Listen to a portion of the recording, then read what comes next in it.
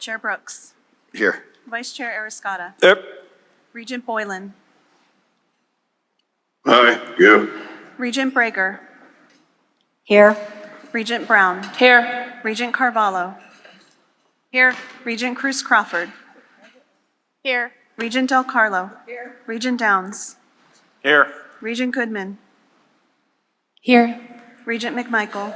Here. Regent Perkins. Here. Regent Tarkanian. Here. You have a quorum present. Thank you, Carrie. So in a moment, I'll ask you to please rise for the presentation of colors by the University of Nevada Reno ROTC Wolfpack Battalion Color Guard Team. And then please remain standing for the singing of our national anthem by voice and vocal techniques teacher Jamie Weiner, followed by the Pledge of Allegiance, and that'll be led this morning by one of the TMCC students, Greg Hillman, who's a dedicated combat veteran, an active participant in numerous campus student organizations, and a TMCC theater student with a passion for teaching. At this time, please rise.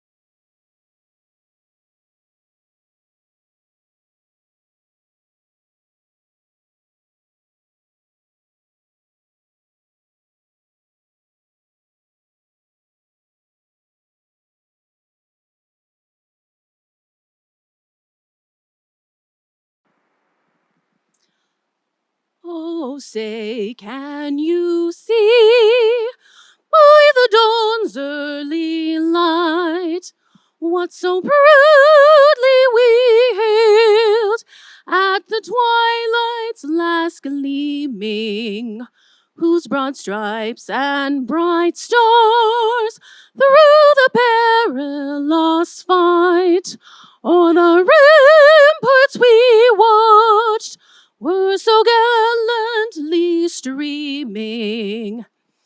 And the rocket's red glare, the bombs bursting in air, gave proof through the night that our flag was still there. Oh, say does that star-spangled banner yet wave o'er the land of the free and the home of the brave?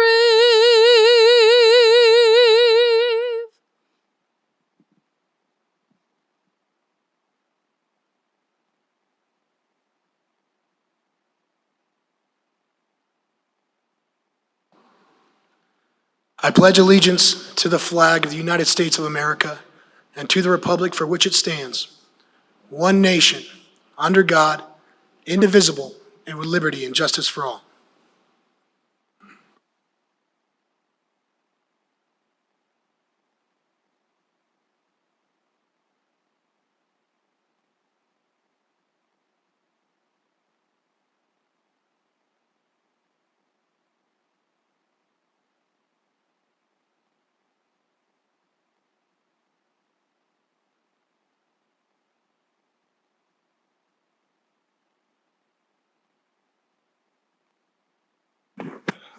What a great way to start the day off. Thank you so much to all the guests who participated in that this morning. I'd like to acknowledge Chief Deputy Attorney General Rosaline Bordelev, who is with us today in our Las Vegas system office, providing us open meeting law counsel. Thank you very much. We greatly appreciate you being with us today. I wanted to let the board know and let the public know that item agenda number 11 is going to be pulled. This item is for nominations for the Chancellor's Committee on the Future of Higher Ed. Board policy provides that the Chancellor can make the necessary appointments. And so, Regents, if you're interested in being a part of this, then please notify Interim Chancellor Charlton. Thank you. Now we'll move into agenda item number 1, which is our introductions and campus updates by our institution presidents. And I'd like to start with DRI.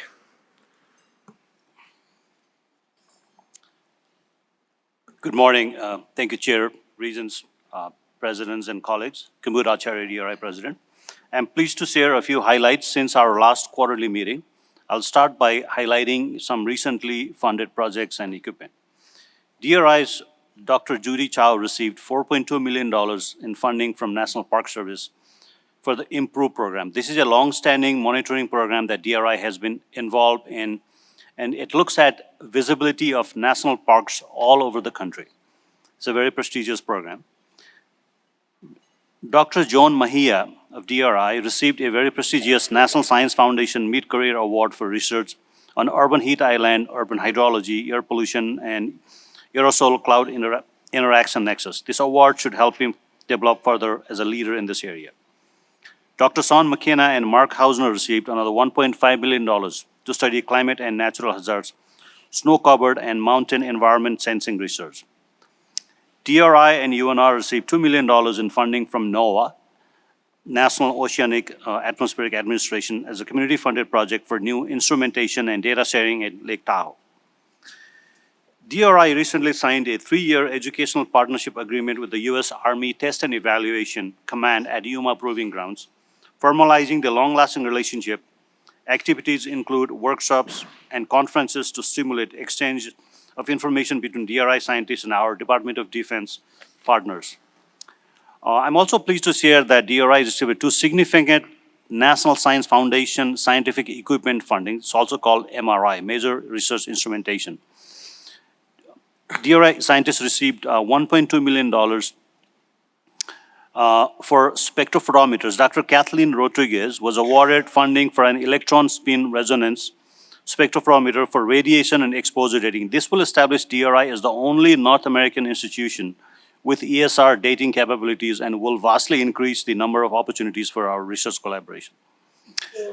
Celebrating our employees, we will hold our national annual celebration of science on both campuses later this month. Faculty and staff nominated colleagues for DRI Science Medal, the DRI Outstanding Contributions Medal, the DRI Service Medal, and the DRI Foundation Faculty Award for Outstanding Public Engagement in Science. Since launching DRI Science at the Springs in Las Vegas in April, we've held 3 successful events. Wanted to thank you to Regents Carvalho, Perkins, and McMichael for attending our most recent History Written in Science featuring our iSchool researchers. Finally, in closing, I'd like to thank Dr. Brittany Kruger for serving as DRI's 2023 Faculty Senate Chair. Did an outstanding job, and I'm pleased to introduce DRI's new Faculty Senate Chair, J.D. Lancaster. J.D. is a geoarchaeologist, associate research scientist in our Earth and Ecosystem Division, and he's located at our Las Vegas campus. Thank you, Chair. Thank you, President Acharya. President Zaragoza. I see you at all today. Good morning, Chair Brooks, Regents, colleagues, and guests. For the record, I am Federico Zaragoza, President of the Colleges of Nevada, and thank you for this opportunity to provide you with some CSN highlights and updates for this reporting period. I want to take a few minutes to recognize CSN staff and student representatives that participated in several of the board committee meeting activities. They are Pio Riojas, President, and Sippy Nixon, Vice President of the ASCSN student body. CSN Faculty Senate Chair Patrick Villa, Dr. James McCoy, Vice President of Academic Affairs, CSN CIO Maguntha Ventilingam, and Mr. Rolando Masquera, Interim Vice President of Finance and Administration. As the first order of business, I'm pleased to report that we completed our Fall 2023 Convocation Celebration with an exceptional program that featured professional development workshops, faculty and staff service awards, and my favorite, CSN student performances. Performances such as Mariachi Plata, our jazz ensemble, CSN dancers, our Emmy-nominated student films. I believe that the regions that were there were able to get a real flavor for the talent that we have in our various programs at the College of Southern Nevada. A highlight of our convocation was the announcement that our videography and film program was awarded 8 Student Emmy Awards by the Pacific chapter of the National Academy Television and Arts and Science Academy. CSN students have now won 55 Emmy Awards in the past 9 years, the most of any college in the region. It was a very special event, and we want to extend our appreciation to Chair Byron Brooks for his remarks, and Regent McMichael, Regent Carvalho, and Regent Del Carlo for their attendance. Speaking of special events, on August 22nd, CSN and the State of Henderson hosted the long-awaited ribbon cutting and grand opening of the new CSN Deborah March Advanced Manufacturing Center of Excellence, a center that was fully funded by the City of Henderson and our various partners at an estimated cost of about $25 million. So kind of you see the support that we have from our community partners.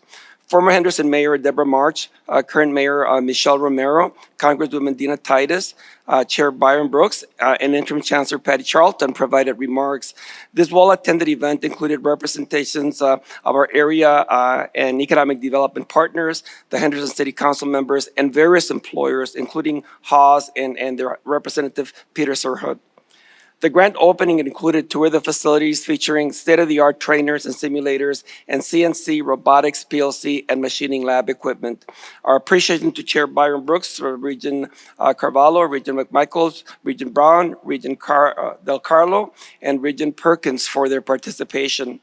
I'm also pleased to report that earlier this week, we had a full house at the ribbon cutting ceremony of the CSN Blackstone Launchpad Entrepreneurial Center located at the North of Vegas campus. The Launchpad project is supported by a $3 million MBDA grant to help accelerate job creation and minority and small business development in Southern Nevada. VIP guests and special dignitaries, including U.S. Congressman Steve Horsford, Nevada State Senator Dina Neal, representatives from Blackstone Foundation, the Department of Commerce, the Southern Nevada Minority Chamber of Commerce, and our economic development partners as well.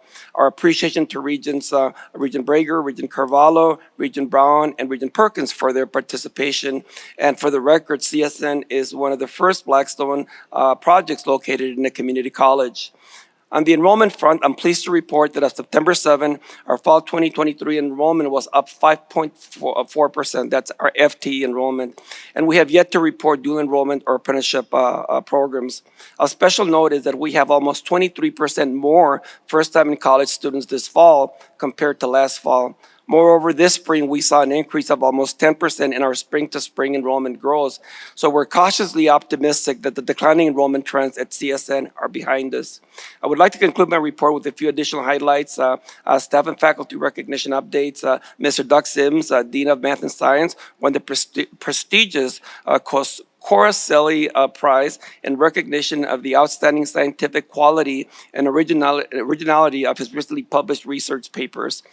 Professors Michael Hauser and Professor Judy Stewart were named as NWCCU Fellows for academic year 23-24, and their projects will focus on national best practices in the area of assessment and student learning. Our CIO Maguntha Ventilingam was named as the Passion Vista Magazine Hall of Fame and also received one of the prestigious Top 100 CEOs in America awards. These awards recognize excellence in technology leadership across all industries and across sectors. Congratulations congratulations, Maguth, on these much well-deserved recognitions. Jody Sentile of our CSN institutional team was selected to participate in a one-year fellowship by the Society for College and University Planning, and her work will focus on strategic planning and performance excellence. And congratulations to CSN baseball coach Nick Garitano, who was named the 2023 Scenic West Athletic Conference Coach of the Year. I'm also excited to announce two new additions to the CCM family. They are Yvonne Wade, our new athletic director. Yvonne, as some of you would know, is a former Olympic athlete who also served as track and field coach at UNLV. And Dr. Juan Avalos is our new vice president of student affairs. Dr. Avalos joined us from Saddleback College in Mission Viejo, California, where he served in a similar position. Dr. Avalos brings over 29 years of experience and a proven track record of leadership in accreditation and educational areas. Yvonne and Juan, welcome to NSHE and the CSN family. In terms of student recognition, CSN student Alex Corral and Alexis Long were selected as National 2023 Coca-Cola Leaders of Promise Scholars and will receive scholarships to continue their education. CSN continues its tradition of producing successful student athletes in sports and in the classroom. 30 of our athletes were named NJCAA All-Americans this year, meaning that they earned a 3.6 GPA or higher. Meanwhile, 61 of our student athletes were named to the All Scenic West academic team. The ASCSN student body is sending 10 students to the Student Mental Health Conference in Anaheim, California this week. And this conference will focus on student engagement in promoting mental health and wellness initiatives. We have several grants to report. The Army National Guard has pledged to help CSN address basic student needs. The Army National Guard has committed to provide $300,000 worth of in-kind donations of food and emergency items for the Coyote cabinets at our 3 CSN campuses. And then CSN and Nevada State obtained state funding from the governor's office for a $478,000 grant to support a one-year shuttle transportation program to connect the CSN and Nevada State University campuses. The Nevada First Gen Network provided TRIO a $150,000 micro grant to enrich the TRIO student experience at CSN. And we were also awarded a $1.7 million grant to increase access to high school equivalency programs to serve the more than 200,000 Southern Nevada residents without a high school diploma.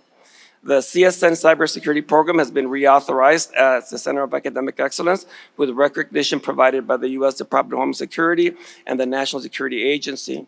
As reported by Chief Adam Garcia yesterday, earlier this week, we met with the State Department of Public Works to begin our work on the $4.5 million planning grant for the construction of the first CSN Northwest Campus building. The first building will be located and will include a Center of Excellence in Public Safety that will allow us to consolidate our current law enforcement academy located in a leased facility in Henderson and our fire science programs. I look forward to reporting updates to the business, finance, and facilities community in the future. Mr. Chairman, Regents, please be on the lookout for special invitations to several important events that CSN will be hosting this fall. The NSHE Southern Nevada Diversity Summit. We will have campus visits that are participating in the Association of Community College Trustees annual conferences, and we will be the local host for the Conference of the Americas International Education Conference. And some late-breaking news. We were just notified yesterday that the White House has asked CSN to hold one of Vice President Kamala Harris's Freedom College Tour meetings. CSN is one of 6 colleges nationally that has been announced as a stop in this tour. We will provide updates to the board as soon as the details become available. Mr. Chairman, Regent, that constitutes my report. Thank you, President Zaragoza. We appreciate that. President Helens? Good morning, Chair, Regents, colleagues. I'll be brief, and I'm also going to incorporate a student success measure so that I'll be able to yield my time at the later agenda item. So recently, the Lieutenant Governor Stavros and Governor Lombardo visited Great Basin College. The Lieutenant Governor visited our Winnemucca campus, and he was able to see the new instrumentation program that we began there. Governor Lombardo, Senator Pico Gachia, and Assemblyman Burt Gurr toured the Elko campus health sciences and CTE programs, so we were able to showcase our state-of-the-art nursing, radiology, and sonography programs and the equipment through investment by business and industry. We informed the governor of the 100% pass rates of our graduates in all those programs on their national exams again this past year and their employment in our rural areas. Recently, the new radiology technology program was awarded accreditation by the Commission on Accreditation for Respiratory Care, which is no small feat for a new program. In the exit meeting, that visiting team told me GBC has best practices that they need to share nationally. The governor also learned about our new fall semester start of MAPE program, Medical Assistant Phlebotomy and EKG, funded through the Governor's Office of Innovation and Technology, and that we are also developing a community paramedic certificate. He was also impressed with the progress of the new welding building, which is approximately 50% complete. That will double our enrollment with a fabrication capability that we didn't have before. Joining us for the latter part of the tour was Nevada Gold Mine General Manager Peter Richardson and others demonstrating collaboration in building a rural Nevada workforce. They announced 10 new scholarships to support the new Mining Center of Excellence dual enrollment mining curriculum that we launched as a trial this fall in Elko and in Battle Mountain. We also told the governor we intend to expand incumbent worker training to remote mining areas with a mobile lab. This will be part of the GBC UNR Mining Center collaboration, which the governor congratulated us for, saying that partnership and collaboration was most important to economic development in rural Nevada. I responded to him, as I did in a recent article I wrote for the Elko newspaper, saying that higher education, and that includes training, is economic development, and it helps create healthy communities. Additionally, in the student success mode, I'd like to mention the Early Childhood Skills Certificate we launched right after the baccalaureate degree has a successful first full cohort this fall of 30 students. And finally, GBC is creating a new educational success model that we're calling the Math Club Network for 6th, 7th, and 8th grade students in Elko, Humboldt, Lander, and White Pine counties to improve mathematical skills. The identified students will be tutored and mentored by math professionals both in person and online. We eventually hope to expand this to other grade levels across the state. GBC is having a successful start to the new college year, and we're always focusing on sustainability of the legacy of higher education in rural Nevada. Thank you. Thank you, President Helens. President Pollard? Good morning, Chair Brooks, Boards of Regents, and Darian Pollard for the record, proud president of Nevada State University. Good to see you all each today, and just a few updates. As you might imagine, we're quite excited as we started the new semester at the campus with a series of back to campus or back to school events. Returning students and new students are enjoying as they become familiar again with their university home. During this week, we held our wonderful Celebrating You event, and I want to thank the Regents who were able to join us for that, where they joined nearly 1,000 people to come celebrate the renaming of our organization. Other events that week included a welcome back hike at Mount Charleston, which I'm assuming happened prior to the flood, as well as community social events for affinity groups across the campus.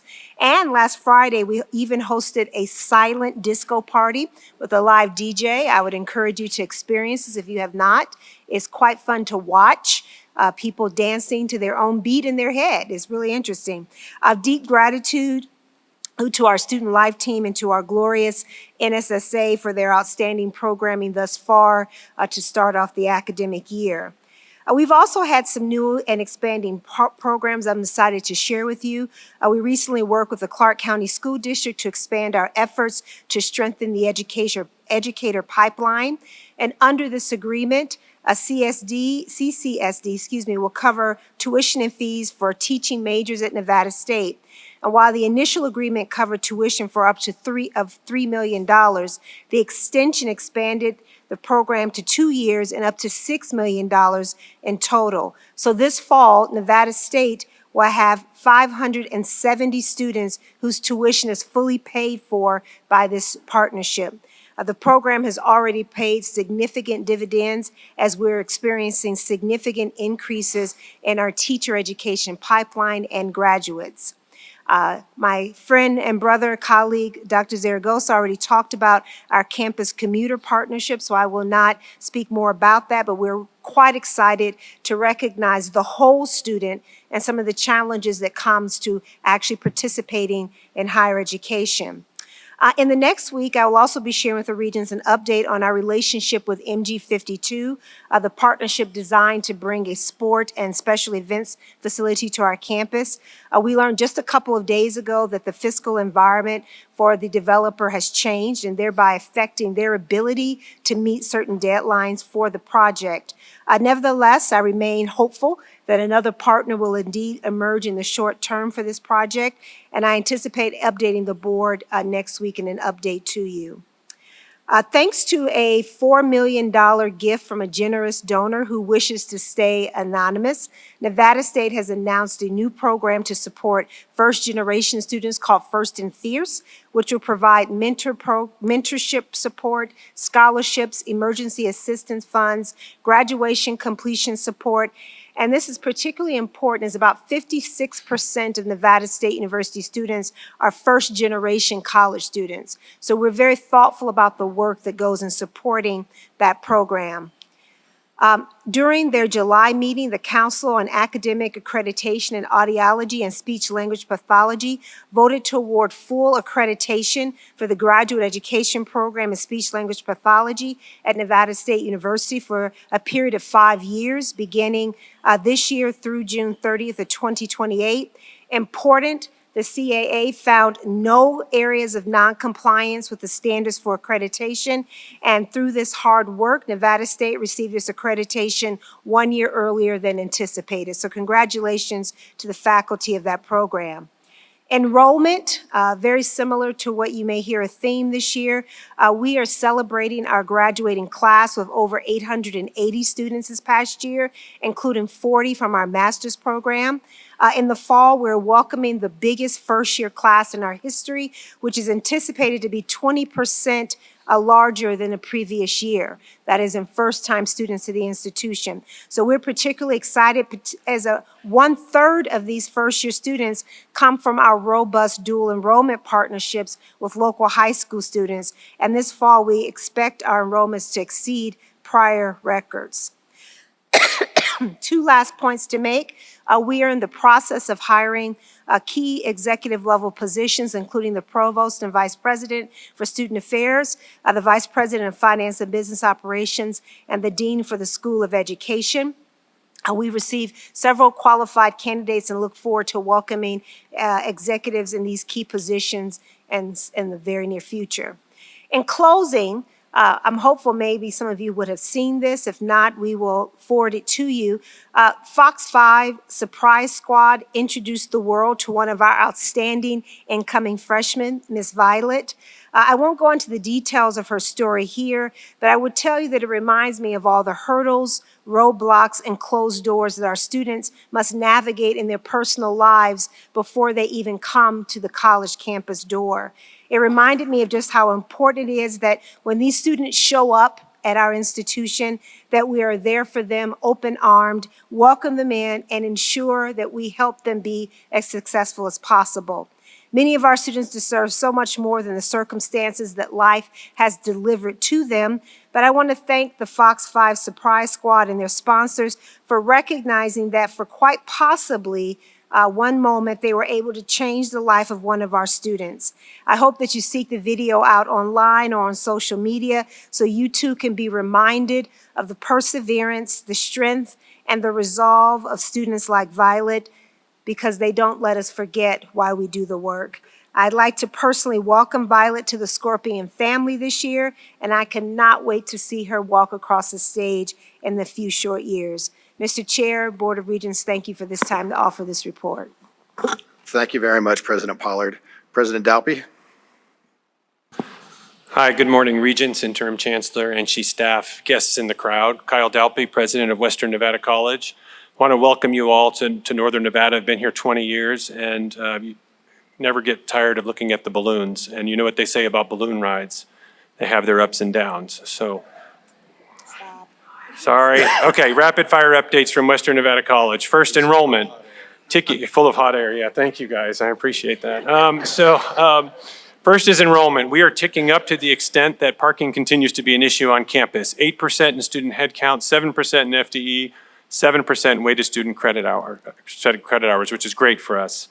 Earlier this year, we announced a new partnership with our automotive program from Michael Hull Subaru in Carson City, Subaru of America, and Subaru University. This month, we received not one of the expected cars, but 3 vehicles valued at more than $83,000. In case those of you who don't know, Northern Nevada has the largest Subaru sales volume in the U.S., and to meet those service needs, Michael Hull Subaru is tripling the size of their service department, which means jobs for our graduates. We are also offering an automotive program as part of our prison education program starting this fall. The WNC Child Care Center received the Best of Carson City Award for the 6th year, and staff member Sally Morgan has been selected as a finalist for the 2023 Nevada Early Childhood Educator of the Year Award. If you are on campus, we can arrange a tour of our child care center, which comes complete with cookies and nap time. The money keeps rolling in. WNC has been awarded a $100,000 grant from the Lumina Foundation to provide new video screens and technology for campus messaging and live streaming. Our fundraising continues to grow through scholarships. We recently received another $125,000 endowment for health science students from an anonymous donor. And our annual Reach for the Stars event celebrated our observatory's 20th anniversary with a Roaring Twenties theme. This event had a record year with more than 300 guests and garnered $130,000 in profit in just the one night. Special thank you to Regents DeCarlo, Perkins, Brown, and Cruz Crawford for attending. At our academic year kickoff 2 weeks ago, we honored the following employees: Desiree Blunt-Lamke, Classified Employee of the Year; our very own Rochelle Bassin, Faculty Employee of the Year, who's sitting right over here; and Heather Riccolo, who's in the back, as Administrative Faculty of the Year. In addition, our Rockstar Facilities team earned the President's Team Award for their work every day, but also for this brutal past winter when they spent more time snow shoveling than anybody should have to. I would also like to thank Vice President Dana Ryan, who has been appointed to the Nevada State Apprenticeship Council, which administers apprenticeship laws and regulations. Dr. Ryan has the experience and knowledge to serve well in this position. I've been in that position, and I truly do wish her good luck. More than 100 community members and supporters celebrated the grand opening of our Veterans Resource Center late in June, thanks to NV Energy Foundation and Carson City Chamber Leadership Institute for supporting this project. And finally, I'll end on a personal note. I was fortunate to be able to take 2 weeks off this summer, something I haven't done in a number of years. And I'm sure, as all of you have figured out, I am not a sit on the beach kind of person. So I chose to reboot my Spanish skills by participating in language classes in Salamanca, Spain, porque siempre necesito practicar el idioma. Talk about a humbling experience, not only to reboot the language, but to be one of the older students in class and one of the only others to speak English. And so we all had to bond around the common language, and it was quite exhausting and remarkable, but very rewarding. So that's it for now. Thank you so much.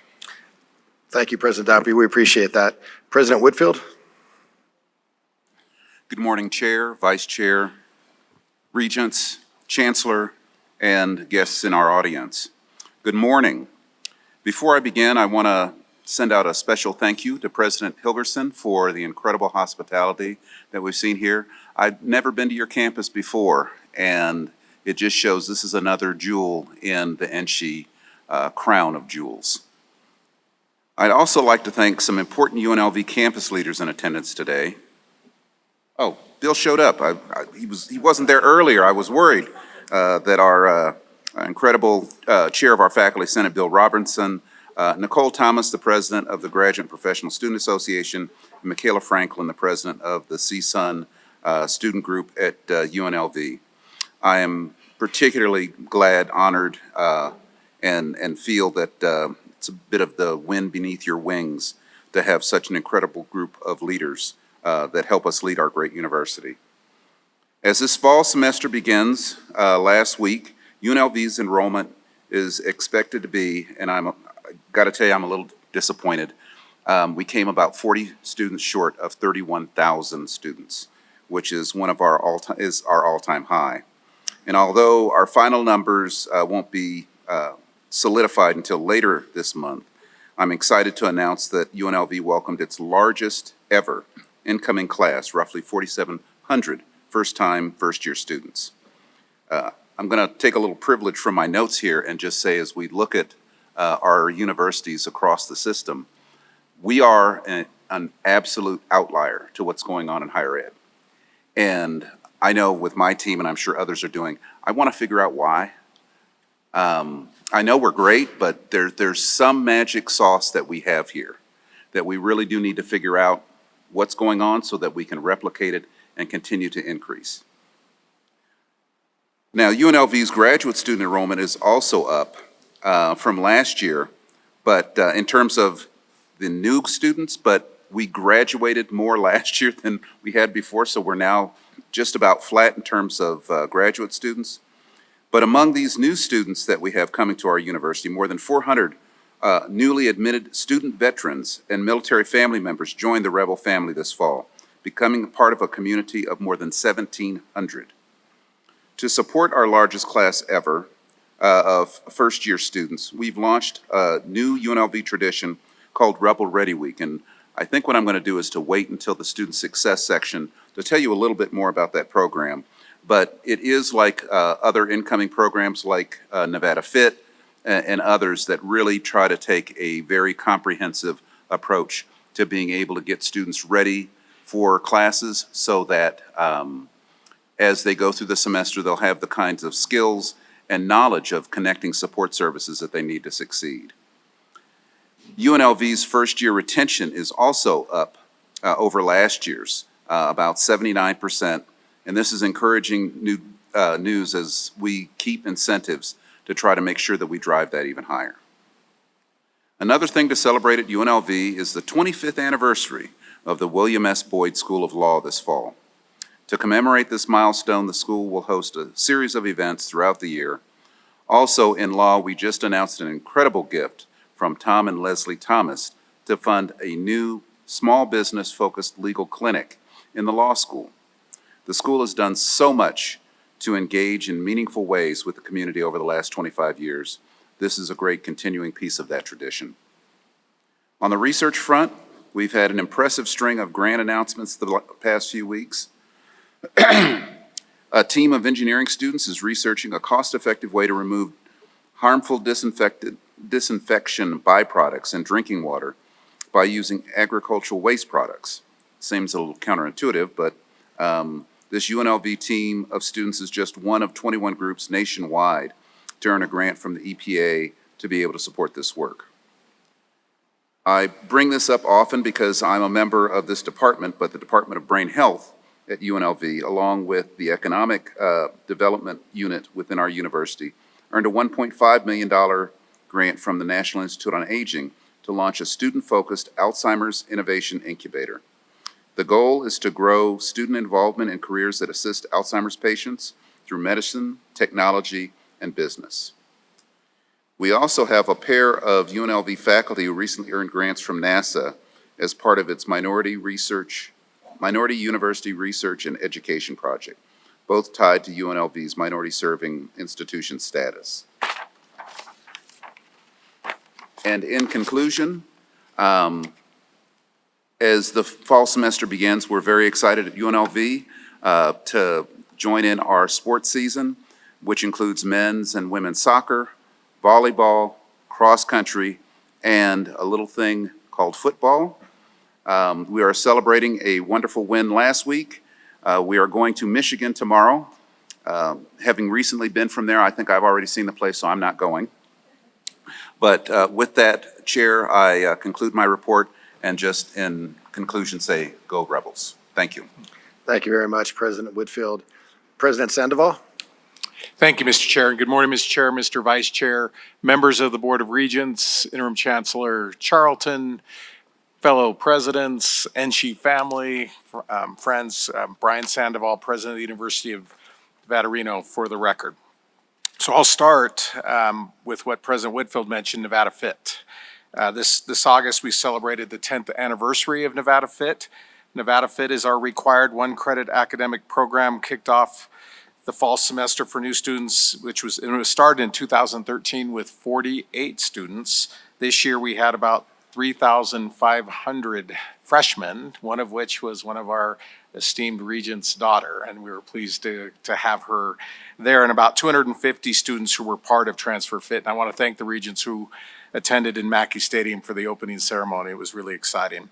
But this highly successful program has played a major role in boosting our one-year retention rate by 7 to 10%. The students attended one of 11 college-based camps and participated in collaborative learning experience by pairing with one of the undergraduate mentors in their selected major, and also meeting and engaging with faculty, staff, and fellow students in their academic major. Next, talk a little bit about our 150th anniversary, our sesquicentennial. We will officially be launching our year-long celebration of our 150th just next month. And as you likely know, the university opened its doors on October 12th, 1874 to 7 students. I've got a copy, and then for those of you in Las Vegas, this is a page from our Artemisia, which is our yearbook from 1899, and it says, "Great oaks from little acorns grow" aptly illustrates the growth and progress of our state university. Not many years past, it was a district school in the eastern part of the state, but has gradually advanced until at the present time it is one of the most prominent institutions of learning on the coast. When the question of removal from Elko was discussed, Reno put in the largest bid and agreed to pay Elko $20,000 and to furnish $5,000 with which to erect buildings. President Helens, I'm sure we've paid that $20,000. So we've obviously come a long ways since then. We're going to have a number of events on campus.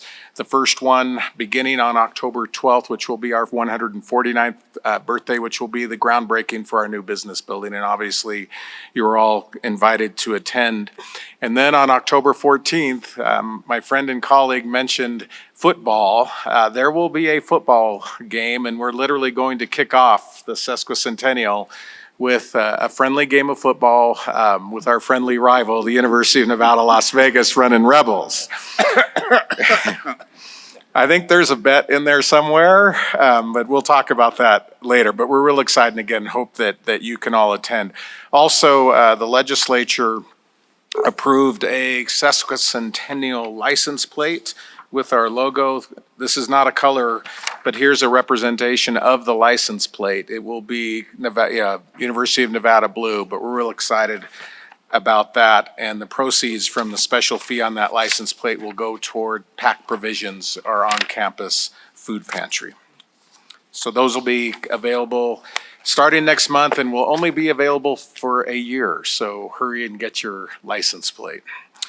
So I also like to welcome some new leaders on campus. The first, we're pleased to welcome our new Dean of the College of Science, Dr. Louisa Hope Weeks, who started her appointment in August. She would have been present today, but she is finishing packing in Lubbock, Texas, because she comes from Texas Tech University. But she brings a stellar record as a scholar, researcher, and administrator to our university. She's held the position of Associate Dean of Graduate and Postdoctoral Fellowships at Texas Tech University since 2020. She's been a member of the faculty at Texas Tech since 2004, where she also served as Department Chair of Chemistry and Biochemistry and Associate Dean of Research. So next, we also announced in June the appointment of Ziva Edmondson as our Director of Title IX, and Ziva is here with us. Ziva has extensive experience in leading, monitoring, and managing university compliance with Title IX programming. She joins us from the University of North Texas, where she was the Title IX coordinator since 2021. She has a very, very decorated career and is a former law enforcement officer, so we're really pleased to have her on our campus. We are also welcoming Carly Reese, who again is not able to be with us today, but she will be our new Vice Provost for Online Learning. She's also an alumna of our university and joins us with over 26 years of experience in higher education administration and online education strategy. She comes to us from Oregon State University. On Wednesday, it was announced, and you all received this notification, but I wanted to talk about it publicly, that Dr. Angela Moore will serve as our Interim Director of Diversity and Inclusion. Since June of 2022, she has served as the university's Program Development Specialist for Diversity and Inclusion, and has done an incredible job. So, Mr. Chair, Mr. Vice Chair, members of the Board of Regents, we too have a football game tomorrow, a home football game against the Idaho Vandals. And again, you're all more than welcome to attend. So thank you for your time and attention. Thank you, President Hilgersom, for your hospitality and your team's hospitality. We truly appreciate it. And go Pack. Thank you. Thank you, President Sandoval. We appreciate that. Now we'll move on to the host of our meeting, TMCC, and President Hilgersom. And President Hilgersom, when you're done with these remarks, please feel free to go right into our second agenda item, which is the introduction of students and faculty. Thank you. Perfect, thank you. So, Chair Brooks, Vice Chair Escada, Regents, colleagues, I'm Dr. Karen Hilgersom, President of TMCC for the record, and welcome to TMCC. Vamos Verdes. We are so happy to have you here. And as you know, you're seated in the health-centric and very fresh-looking TMCC Fitness Center, also a place where our soccer teams work out along with TMCC students and a few employees. I haven't had time to get in here much, I admit it. This space is called Joe's Gym, and we are grateful to the ARB family and friends who generously donated in memory of Joe, a former TMCC coach and advisor. I also hoped you noticed the beautiful sculpture directly in front of the facility. The sculpture, titled Guardian of Eden, was donated to us by the Nevada Museum of Art and Bonnie and Jack Grellman in memory and honor of their son, Jack.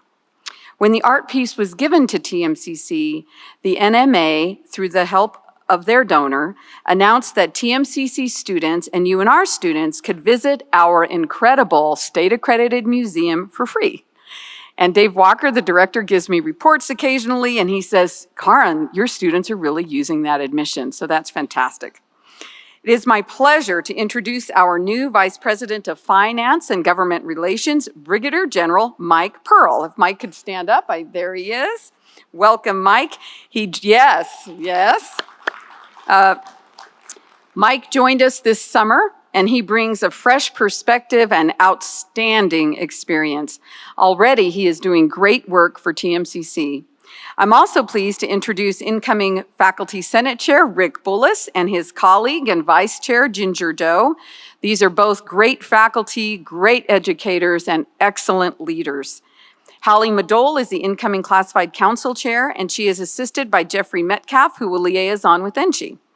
I'm grateful for their leadership and support. You've also met Brayson before, Brayson Gomez, our new SGA president. He is representing us well. And with President Gomez's leadership, SGA has already sponsored some wonderful back-to-school events. So thank you, Brayson. Some quick highlights to fall term. Enrollments are happily trending up approximately 6%, and we continue to seek new ways to retain students so that they complete their degrees and certificates. Kudos to all the institutions for seeing enrollments go up. We don't get money for enrollments. We get our money on weighted student credit hours. And sadly, if we all grow at the same time, it means that we may not get extra money, which is kind of weird and strange. But it does make a very strong case to the legislator to say, hey, we're serving more students, and we all want that, right? We all want more students to have college degrees. So congratulations to all of us today. It's great news for everyone. Our strategy at TMCC is to design high-quality course materials that are very affordable and even free. This is helping to save students money, to make their transition to college easier for them, and also we believe that it will assist with retention. Several hundred course sections have now moved to what's called OER, or Open Educational Resources. I am so grateful to faculty who took on extra work over the summer, the last 2 summers really, to shift from a for-profit textbook model to an open educational resource format that is state-of-the-art and that is truly excellent for the curriculum and for our students and for our classrooms. So thank you, faculty.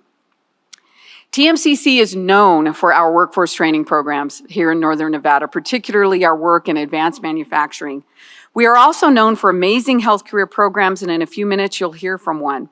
I do want to mention that our excellent dental hygiene program, we offer all the way up to a Bachelor of Science in Dental Hygiene, was recently reaccredited by CODA no reporting needed. It was a stunning accreditation visit, and I'm very grateful to our wonderful team who really do a great job for the dental hygiene program.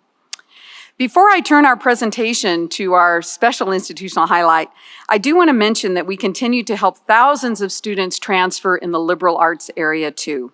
Thousands.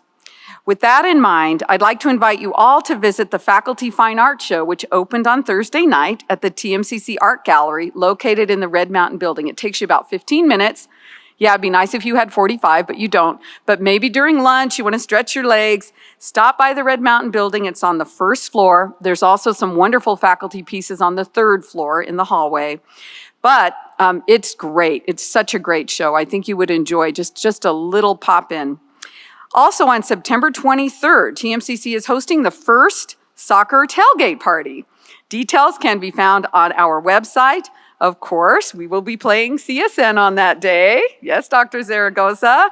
And I hope our women's team can hold on to the Silver State victory that qualified them to attend the multi-state regional competition last year through the Scenic West Conference and the NJCAA. I also hope you enjoy your swag. Most of what we had on hand, or we farmed, the honey was made due to our pollinator garden here on campus. The items are explained on this placemat that we actually printed and designed in-house, and you can see how important sustainability is to TMCC. We hope you will fill the water bottles in your bags with water from our hydration station, and that there's one right outside the hallway. We have them in various spots on each one of our 4 campus locations, and this was thanks to past SGA student leaders who are passionate about water conservation, but reducing the use of plastics. We know now that plastics are really bad, and they're polluting our oceans in ways that are just unimaginable. We continue to receive national recognition for our work through local agencies, but also through the National Second Nature Organization. And stay tuned for another national recognition that is currently embargoed that we can announce later this month, and we're super excited about that one. As a segue to our institutional presentation, I will close by saying that climate change is here, and public institutions of higher education can and do make a vital difference in mitigating the negative effects of global climate change. We do so through faculty and student participation. We had over 100 projects that faculty engaged in last year with students related to sustainability in every single subject area that you can imagine. At TMCC in particular, we've signed a commitment to build resiliency. So what does that mean? What's this word, climate resiliency? It's kind of confusing. Well, here's what it means. Wildfires are a prime example. We know that in this part of the world, wildfires are one result of climate change. We need to be ready. We need to be resilient. We do so by having trained firefighters for this region and emergency medical professionals for this region. Well, really, not just for this region, but for the whole western seaboard, really, and especially up north. So climate resiliency means readiness. It means being prepared. And that is why, under the expert leadership, and yes, this is my cue, folks, under the expert leadership of Dean Julie Ellsworth and Director Mike Schultz, the program needs to grow, and it has been growing. So I'm privileged to provide 2 introductions, which was a segue right into our institutional presentation. First, I am so pleased to introduce our Director of Public Safety, Mike Schultz. Michael Schultz currently serves as the Director of Public Safety Programs at Truckee Meadows Community College, a position he's held with distinction for 2 years following his tenure as Interim Program Director. With a 22-year background as a paramedic and over 2 decades of experience as a tenured professor, Michael has seamlessly combined hands-on experience with academic excellence. Under his leadership, just in the last couple of years, the Public Safety Department has experienced an outstanding 45% growth, showcasing his innovative strategies in curriculum development and program management. His efforts in introducing a paramedic bridge program and enhancing outreach to underserved communities have expanded the department and significantly impacted Reno's community and Sparks. Michael holds a master's in higher education administration and is currently a PhD student in the same field, with his doctorate set to be conferred by the fall of 2024. An embodiment of dedication, innovation, and leadership, Michael's work continues to pave the way for the future of public safety education. Along with Michael today is our Professor of Emergency Medical Service and Paramedic, Stephanie Mead. Stephanie Mead has a master's in educational leadership, a bachelor's in biology from UNR, and an associate in pre-hospital emergency services from none other than TMCC.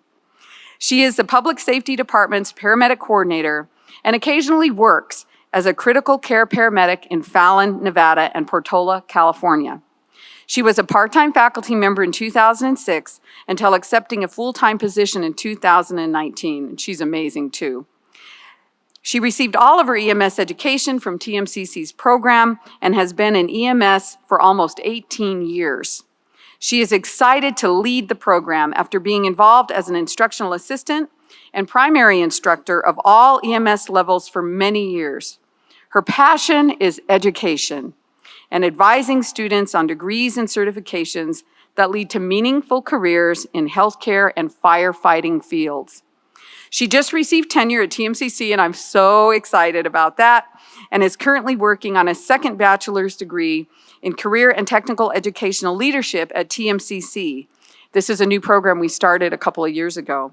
And her doctorate, she's also working on that, in educational leadership through Youngstown State University. And finally, the student presenter today is Zoe Christine. Zoe will share in her own words who she is. So without further ado, I would like to turn this presentation over to our amazing rock star director of public safety, Mike Schultz.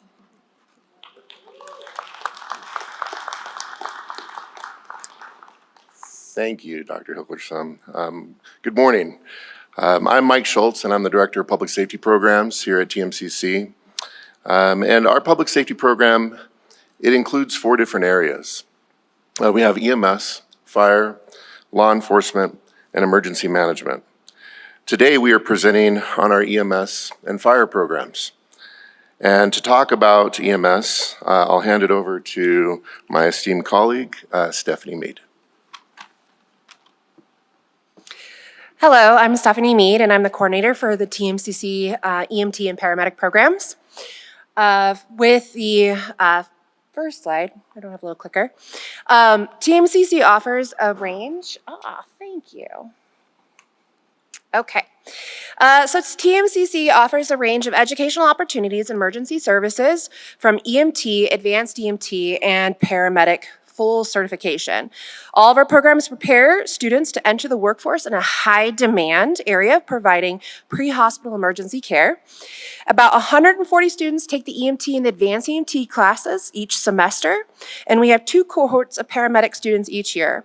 Our paramedic program takes about 12 to 18 months to complete and is offered in 2 formats. We have a traditional program, which is an academy style in person, and we have a hybrid format for students who already work in public safety, like those of the fire service. They are the ones that want to become paramedics, and so we offer the ability for them to come into class and learn online while they're not taking time off of work, so that's very helpful for them. In our entry-level EMT courses, we have a diverse group of students who earn certificates and pass state and national certification to be able to enter the workforce. Those courses stack into our full paramedic certification of a Certificate of Achievement and to the Associates of Applied Science of the Pre-Hospital Emergency Medicine Science. Students can achieve 1 level, work in the field, support themselves, and continue their education while they are also supporting themselves and being able to advance their careers. As a newly tenured faculty member and a faculty advisor, I really have the privilege of watching these students develop into educated medical professionals in our community.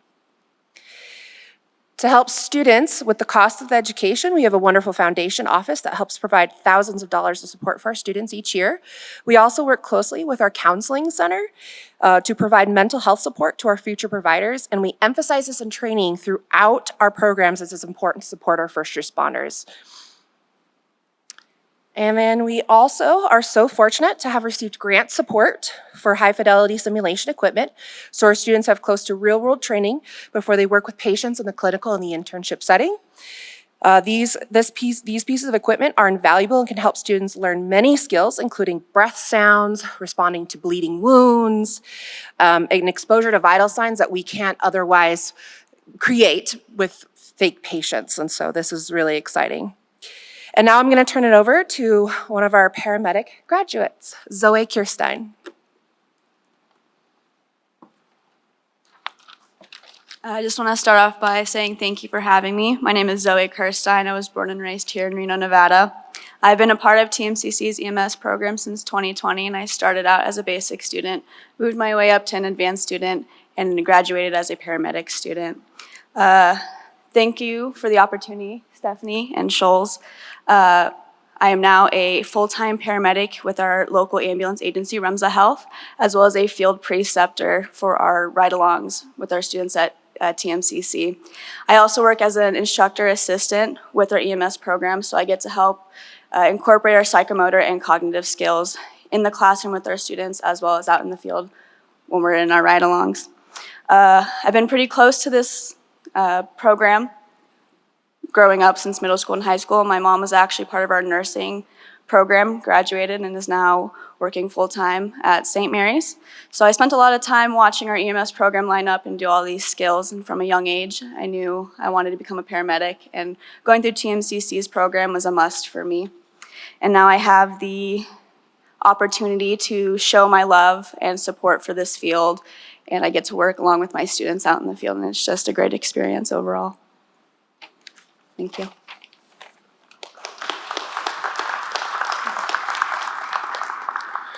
Thank you, Zoe and Stephanie. So our fire programs and fire technology offer a range of training and education from entry-level firefighters to the associate's degree. And the associates can lead to our applied bachelor's degree in emergency management. Our Fire Academy is a one-semester skill certificate that prepares the students for entry-level positions in municipal firefighting. Our goal in that program is to develop students' self-confidence and professional demeanor for success in the fire service. We also, and this is something we're really proud of, have a new emergency dispatch program that we developed in response to the regional need for 911 dispatchers. We started this program this fall in partnership with the City of Sparks, but have received interest statewide.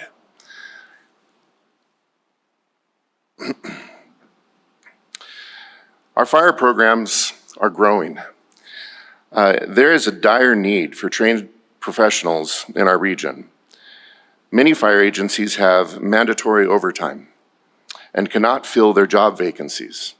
To give you an example, a close friend of mine was working two people's jobs in a regional local fire department. He was working about 70 to 80 hours a week as a paramedic firefighter. We're offering 2 fire academies per year to try and meet that need. And we have over 100 declared fire tech majors.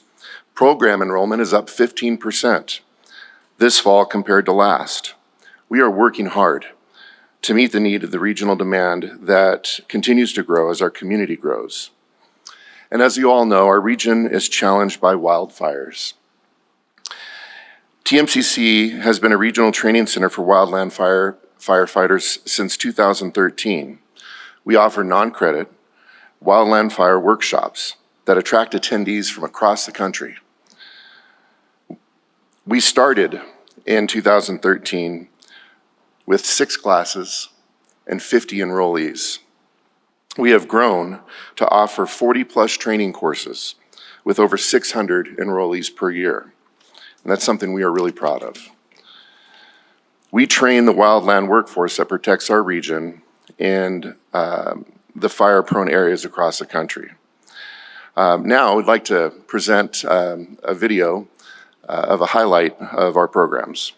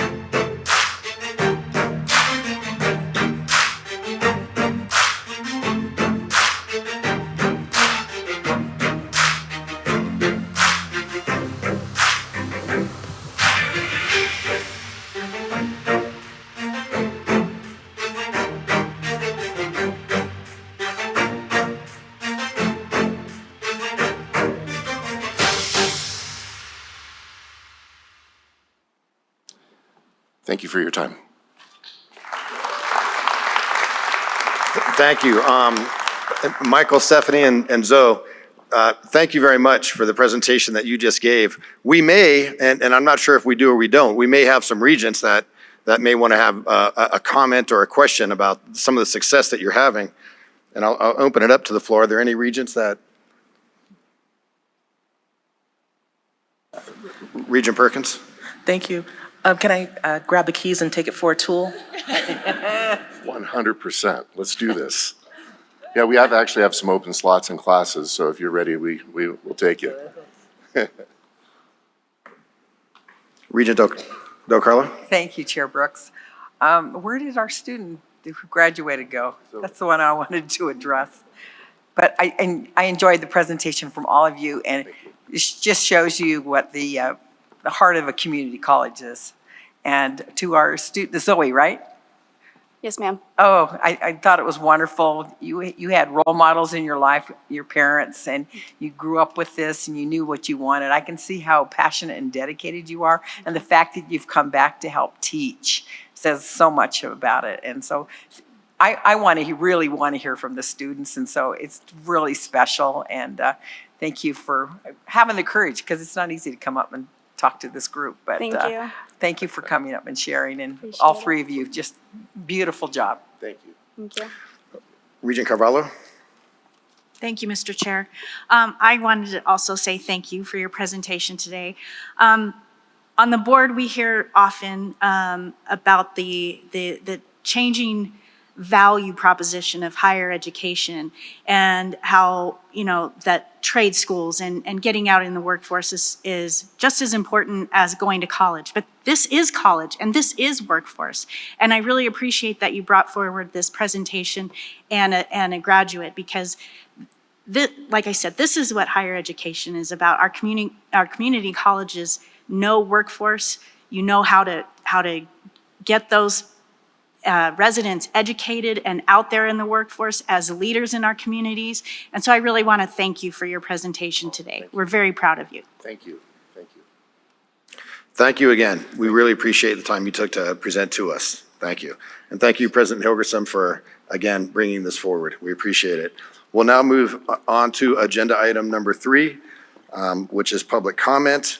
For those who'd like to call in and offer public comment, please dial 669-444-9171 and enter meeting ID 928-4944-5069 and passcode 555555. We'll now take public comment in Elko, if there's any.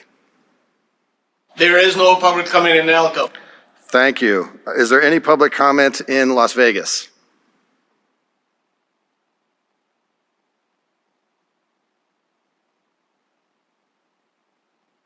Doug Unger, D-O-U-G-U-N-G-E-R, President, UNLV Chapter, Nevada Faculty Alliance. Thank you to the Regents for your consideration. Regarding the Committee on the Future of Higher Education in Nevada dropped from the agenda, we must express our skepticism about the committee's composition. We see only one possible member with any seasoned knowledge of higher education. Not one faculty member nor student representative is included. The people with the most direct experience are left out. It's like setting off on a wilderness expedition after ditching the guide. So we suspect this group will waste time, get lost, take the wrong trails. Faculty could provide navigation, students with living examples of the effects and outcomes. We call on the new interim chancellor to correct this committee's composition so as to include both faculty and student representatives, even if they may be non-voting members. Missing from this quarterly meeting is any discussion or proposed future consideration of the COLA raises for fiscal year 25, not to exceed 11%, the 4% plus 7% set out in the AB 522 pay bill. We've heard of a whisper campaign to cut the 11% and hope this is not true. NSHE faculty and professionals deserve the same pay raise as all other state employees. Even with this year's historic 12% raise, our salaries are only 81% of the purchasing power of what they were in 2009 before cuts from the Great Recession. The full 11% COLA will bring us up to 86% of what our salaries were, which should improve hiring, retention, and stability. We ask the Regents to schedule a public discussion of whatever action items may be necessary to honor a full 11% raise for next fiscal year for faculty and professionals. Please make that happen. Thank you.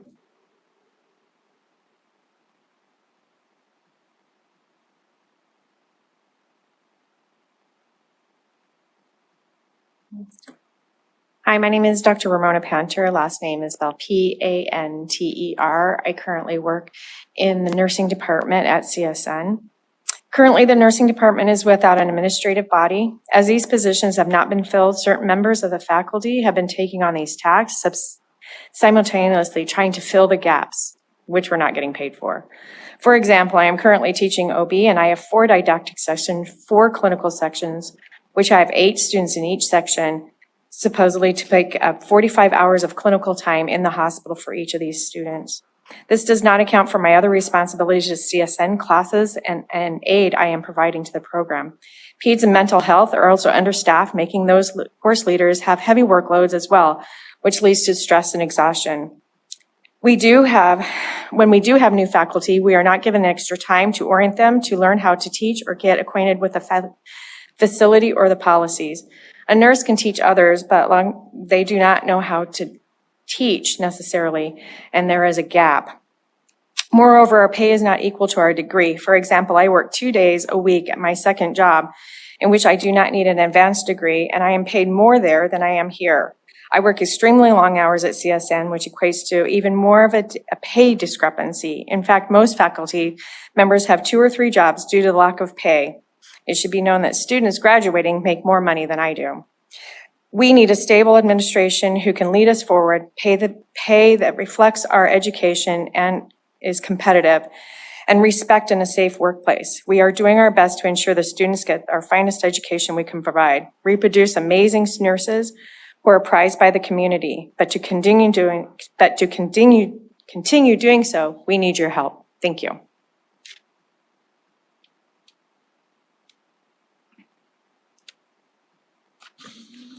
Hi, I'm Dr. Gerald Turner, Turner, and I am a nursing professor at the College of Southern Nevada. I'm here today to ask you to investigate the problems within our School of Health Sciences and our nursing program. Dedicated faculty have spent the last 5 years being mistreated, undervalued, bullied, working short-staffed, and have had their concerns dismissed from leadership on multiple occasions. We've gone up the chain of command, and I feel as all we get is lip service. The disorganization and incompetence are allowed to continue, and this can't go on any longer. Our interim director that just stepped up graciously to help since our last director left us after 6 months is now wearing 3 hats because of key positions that are unfilled, and today I feel have not been posted from HR. Faculty that have stepped up can't continue to bandage these types of patterns because it will continue. Please investigate us and take us seriously because the future of our nursing program, I feel, is in your hands, Board of Regents. Thank you.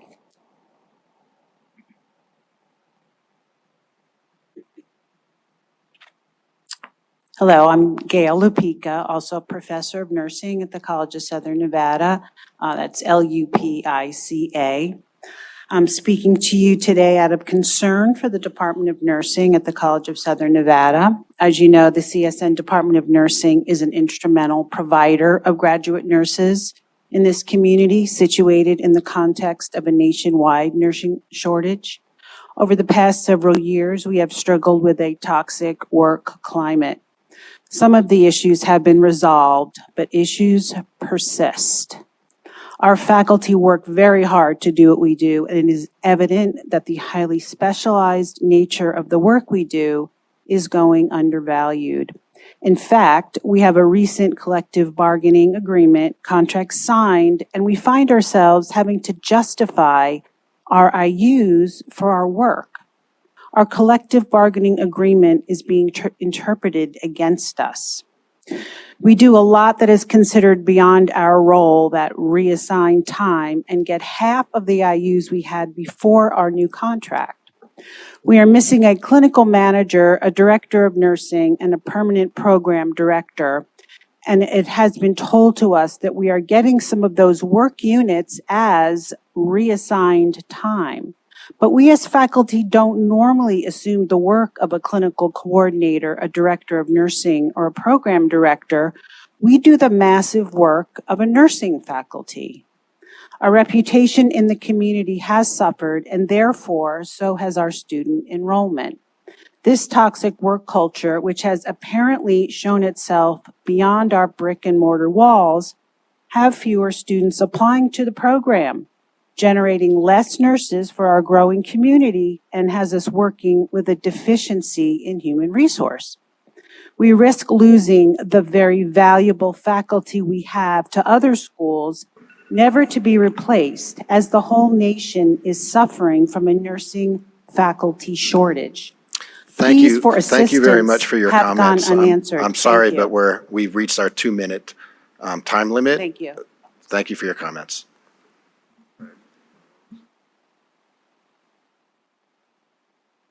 Good morning, Regents and NSHE leaders. I am Dr. Joanne Pelaez-Fisher. I am a nursing faculty at CSN. The CSN nursing department has been getting by with Band-Aids and aspirin, and the cancer is not responding to this treatment. The Las Vegas community knows our nursing department is in shambles. Students and staff state that they hear the nursing department is a mess when they are out in the community and through social media. Since 2017, we have had a large number of nursing faculty resign due to the tumultuous environment within the CSN nursing department. CSN hired a director of nursing from outside of CSN, November 2022, and that DON was the quote-unquote best hire stated by the CSN's VPAA. She gave the department what we needed, but within 6 months, that DON left because the CSN administration above her placed obstacles that were impossible in her path, and she was unsuccessful. Currently, our interim director of nursing is working under 3 titles as the interim director of nursing, associate degree nursing program director, and clinical manager. This is not sustainable, and it's a violation of the Nevada Nurse Practice Act, NAC 632.665. I understand that NSHE and the Nevada legislatures want the CSN nursing department to grow and accommodate more nursing students, but we cannot do this without CSN administrators committed to supporting the nursing faculty. All of our nursing faculty took on enormous pay cut to be part of CSN's academia. Currently, none of the nursing faculty has received a contract to sign in order to teach this fall. After 6 years of instability, the Band-Aids and aspirin will not cure this cancer. The nursing faculty has had enough. We're standing up and speaking up to this mistreatment. Something must be done. Remove the cancer.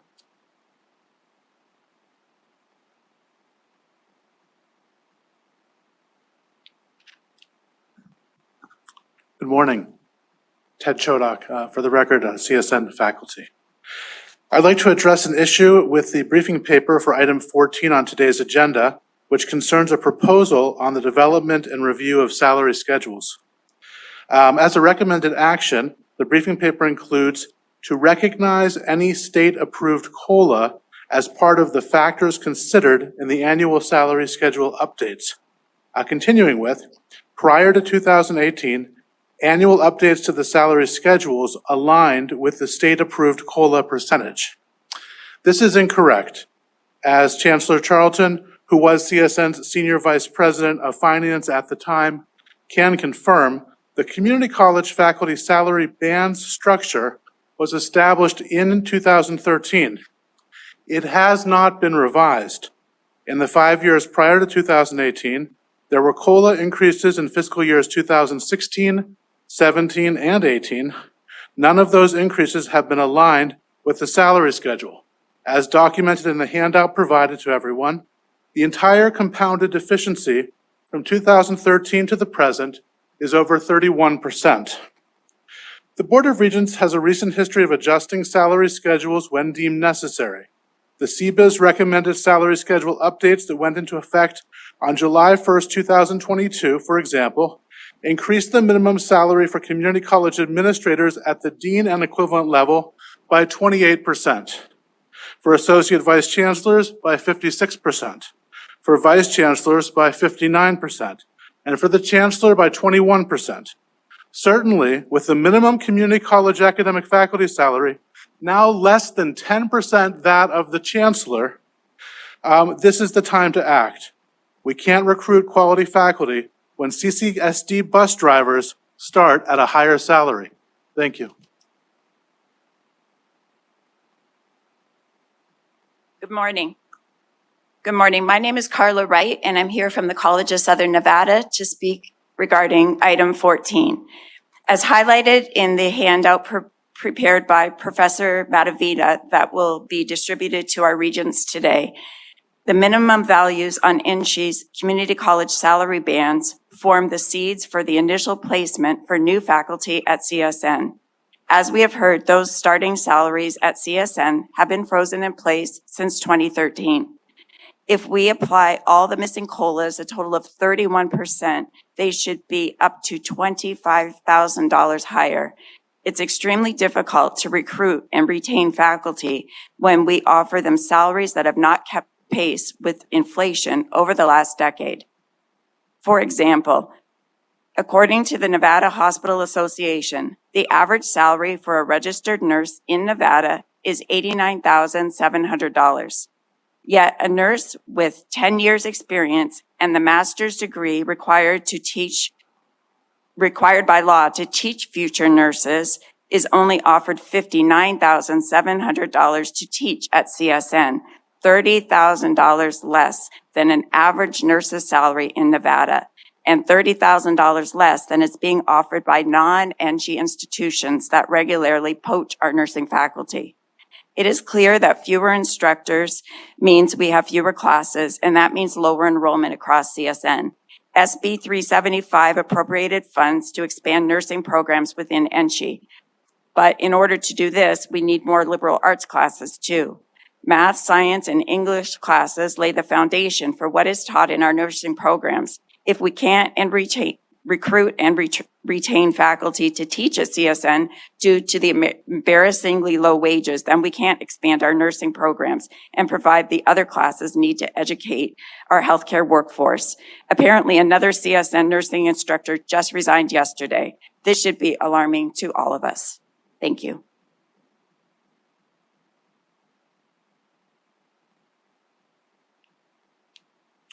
Hello, I am Jim Matovina, Matovina. I'm a math professor at CSN and the one who prepared that handout for you there. I want to address another subtle but really important oversight in the briefing paper for item 14 today. There's a recommendation that would have us adjusting the salaries of individuals whose salaries fall below the newly adjusted minimums for their positions. So in other words, if you raise those salary bands by the entire 31% that we've identified, the minimums will get raised, but it will miss a lot of people who deserve raises. For example, if you were to take an individual hired last year with a master's degree and 7 years of experience, which would put them almost in the middle of CSN's initial placement schedule, they would have started at $55,500. With the 12% COLA that we just got, their salary this year would be just over $62,000. If you raised those salary bands by the full 31%, the minimum on grade 3 is just over $61,000. So that individual wouldn't get caught. They wouldn't get the raises that they deserve. Even worse, if you hired somebody next year on the new bands, they would come in at $72,000, a full $10,000 higher than somebody who was here before them with the same credentials. Committing to applying future COLAs to those bands is absolutely critical to stop this from getting any worse. But to fix it properly, we need to go back and look at everyone that was hired in the last 10 years and give them the COLAs that they should have received. On the handout, my contact information is at the bottom, along with a wonderful collection of salary data from CSN over the last 30 years. Thank you.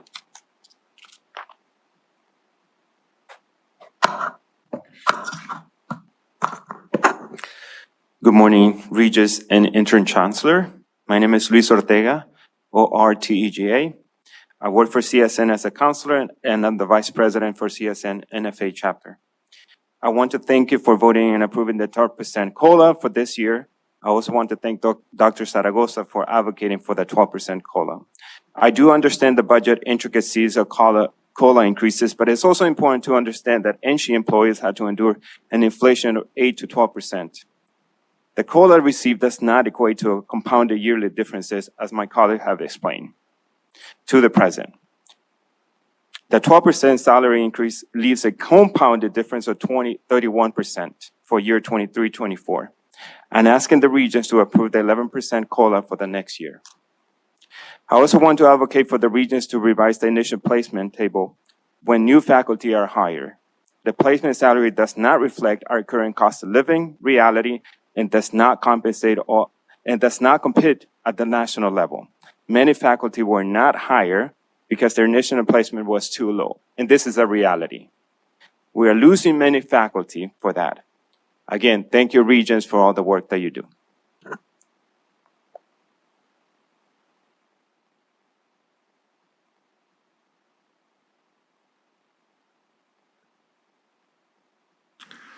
We'll now move to public comments here at TMCC.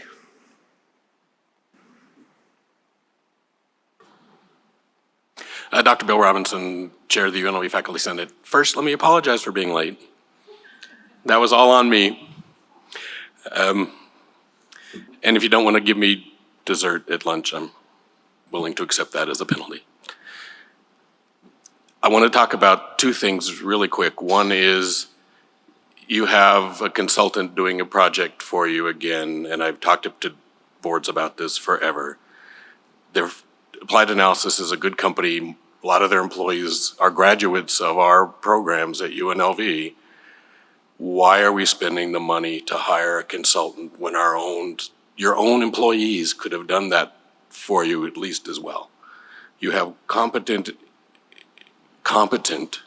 10,000 competent faculty out there with great skills, and yet the board and our campuses too continue to hire consultants when we're short of budget and spend tens of thousands, even hundreds of thousands of dollars a year on work that we could do for you for free, and we would be happy to do for you for free.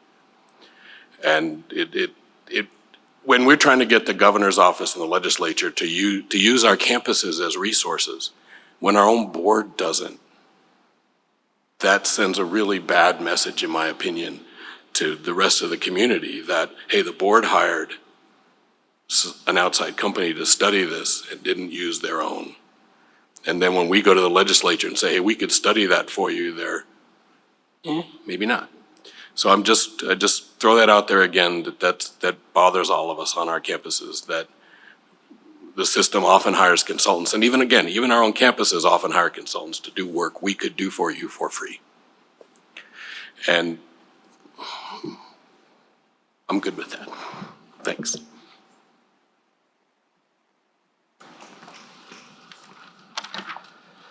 Good morning. Jim New, President of the Nevada Faculty Alliance, and I'd like to start by thanking the board for approving the 12% COLA for the current fiscal year. And I also want to thank the NSHE and campus administrators for finding a long-term disability plan.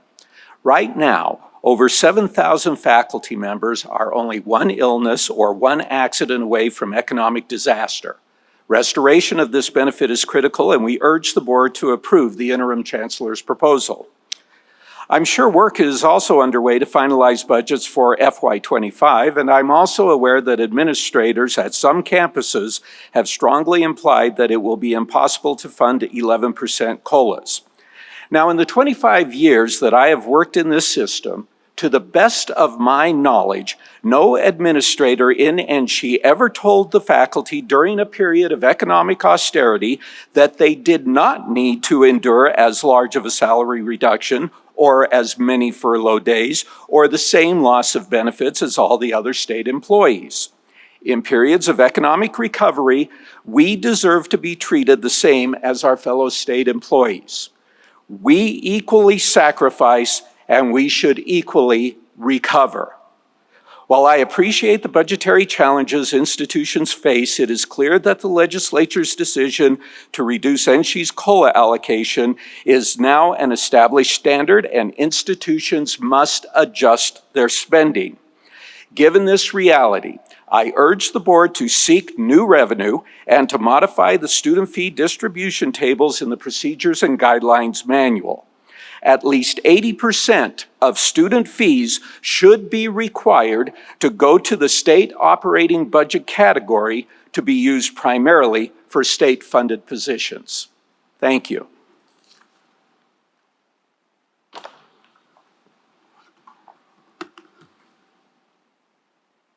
Good morning, Chair Brooks, Vice Chair Arascada, Regents, Chancellor. Kent Irvin, ERVIN, past President, Nevada Faculty Alliance. First, thank you for considering long-term disability insurance for faculty, and she must step in to fill in the gap caused by the elimination of the state benefit. Please approve. Second, on agenda item 14, the salary schedules technically apply only to new hires or those falling below the minimums. That is one piece of the broken compensation system for faculty. We tracked actual salary increases between fall 21 and fall 22 for individual NSHE employees who continued employment within one institution. For academic faculty, the one-year average increase was 3.9%, resulting from a 1% COLA, the 1% merit pool, and regular promotion increases for some. 3.9%. For administrative faculty, it was 8%, more than double. For NSHE executives, 14.8%. That's with the same COLA and merit pool.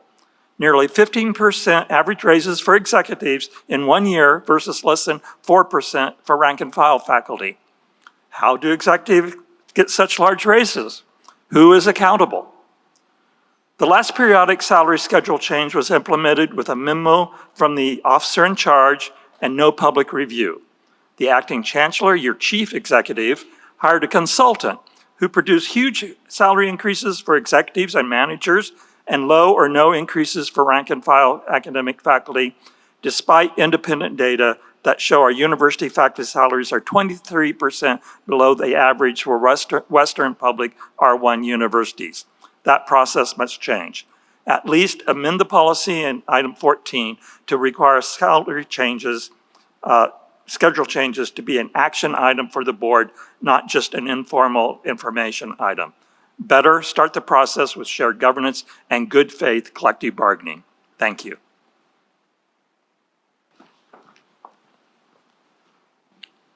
For the record, Brayston Gomez, Gomez.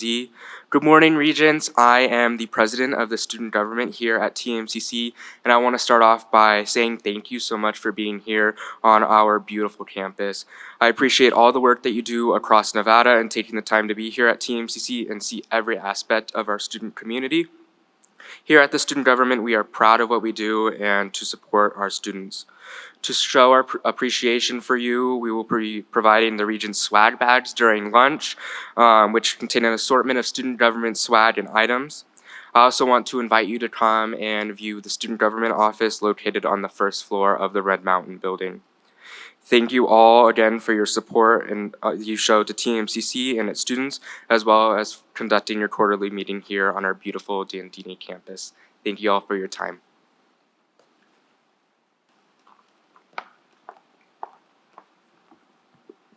Hi, everyone. My name is Lahana Pierce. For the record, I am the Sergeant at Arms of Nevada State Student Alliance at Nevada State University. I wanted to take this time to thank you guys, the Board of Regents, for the immense support you have given to the NSU community. My school has made me realize how much they care for their students' success. Our name change to university better represents Nevada State's welcoming community, excellent learning opportunities in and out of the classroom, along with accommodating faculty and staff. We take pride in knowing that potential students won't miss out on the opportunity to experience such an amazing institution because of our name. I will now be able to walk into a job interview with my resume in my hand and proudly say, I am an alumni of Nevada State University. My degree and my time at Nevada State will not be overlooked nor minimized. I appreciate you all for your support through this journey to pride and success. Thank you.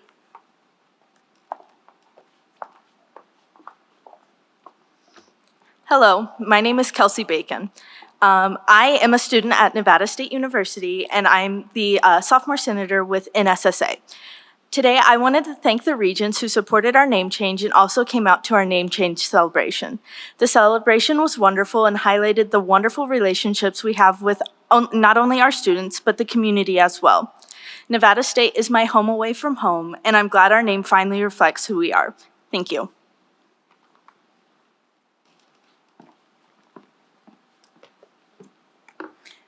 Hi, everybody. My name is Alexia Rivera Perez. For the record, I am the Executive Vice President over at Nevada State University in NSSA.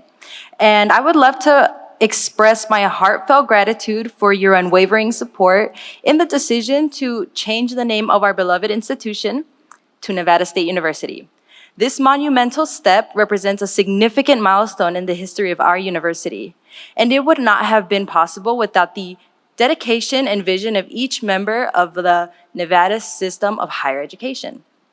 This change symbolizes a new era of progress and inclusivity, reflecting our commitment to providing top-tier education to all of our students across Nevada and beyond. Your support in Nevada State's name change reaffirms the belief that an institution's name should resonate with the values and aspirations it stands for, ultimately fostering a sense of pride and belonging among students, faculty, and alumni. Once again, thank you for your invaluable support and for recognizing the importance of this monumental decision. We are excited to embark on this new chapter together, and with the shared goal of advancing education and empowering students for generations to come. Thank you so much.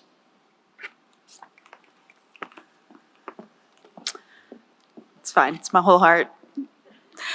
Good morning, Regents. Molly Apple, for the record, Faculty Senate Chair at Nevada State, as our beautiful students just clarified, university. This morning, I want to give you one of many examples of how our faculty use their expertise as scholars and educators to contribute very materially to the increase in affordability and accessibility of an NSHE education in ways that you may not realize. At Nevada State, our faculty work with our librarians each year to develop free open educational resources that replace textbooks that can sometimes cost students up to $400 a pop. These efforts save students at least $1.5 million in textbook costs. In spring of 2022, 70% of our course sections utilized OERs instead of costly textbooks. And this is an effort entirely designed and executed by our exemplary and dedicated faculty. And I know that Nevada State faculty are not alone in these efforts. And OERs are one of many creative and tangible approaches that academic and administrative faculty take to enhance the long-term affordability and accessibility of education in this state. And I say this to highlight for all of you that choosing to fund COLA at 11% and help pull faculty welfare out of the red means attracting and retaining these visionary educators instead of leaving them as the collateral damage of the state's disinvestment in higher education. Thank you.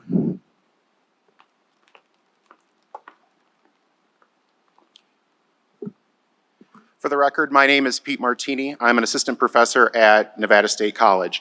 I came to Nevada State 3 years ago from a tenure track position at another institution. I came here because of Nevada State's dedication to students and the type of institution Nevada State promised to be. And at every turn, they've upheld that promise. One of the things that teachers love to do is see our students flourish. You've heard from several of our students today, and you've heard from faculty like Dr. Apple, how dedicated we are to this passionate endeavor. And I'd like to thank the board for approving the 12% COLA you did over the past summer. But I want to point out a disturbing rhetoric that has occurred over the past couple of months. COLA is not a raise. It is not a raise. It is an economic tool that we use to reflect the fact that NSHE faculty live in places with disproportionate inflation, that many of us, myself included, now pay to work here because we don't make the same amount we made when we were hired. I urge the board to consider the 11% COLA, to pay for faculty who are passionate, dedicated to our students, who help the lifeblood of our institutions. Our passion and dedication cannot be the fulcrum on which you balance budgets. Thank you. Good morning, Dr. Chantel Marshall, M-A-R-S-H-A-L-L for the record. Fancy meeting you here. We normally see each other in Las Vegas. So good morning to our regents and to our presidents. I appreciate the time to talk to you today. I know that we will, over the course of the next few weeks and months, be talking about the COLA for the next fiscal year. And even though we are probably already talking about solutions, I want to make more clear what the problem is. My examples will be from Southern Nevada because that's where I live and interact with faculty. Right now, the Union of Teachers in Clark County is negotiating a contract, and if the union is successful, teachers will make substantially more than the professors who teach them. So if that contract is approved, that means not only will we hemorrhage nursing faculty to become nurses full-time, but we will also hemorrhage education faculty who will go back to the K-12 classroom to make more money. Those are two careers that have historically been great boons because it attracts first-generation and non-traditional students, a way to counteract the fact that we are losing 18 to 22-year-olds in the next couple decades. So we find ourselves in a huge problem. I very much appreciate the 12% COLA that we received this year. And we've also heard among our faculty that there are conversations about potentially changing student fees. The one thing I will say about that, as it is a potential source of revenue, is that if student fees are changed to create more revenue, and that money doesn't go firstly, if not mostly, if not entirely, to fund COLAs, that would be a disastrous decision. It would hurt everybody at that point. So I just want to make the problem more clear to everyone so that we can be more creative in the solutions that we find. And I encourage you to fund the 11% COLA for the next fiscal year. Thank you. Good morning, I'm Patrick Villa, V-I-L-L-A. I'm the Faculty Senate Chair at CSN. First off, my apologies. These are the handouts that my colleagues in Las Vegas were talking about. I just didn't want to give them to you during the meeting. I will give them to you at the break. I want to reiterate that this is an interesting concept. This whole thing about the minimum salaries, it's very important to us. I'm more than willing to sit down with any of you and help you. Professor Matavina, same thing. We're both math professors. We know how to explain math to anybody. So please come to us and we'll talk. Regents Downs as well. He knows the math as well. I won't rehash everything else, but I want to focus just one little totally different concept here. I'm going to aim a little bit at Presidents Whitfield and Sandoval, a good thing. We have an opportunity that I think I'd like to beg you both to explore with your athletic directors, in that there's a house that's being abandoned. It's called the Pac-12. And I really think it's an opportunity that you might be able to go in there and steal those last two teams and take over that whole conference. There's a lot of good stuff that comes with it. You know, it's literally a mansion that the tenants have left. We're in the Mountain West, which is cool. And I say this with my daughter going to UNR, and I'm an alumnus at one of your competing schools in the Mountain West, but I'd love for your 2 votes to try to push the other people to see if there's a way to grab what they have, because they have special rules. They have autonomy that the Mountain West doesn't have. They have a way to get some big recruitment, some big growth, and that will affect everybody in a good way. So just something to explore if you have not already done that. I love football, so I'm looking for anything to help all of the programs here. So thank you all. Okay. Thanks, everybody, for the public comments. We'll now move to the next agenda item. Oh, I'm sorry. I forgot about the phones. Do we have any public comment on the phone lines? There are no one in the queue at this time. Thank you. Thank you for that reminder, Carrie.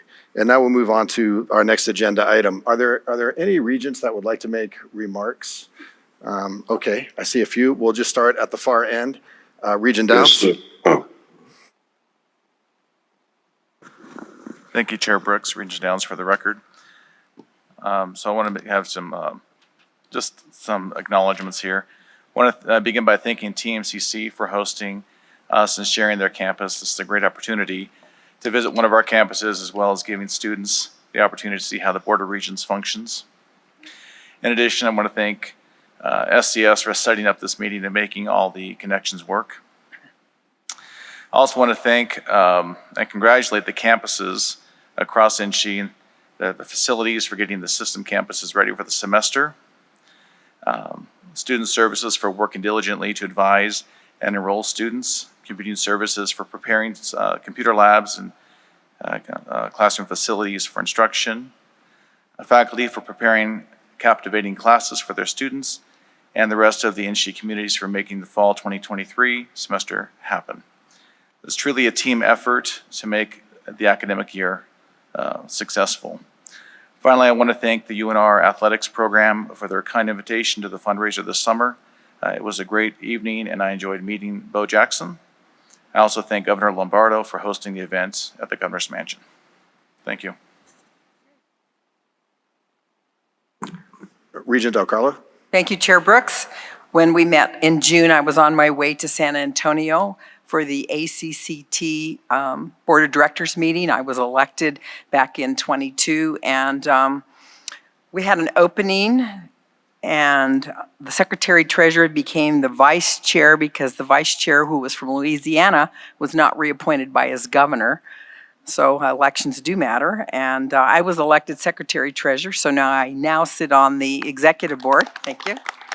For ACCT, I am the first Nevadan ever in over 50 years to be on this, not only the board, but the executive board. And if all goes well for me in October, I will become the vice chair and in the chairs to be the chair in 25-26. So hopefully that'll happen and I'll get reelected next year. That's, anyway. I also want to thank Dr. Hilgerson for sharing your beautiful campus. And this gym was named for one of my coaches when I was a student at Worcester. So it was really meaningful when I came to the dedication and met his family, because I remembered him. Wonderful man. And I really appreciate your emphasis on sustainability. I think you are the leader of all of our 8 institutions for all you've done, the garden, just the grounds, last night's reception with all the throwaway I think it's bamboo. It's a lesson for all of us, and we all should be using water bottles, not these plastic things, and maybe in the future have a refillable tank of water or whatever. Let's see. I want to talk to my regents about ACCT Leadership Congress coming up. I'm so proud 6 of you signed up to come. That's the largest turnout we've ever had. It's going to be in Las Vegas, as I've mentioned. It's October 9th through the 12th. We have record attendance coming to Las Vegas.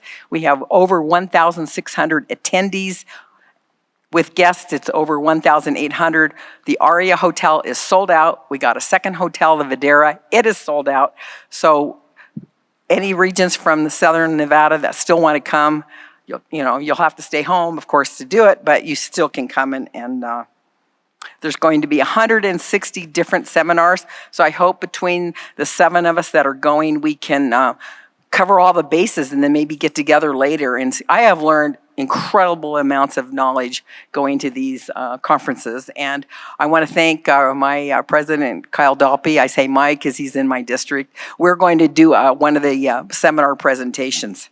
And I've, in the past, have also been with Dr. Hilgerson and Dr. Solis. And it's really great for regents to also do the seminars. You have to do it with your president.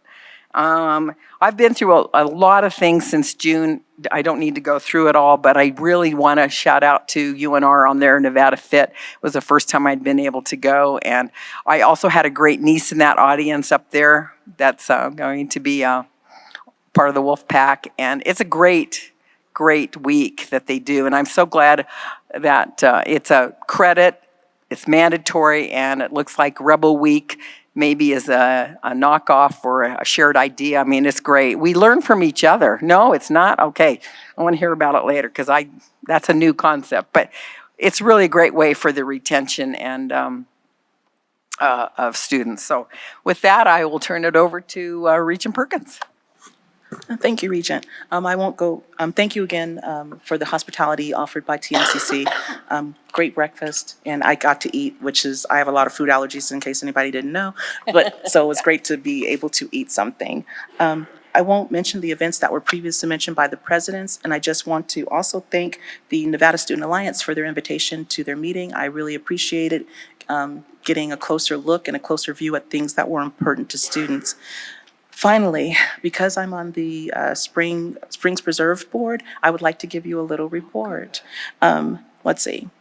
April 22nd is Earth Day. This past year, they had over 3,000 attendees. The butterfly habitat had about 4,700 visitors last year, and they plan to have even more this year. That is opening on September 30th, so get by there and visit it. It's really kind of cool to see the butterflies that come because of the flowers and the specific garden. For the train rides, there was 66,000 visitors last year, which is a 41% increase from the year prior. We're trying to, Springs Mountain Preserve is trying to recover from go back to the pre-COVID years. Total attendance, the field trips were up by 218%. So that's pretty impressive also. There's the Nature Art Area Trails Cleanup. It's every second Saturday from 7:30 a.m. to 10:30 a.m., October 14th, November 11th, and December 9th. And all ages are welcome, 14 and above. The Springs Preserves also got 2 grants awarded from Nevada volunteers. They were used to recognize the volunteers that support and keep the Springs Preserve going. And they will also be used to purchase tools because people don't like to pick up trash with their hands. So they'll be purchasing sturdy tools so that the cleanups will go a lot smoother. There is a plant sale coming up September 23rd, 9 a.m. to 3 p.m. And a master gardener and staff will be available to help you with your questions. Also, there's partnerships with DRI and at the Springs. There are 4 events coming up this year. This past year, April 20th was the Water Toolkit. August 24th was the History Written in Ice. And there's one coming up on October 5th, which highlights stories from the International Space Station. There's also a partnership with the Girl Scouts that Okay, this one's kind of the Bronze and Silver Girl Scouts, which is the highest award given to Girl Scouts. They did badge backpacks designed for Girl Scouts and leaders to explore desert landscaping and natural landscaping and give them the tools to have their own landscaping project. Liberace Reel and Beyond, they will be on display through December 31st at the Nevada State Museum. Earth Matters is coming up, and that'll be on display, well, it was on display until it ended on September 4th. Latino Conservation Week was also a big success. They had over 100 total attendees, and donations were from La Bonita supermarkets. And Nevada Day Celebration is coming up at the Springs Preserve. It will be sponsored by, it will have crafts, gold panning, which I understand is really popular to go search for gold, story time and games, and that is coming up. And I'll keep this short because there's a lot of things that are going on at the Springs Preserve. And if you're curious, just check it out on the website. There are a lot of interesting things coming. And thank you. And that ends my report. Thank you. Regent Boylan?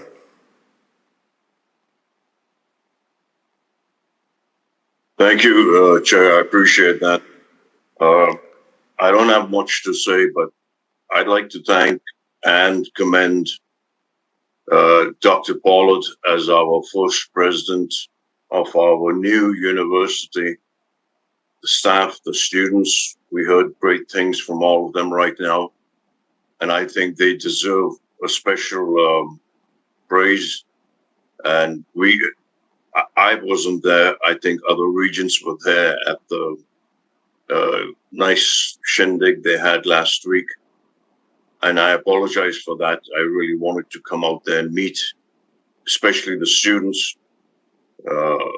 They're a great bunch of students. I had a great difficult time trying to say who I would praise as my person with all these great presidents we have sitting there. And it's a difficult choice to make, but I thought since we have this new university, we've got to give them a shout out. Give Dr. Pollard credit for her fight. As I think everybody knows, I was against this in the beginning. And I had a come to Jesus moment kind of thing later on and realized that this was a good thing for Nevada and for all our students there. I thank Dr. Ellens, the president there, for her hospitality. I'm sorry I wasn't there. Make sure my grab bag gets to me all right. You said there was honey in there, so make sure I get that. Thank you so much, Chair. I appreciate it. Thank you. Regent Brown? Regent Brown for the record. So first I want to thank TMCC for hosting us today. I absolutely love this water bottle and I love the sustainability focus of this campus. Plus I wanted to let you know that I used your honey this morning in my tea and it was absolutely amazing. So thank you very much. DRI. So a few weeks ago I actually took another tour of the DRI campus in Las Vegas with a bunch of business leaders, and your staff did an incredible job showcasing the range of research being done. Plus, you guys brought out the green suitcases again, which I am obsessed with. So if you don't know what it is, definitely look it up. It's really cool to constantly be reminded how much the institution is doing to expand science and research in our state. WNC, I was lucky enough to attend the Reach for the Stars Gala, and it's clear that the community really does support and appreciate everything you're doing. Everyone at your institution is doing. You have a great team there, and you've really just increased access for your students. And it was a beautiful event, and I really enjoyed participating in it. GBC, Joyce, you and I are in constant communication, but I do have some dates on my calendar so I can come out there. I'd love to see what's going on, all the great progress I've heard about over the last 8 months of being a regent. So I will reach out and we will get some dates on the book. UNR. So I attended the Governor's Mansion dinner. Thank you again for allowing us to attend. It was just another great example of how much the community really supports your institution. And I'm looking forward to participating in the groundbreaking and the sesquicentennial celebration next month, and hopefully staying for my favorite football game. Nevada State University. I was just really excited to attend the name change celebration. It's very clear what that institution means to the community. We heard it from the speakers.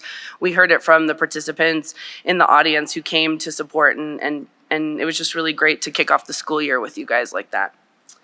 CSN, so I attended 2 ribbon cutting ceremonies with you guys, the Center of Excellence in Henderson and the Blackstone Launchpad Entrepreneurial Center in North Las Vegas. And these are just 2 huge assets for our community, and I really appreciate the vast reach that CSN has across the valley and making sure that we have impressive opportunities at both ends of the valley. I think that's really important for trajectory and uplifting our community. So I wanted just to highlight that. And then UNLV, so I had an opportunity to attend the Athletic Welcome Back event. I met with a couple of athletes there, and a major theme that I had was actually food insecurity that they brought up quite frequently. But they did say that the on-campus pantry was a big help to them. So that following week, I actually took a visit to the food campus pantry to see what it looked like. And I have to say, I'm very impressed with how robust the options were for the students. It wasn't just snacks. They had grains, fruits, vegetables, dairy, and protein options. And I'm just so grateful that the students who need it really have this option to get a full balanced meal. And so I wanted to make sure I highlight that because it is a good outlet. Later that week, I actually went to the opening game, excuse me, at Regents Stadium. And tomorrow, I will actually be in the Big House in Ann Arbor for the UNLV Michigan game. So I too love football and would love to see this expansion of the only Pacific Time conference zone. And I think we have a lot of potential there. So I'd like to see where that heads. Thank you, Regent Brown. Regent Carvalho? Thank you. I've been to a lot of the same events that other regions have been to, so I don't need to belabor that. But it was very nice to see everybody out there. I think it's great when we can show our institutions the support at their celebrations. So thank you all for being in attendance. I was also a guest for the CSN BIB podcast, which stands for Business Information Buffet. I also attended the Youth Entrepreneurial Success Kickoff event, which is a boot camp type of program for young people 14 to 27 through the city of Las Vegas in partnership with CSN to learn how to make their business ideas into reality through mentorship and classes. So I look forward to hearing more about that as they work through their business ideas and bring them to life. I also want to say thank you to President Sandoval for inviting me out to tour Foothill High School in mid-August. Foothill is in my district, and President Sandoval invited me to meet with him and with the principal and some CCSD administrators and tour some of the classes there. And I appreciate your partnership with Foothill. Also, I'm a member of the AGB Council of Finance Chairs, and we had our quarterly meeting in July. Henry Stever, the CEO of AGB, who's also involved in our meetings every quarter, shared with the group a new national council called NSHE, which stands for Higher Education as a Strategic Asset. This council is comprised of national leaders in higher education, business, technology, healthcare, and the military to address a new national strategy to strengthen higher education in the United States and to meet the research and innovation goals of our nation. So I was excited to see that partnership kind of blossom. We also had a robust discussion around the changing value of higher education, as I mentioned earlier. We also talked about the higher education leadership pipeline and how different sectors within higher education are dealing with the coming enrollment cliff through mergers and acquisitions, efficiencies of services, and new ways to approach the changing landscape of higher education in the U.S. So I look forward to continuing that conversation within the Council of Finance Chairs.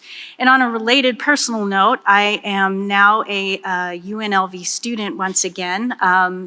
As a non-degree seeking graduate student currently, with the expectation of applying to the PhD program in anthropology at some point. It's scary but exciting for me. So shout out to anthropology. It's first 2 weeks of classes have been really fun. And I have a greater appreciation for what it is to be a student in our system. So thank you. Thank you, Regent Carvalho. Are there any other regents? Regent McMichael. I also would like to thank President Hilgerson for hosting this, and I would like to especially thank the support staff. That was a wonderful breakfast that we had, as well as the support staff at the NSHE for always being 100% up on all the technologies that bring this meeting to everyone in the state of Nevada, so that we can all be transparent. And again, thank you very much. Thank you, Regent McMichael. Regent Cruz Crawford. Good morning, everybody. Hope everybody's having a great morning. I did want to thank TMCC for hosting us. And President Helgerson, you are always just so warm and thoughtful and intentional. And you can see that walking around your building. It's very clean, which I really appreciate. And everything is very purposeful. Last night we got to attend a reception, and I met a student earlier. He said I could say his name, JP. I met him in the Veteran Center. I got time during lunch yesterday to tour the Veteran Resource Center, which provides so many resources to our veterans that sometimes need that bridge from being in the military into with the general public. And they provide therapy there, tutoring, safe space for them to work. And they recently received a $300,000 donation from the Nevada Military Support Alliance. So I was able to take some before pictures, and I'm happy to come at the spring when it's all done to take the after pictures. So that's really exciting. I wanted to congratulate Dr. Zaragoza. You were honored you got a day named after you, is that correct, by the city of Las Vegas in honor of the kickoff of Hispanic Heritage Month. And what a great way to highlight, because we had our mariachi band there, to the community that we are a Hispanic serving institution at CSN, and that students are welcome with open arms from all backgrounds. So thank you. I wanted to thank GBC. I got to learn about the ARL Teach program, which is an alternative route to licensure. And I think Elko School District also sponsored some teachers to do their alternative route. So thank you for helping with that rural need of that K through 12 vacancies that we have. I got to go to UNR, whether my daughter likes it or not as a freshman. I want to thank President Sandoval for counseling me through not being a helicopter parent. But I did want to do the hot air balloons with her. She wasn't interested. But I got to go there during Nevada Fit, and I got to go to Mi Casa Su Casa, which was sponsored by, I think, the Latino Research Department. And it was a way to welcome incoming freshman parents. Most of these the parents I spoke to were like me, first generation, or their students are first generation.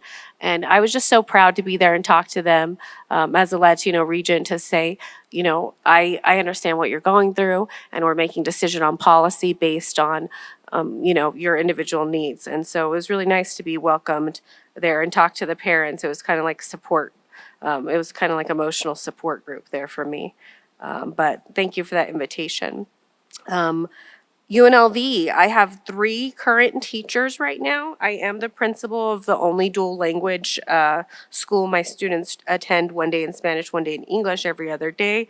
And in order to be certified to teach that program, I have 3 teachers that are in your Project Pueblo program, which is kind of exciting because they're not the classroom teachers. I have my art teacher, I have my PE teacher, and I have a 4th grade teacher in that program right now. It's a free master's degree, and I really appreciate that because they are now getting credentialed. I also have a second grade teacher that is got the Rodman Scholarship Award. She has been a paraprofessional for 7 years in my building since she was 18 years old. A first generation, none of her family has ever even attempted to go to college. And so the fact that she was able to do that through your programming, I really appreciate it. DRI, you held DRI does so much for the community. Very unsung, very modest. You know, some of us are a little bit more brazen with our stuff. We know who we are. No, DRI is just great for the community. They do so much for our teachers, and robotics is a huge thing. And I have to say, I'm very sadly behind the curve when it comes to this. But I had 3 teachers attend your 2023 Robotics Bootcamp Academy, which really gets our teachers thrust into understanding the programming and the resources. And on top of that, afterwards, they're provided free resources and materials to rent for our students. So I wanted to thank you for continuing to support our K through 12 next generation of engineers. And then I wanted to say that WNC, I was able to attend the Reach for the Stars Gala, which was amazing, but everybody already mentioned that. So now I guess I would like to say I appreciate just the continued conversations I have with President Delpy about the progressiveness of your concurrent enrollment programs and your ideas. And I really appreciate having access to you and your campus. And I'd have to say the same with NSU. I hear it's called NSU, right? Is that correct? Is that the acronym, NSU?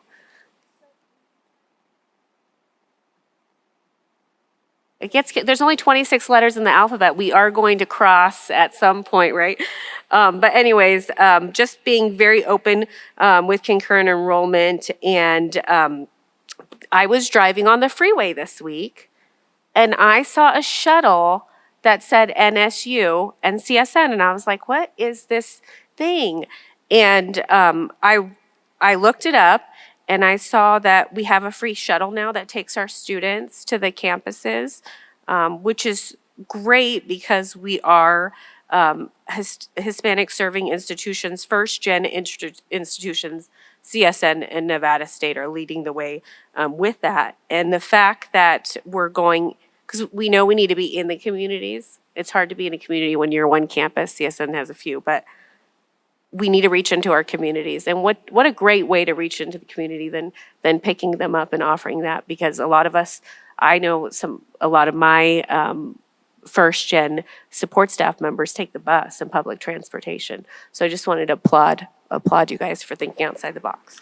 Thank you, Regent Cruz Crawford, for that. That was a fantastic report that you gave us. Thank you. Oh, thanks. That's really nice. Thank you. We are going to take a 5-minute administrative break. Thank you. Hi, we'd like to resume our meeting today. So if you can, please find your seats and we'll get started. Thank you. Okay, so we'll start moving now on to our next agenda item. And we will hear from Susanna Stankute, the chair of the Nevada Student Alliance Report. Chair, whenever you're ready. Thank you. Thank you, Chair Brooks, Vice Chair Arascata, Regents, Interim Chancellor Charlton, and TMCC and the TMCC SGA for being such lovely hosts this week. For the record, Susanna Stankute, President of the Associated Students of Western Nevada at Western Nevada College and Chair of the Nevada Student Alliance. The Nevada Student Alliance has been very busy recently, finalizing our legislative and yearly priorities and developing ways to better serve our constituents. Our 2023 NSA priorities are to create legislative priorities for 2025, creating a campaign for civic engagement and marketing purposes that focuses on NSA as a whole, to look at outcomes for jobs in the area and student outcomes post-graduation, and to look at NSA's relationship with the Board of Regents and having an on-record response after passing legislation. I'd also like to thank Chair Brooks, Vice Chair Arascata, Interim Chancellor Charlton, Regent Perkins, and Director of Government Affairs Alejandro Rodriguez, all of whom have taken the time to attend our meetings and discuss their work with us. So we'll move on to our updates now. From the Student Government Association at TMCC, TMCC's student government is hard at work putting on events for their student body and building a proud school community.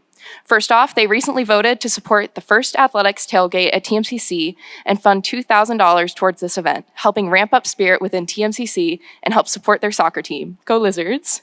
In addition, the TMCC SGA is continuing to work on their Student Scope project, helping to get TMCC students discounts at businesses across the Northern Nevada community.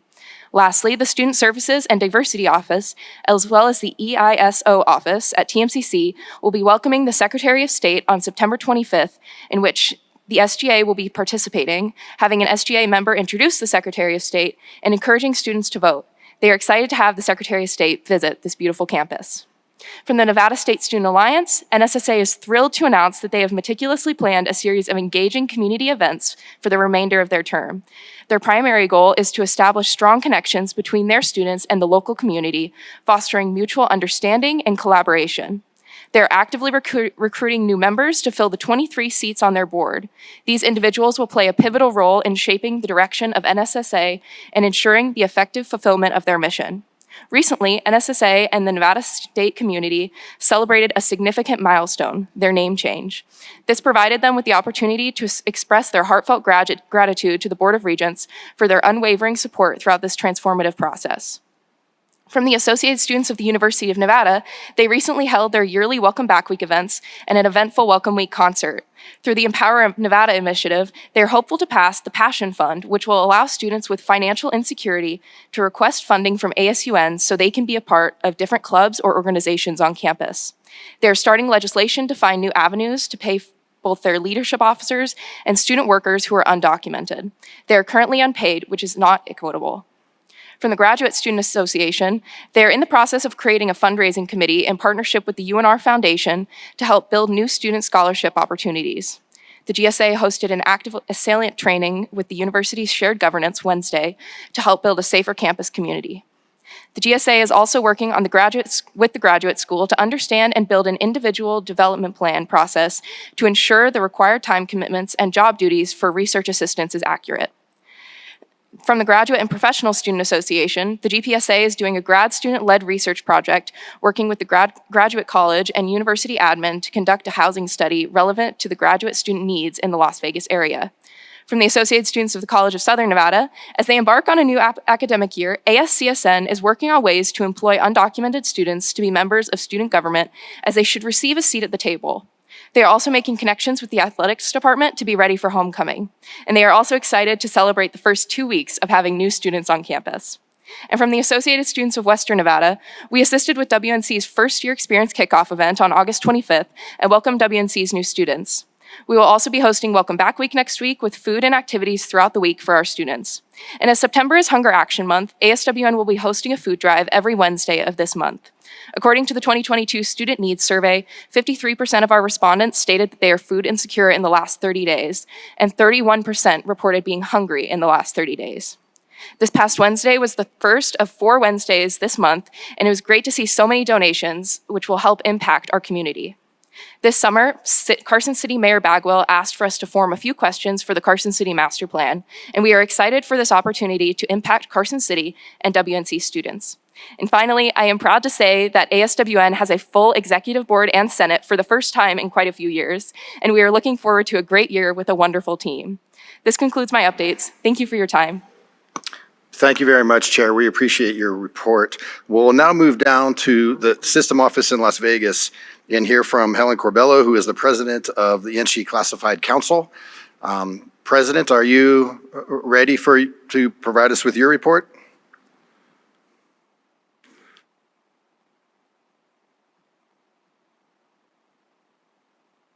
Good morning, Chair Brooks, Vice Chair Escada, fellow Regent members and attendees. My name is Helen Corbello. I am the current NSHE Classified Council President for fiscal year 2024. In addition to myself as President, our current sitting members are from CSN, Chantel Owens Rogers serving as Vice President, from UNLV, Dina Wilson serving as Communications Officer, from Western Nevada College, Natasha Anderson serving as Secretary, from UNR, Brian Miller serving as Scheduling Officer, from TMCC, Jeffrey Metcalf, serving as Executive Member at Large. From GBC Pahrump Center, Llewellyn Monty, serving as Sergeant of Arms. From CSN, John Carpenita, serving as ex officio. And from Nevada State University, Stacy Wallace as the second ex officio. As a council, we would like to extend our appreciation that we were able to submit input with Chair Brooks regarding the vacant chancellor position and the expectations of the incoming chancellor. We look forward to scheduling quarterly meetings with the new chancellor. This term's agenda will include finalizing and submitting our NCC bylaws for chancellor approval, as was stated when we met with Chair Brooks, as well as requesting biannual meetings with the board. We look forward to your continued support in developing and implementing equity across the NSHE institutions. In the immediate future, we look forward to working with Sherry Olson on the upcoming 2023 Classified Regents Awards. Once again, thank you for the opportunity to represent the NSHE Classified Council. Thank you for that report, President. We'll now come back up here at TMCC and hear from Dr. Peter Reed, who is the chair of the Council of Faculty Senate Chairs. Thank you, Chair Brooks, Vice Chair Arascata, members of the Board of Regents, Interim Chancellor Charlton, presidents and colleagues. For the record, my name is Peter Reed, R-E-E-D. I serve as chair of the Faculty Senate at the University of Nevada, Reno, as well as the chair of the NSHE Council of Faculty Senate Chairs. My role is to relay the perspectives and priorities of our faculty constituents from across the system. I invite you to join us in embracing shared governance by drawing heavily upon the collective and individual knowledge available from NSHE faculty. NSHE faculty, both academic and administrative, have undeniable expertise in a wide range of relevant substantive areas and have extensive experience in academic leadership. We ask to be engaged early and often. When there are exciting new directions or initiatives to be planned, when there are opportunities for growth to support increased student learning, research, and community impact, and yes, when there are challenging or difficult decisions to be made, engage us as partners with full transparency and reciprocal communication. Faculty will feel valued and respected, and leaders across the system will benefit from our collective wisdom and experience. With robust faculty engagement, NSHE can move decisions and initiatives forward with a confidence in purpose and a solid foundation that can only come from knowing a collaborative process helped forge the path. While we may not always agree on the best path forward, faculty will be better able to support and implement decisions when they've been engaged in the decision-making process and feel that their perspectives were heard and considered. This investment in working together as a statewide academic community will have a positive impact on campus climate and result in higher quality teaching, research, and community engagement. Recently, Senate chairs were included in a discussion with Chair Brooks and Vice Chair Arascata regarding our views on the qualities to seek in a chancellor. We appreciated this engagement and were delighted to see those qualities manifested with the appointment of Patty Charlton as interim chancellor. Congratulations, Patty. We look forward to working with you to help the system and our institutions thrive. We also look forward to being included in the forthcoming search process for a permanent chancellor, a process in which we have a pronounced vested interest. Faculty inclusion in these instances offer concrete examples of shared governance at work. Further, we look forward to representing NSHE faculty both in the upcoming committee to develop recommendations for the FY25 cost of living adjustment and on the Committee on the Future of Higher Education to recommend needed revisions to the funding formula. We recognize there are many complex elements and implications to consider in these urgent mandates, and we know an investment in shared governance will promote a sustainable outcome that reflects the tremendous value offered by our system's faculty. Moving forward, we hope to continue this collaborative engagement by identifying many more opportunities to systematically include faculty perspectives in decisions affecting our colleges and universities. In that vein, we would also like to take this opportunity to reinforce our desire that our respective presidents and other campus leaders continue to seek ways to include their faculty senates, and senate leaders in key decisions. In the coming months and years, we will face many important and in some cases difficult questions. Addressing these questions together through collaboration and with respect will ensure inclusion of diverse views to better analyze these complex situations, which is surely the ideal way to navigate them. The system's faculty senate chairs, along with the faculty senates we represent, stand ready to participate as we bring the voice of NSHE faculty into every conversation. I appreciate your consideration of these points and look forward to working with you and with my colleagues and faculty senates across NSHE to address pressing issues that arise in the upcoming academic year and beyond. Thank you. Thank you, Chair. We appreciate that report. and so do many others. We'll now move to Interim Chancellor Charlton for her report. Thank you, Chair Brooks, Vice Chair Ariscotta, and members of the Board of Regents for the opportunity to provide a report and information on priorities this morning. At this time, there are several key priorities that myself and the entire team in the NSHE System Administration have been focused on, and we're very steadfast. I do want to just remind you it's been about 10 days, so please give me some. This will be brief this time, but I can't promise that in the future. So first, as you mentioned earlier, the Committee to Study the Future of Higher Education, which was put forth under Assembly Bill 493, is a steadfast priority. This is important for many, many different reasons. Moving this work forward is important to engage the work and to also meet the timelines and submission to the Governor's Office and Legislature by September 1st of 2024. As you recall, the structure and the charge, which was outlined by former Acting Chancellor Dale Urquiaga and communicated to members of the board in August 2023, has voting members as well as non-voting members. And I'm looking forward again to hearing from the Regents if you are interested in serving and participating in that process. In addition, I've heard recommendations and received those from members of the various constituent groups and stakeholders. And so we'll be looking forward to engaging that process and hoping to schedule our first meeting shortly after October 1st. On that vein, we're also in additional discussion with the Governor's Office to ensure that the language of the bill that appropriated that $2 million to help with the study, and also with legislative intent, will meet the committee's work. And so that is, again, essential for our system. And for those who have been in our system for a while, the last formula study that we had was over 10 years ago. And so this is not something that happens frequently. And so we recognize the importance of it. Additionally, as you've heard earlier, the FY 2025 Cost of Living Award recommendation is high on the priority. I have received the final recommendations for the committee from the presidents. Thank you so much, presidents, for either volunteering or voluntolding. They know who they are. And also wanted to send some appreciation to Regent Carvalho, who also is chair of the Business, Finance, and Facilities Committee, as she will be a part of that committee. This committee also is engaged and will represent stakeholders from across the system, including our faculty senates, our students, myself, and an at-large member. This is important as our plan is to move forward by December with a recommendation to this body regarding the 11% COLA and various scenarios and how that impacts our institutions. Another priority, which I'm sure members of the Board of Regents are aware of, is the rebuilding of the cabinet within system administration. There are several key position vacancies that are in the process of being filled and are instrumental. These positions include the Vice Chancellor of Finance, Chief Financial Officer, as well as the Vice Chancellor of Academic and Student Affairs.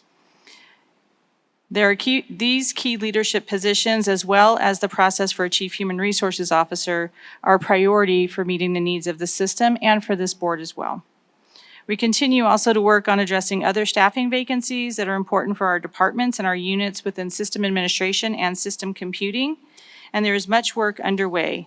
The employees at both of those units have been through significant transition over the years, and so I ask for your grace and support as we rebuild the teams and hire these key vacancies to support the great work that they do. Additionally, we're working, and thank you, CFO Lindsay Sessions, and the whole cabinet for working on finalizing the FY24 system administration budget and ensuring that all the budget and those expenses aligns with strategic priorities and an effective use of resources for the organization. This includes looking at organizational needs and vacancies to ensure support of departments, units, and personnel. Over the last several weeks, we've been preparing for this meeting as well as your meeting on September 28th. At the September 28th meeting, we will also be taking a very important, we will be bringing forward very important recommendations for policy changes that will respond to the Legislative Council Bureau audit that was completed this past year.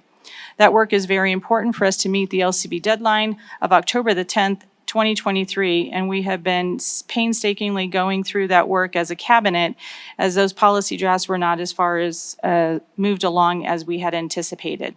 And additionally, at your 28th meeting, we'll also be focusing, and our team is supporting your efforts to move forward on the search processes for the chancellor's position, should any revisions be necessary, as well as presidents.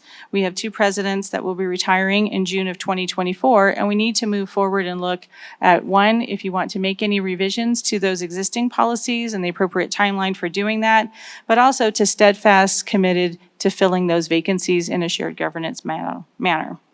And finally, my top priority has also been the engagement within our community and throughout the state. Establishing effective communications with each of you is a very top priority for me, and so please look for an invitation for one-on-one meetings so that I can move forward your priorities as well. And working with each of the presidents to support their work and institutions. I want to thank the presidents for their kindness and their generosity and their support over the last month, but also their commitment moving forward. I've been engaging with our faculty senate leaders and our students and our campuses as well, and I'll continue to do that on an ongoing basis while I serve in this capacity. And finally, supporting the system administration and our system computing team, and again, I have to say they've experienced significant transition and changes, and supporting their work.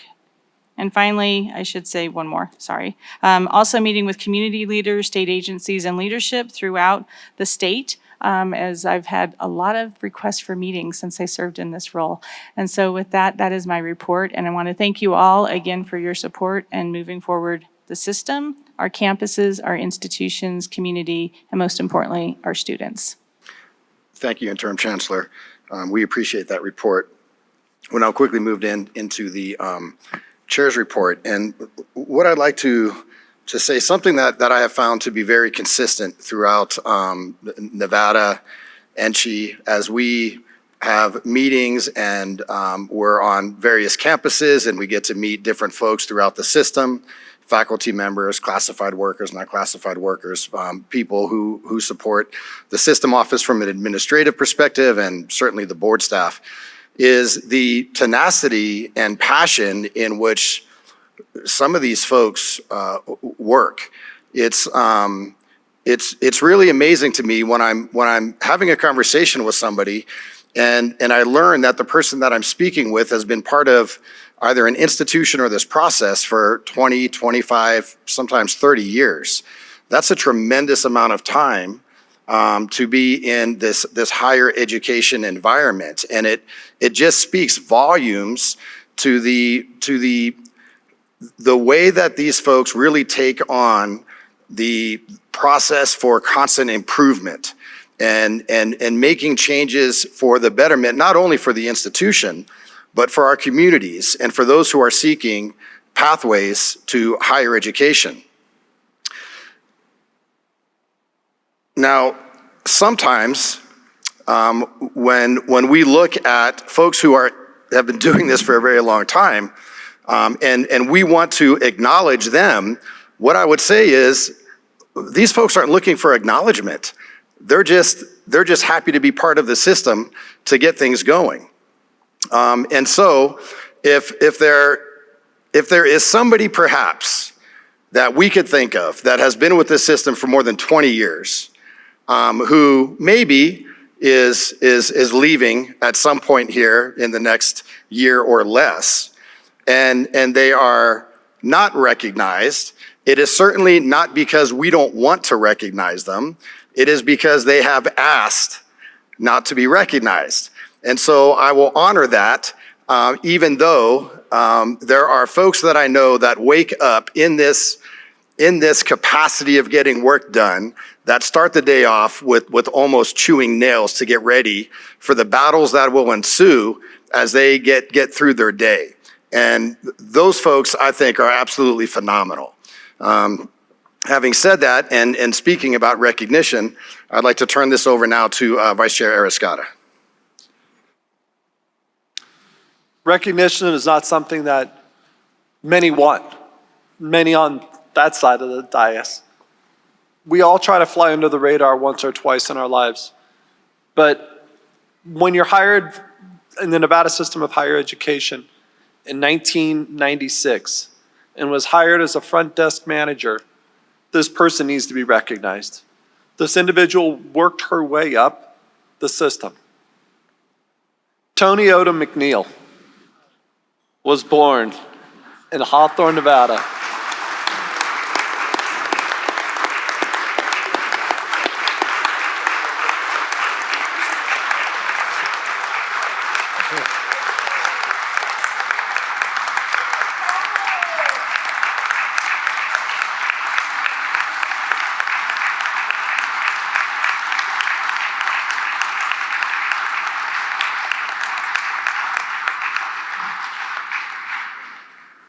Tony Odom McNeil may have all of our heads on a stake at the end of this conference. In 1996, Tony was hired as a front desk receptionist. In 1997, she was upgraded to an administrative assistant 3 and was responsible for the chancellor's calendar and supervision of 2 students.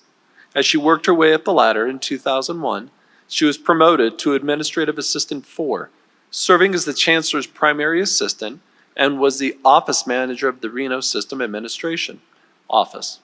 She was responsible for providing effective communication, development of correspondence, coordination of the chancellor's calendar, overseeing student workers, interfacing with the board office, and managing office operations. Just a few responsibilities. Tony served in this role admirably for 15 years. In 2015, she accepted the executive assistant to the vice chancellor for academic and student affairs. There, she provided support for the vice chancellor and members of the academic and student affairs department. Tony is a natural servant leader, a valued mentor, and a friend to many in the office and throughout the entire system. She is always willing to provide support to whoever needs it.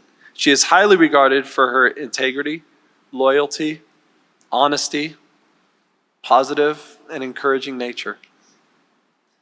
Tony has dedicated 27 years to NSHE.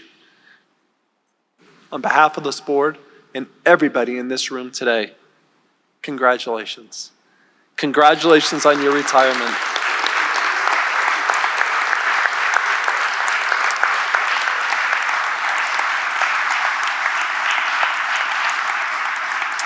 Tony, you have worked so hard to earn this milestone. You've brightened the day of many.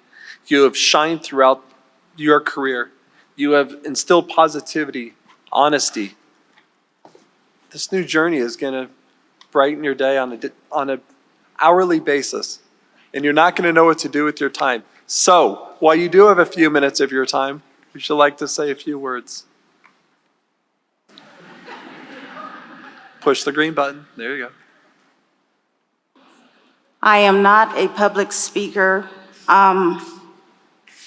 Just thank you.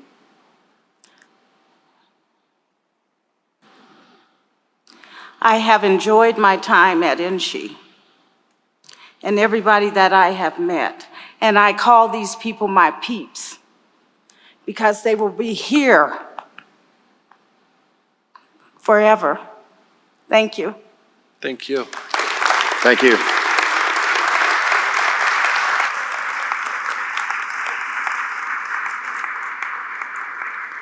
In keeping with the spirit of recognizing those who have contributed substantially to this system, I'm going to move some agenda items around, and we are going to move to agenda item number 12 to talk about Regent Emeritus.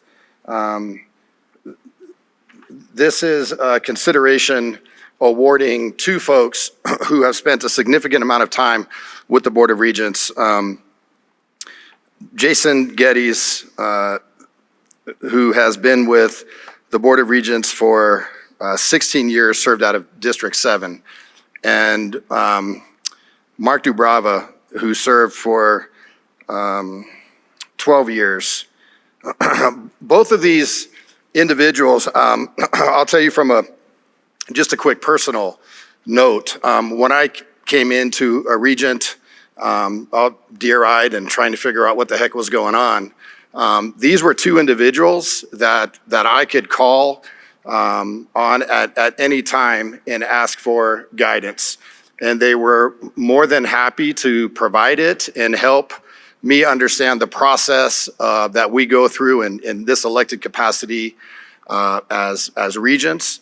And frankly, with the amount of service and dedication that they've provided, and now as a chair, understanding the amount of time that they actually spent in supporting efforts that enable the betterment of the system, policy, community.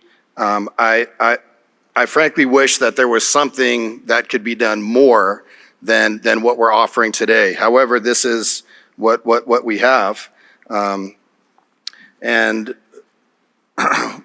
lucky for us, Jason Geddes is here with us at TMCC and in the Southern office we have Mark Dubrava. What I'd like to do is see if there's a motion to at least get this started with this award. And the way that it would probably be best served is if we do it one at a time, rather than both of these names together. Chair Brooks. Regent Boylan? Yes, sir. Thank you. And I apologize for cutting in when you're speaking, but I think this has to be said. I'm so happy to see Regent Geddes and Regent Dubrava there receiving this award. Like you, I learned from them when I came in and was totally confused. And I really appreciate that. But according to our policy, if it's anyone who has 12 years, why was Regent Wixom or Regent Levitt not chosen for this? And secondly, who made this decision to just have these two regents? Were any of the board members consulted about this or said, give us some names that you think? It's really strange to me. If it's our policy, why aren't Wixom and Levitt and a whole bunch of others on there? Why is it just two of them? They deserve it fully, and I appreciate it. My salute to them. So could you explain that for us, please, sir? Because it seems Sure. Yeah, totally absolutely, Regent Boylan. totally I appreciate the question, and certainly, the agenda item that is now before us was presented 2 weeks ago, and I have to tell you, I would have been happy to entertain any questions within the last couple of weeks, but nonetheless, I'm happy to do it now. This isn't a final process that we're going through in terms of this type of an award. And so there's no finality to this. So if there are other considerations for future awardees, certainly we can have that conversation. And I think, and I hope that suffices the questions that you had. And what I'd like to do is get back to the agenda item and again, ask for a motion. Regent Del Carlo? Yes, I'd like to make a motion to nominate Dr. Mark Dubrava as Regent Emeritus. You said you'd take them separately, right? That's correct. Okay. Thank you. So we have a motion from Regent Del Carlo for the nomination of former Regent Dubrava, seconded by Regent McMichael. Is there any discussion on this? Regent Del Carlo? Yes, thank you, Regent, or Chair Brooks. I just would like to honor Mark because I really feel he was one of the regents that was instrumental in bringing the School of Medicine to UNLV, which I think is truly needed. And he also fought really hard for them to have a cadaver lab. And I'm really glad to see that they have one this year. So I served with Mark as the vice chair of the board. He's a wonderfully kind man, very thoughtful leader. In the heat of battle with the board, I remember him saying to me, "Carol, I'm just an eye doctor." I see him smiling, so thank you, Mark, for all you did. And you know, you weren't one of the regents that went to everything like I do because I'm retired. You have a very busy practice. I always appreciated you working me in as my eye doctor when I came to Vegas. I have since had to find a new eye doctor up in Reno because it's too far to commute now. But I just thank you for your 12 years of thoughtful service.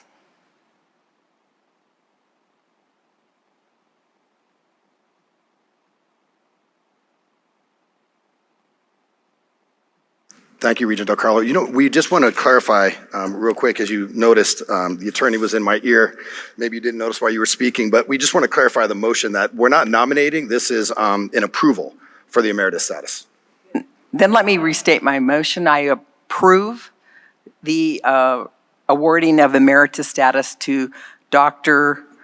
Mark DeBrava, a former 12-year regent.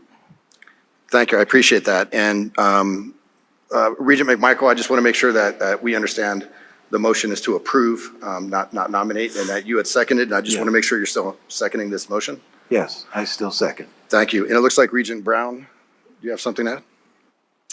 Thank you. Regent Brown, for the record, I just want to say when I was newly elected, still regent-elect, Dr. DeBrava met with me, and he really took the time to welcome me to this board and set me up for success, I think. And I just want to say thank you.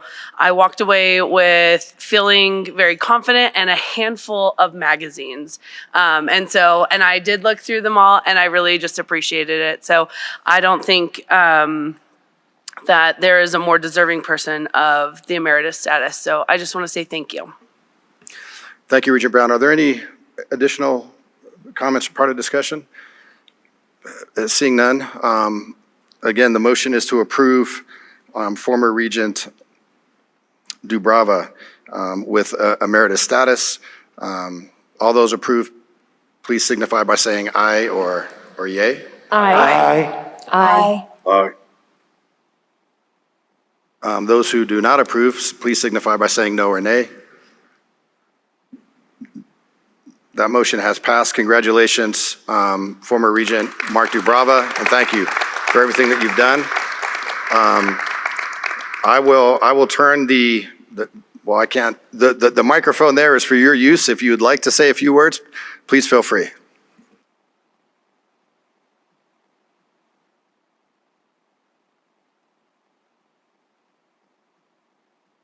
I just am humbled and honored to receive that title, and to my I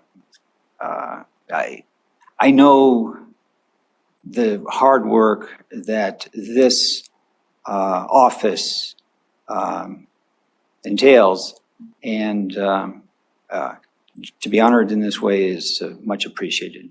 Thank you, and continue with your hard work. Thank you again for everything that you've done.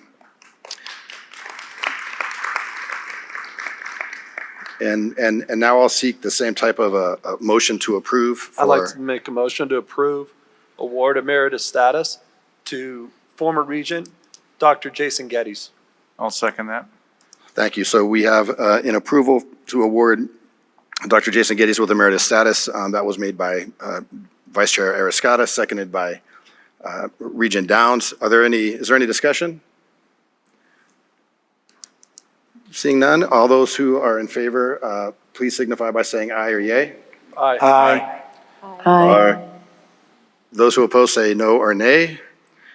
This motion passes. Congratulations. Former Regent Jason Geddes, please Look at him walking up. come on up.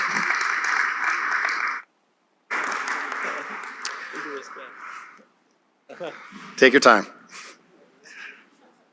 Now, what I would like to say is when Joe and I saw you come into the room, we were on break, I went over to say hello to you.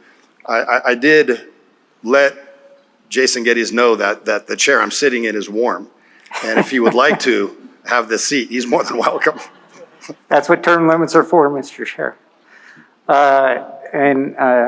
Chair Brooks, Vice Chair Arascata, all the regents, I want to thank you very much for this. Honestly, serving the students, the faculty, the staff, the board staff, and the citizens of Nevada has been one of the greatest honors of my life, and I appreciate this award. Thank you. Thank you. We appreciate you. At this time, we'll take a 5-minute administrative break for our congratulatory remarks to our new emeritus status regents. Get back to their seats. We'll continue on with our agenda items for today.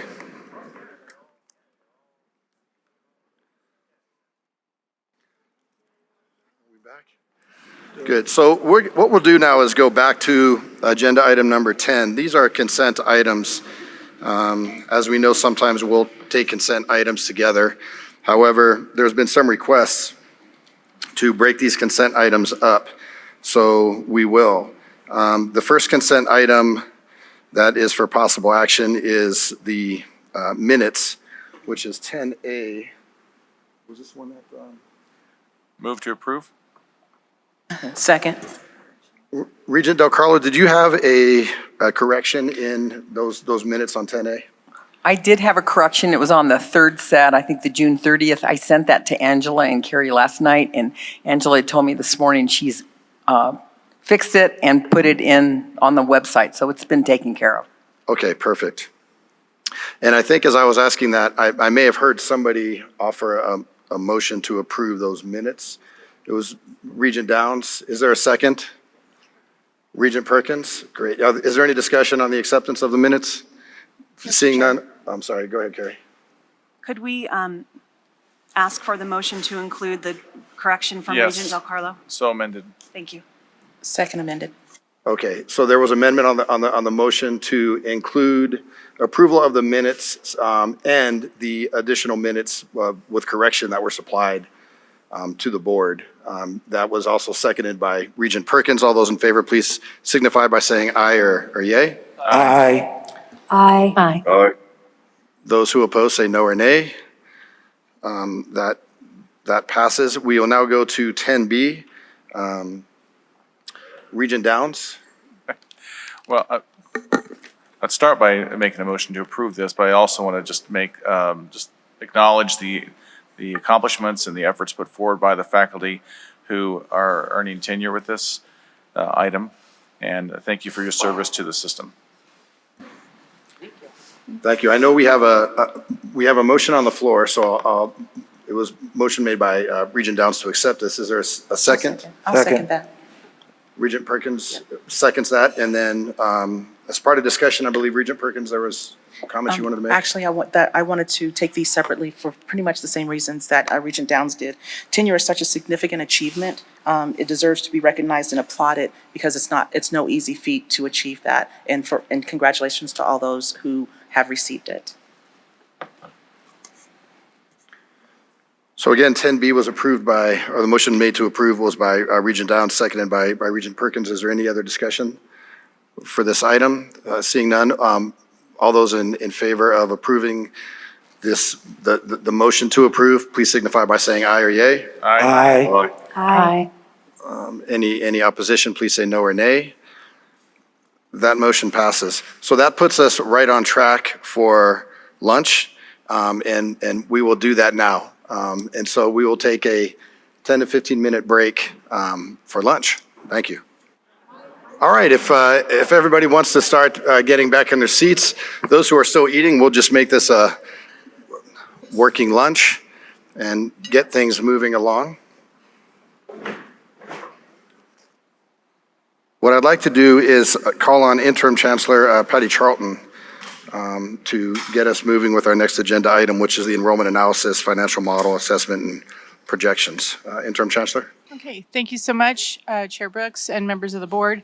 I'm pleased today to invite to the podium Jeremy Aguirre of Applied Analysis.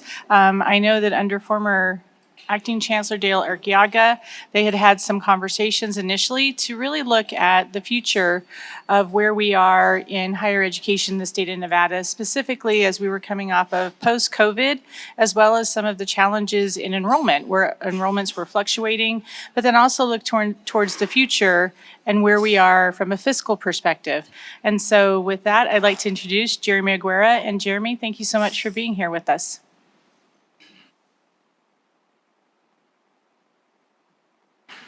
Thank you very much for the kind introduction, Mr. Chairman. Thank you for the opportunity to be here. Thank you so much. Presentation, really a report has been provided to each of you with the analysis and the primary conclusions from the work that has been done.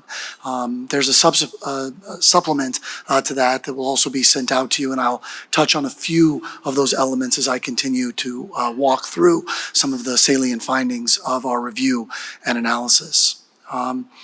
As the interim chancellor said, the primary focus of the work that was done was predicated on a question that was presented. And that question was, as our population continues to evolve over time, what can we expect relative to enrollment at our universities and our colleges here in the state of Nevada? So we went through that exercise.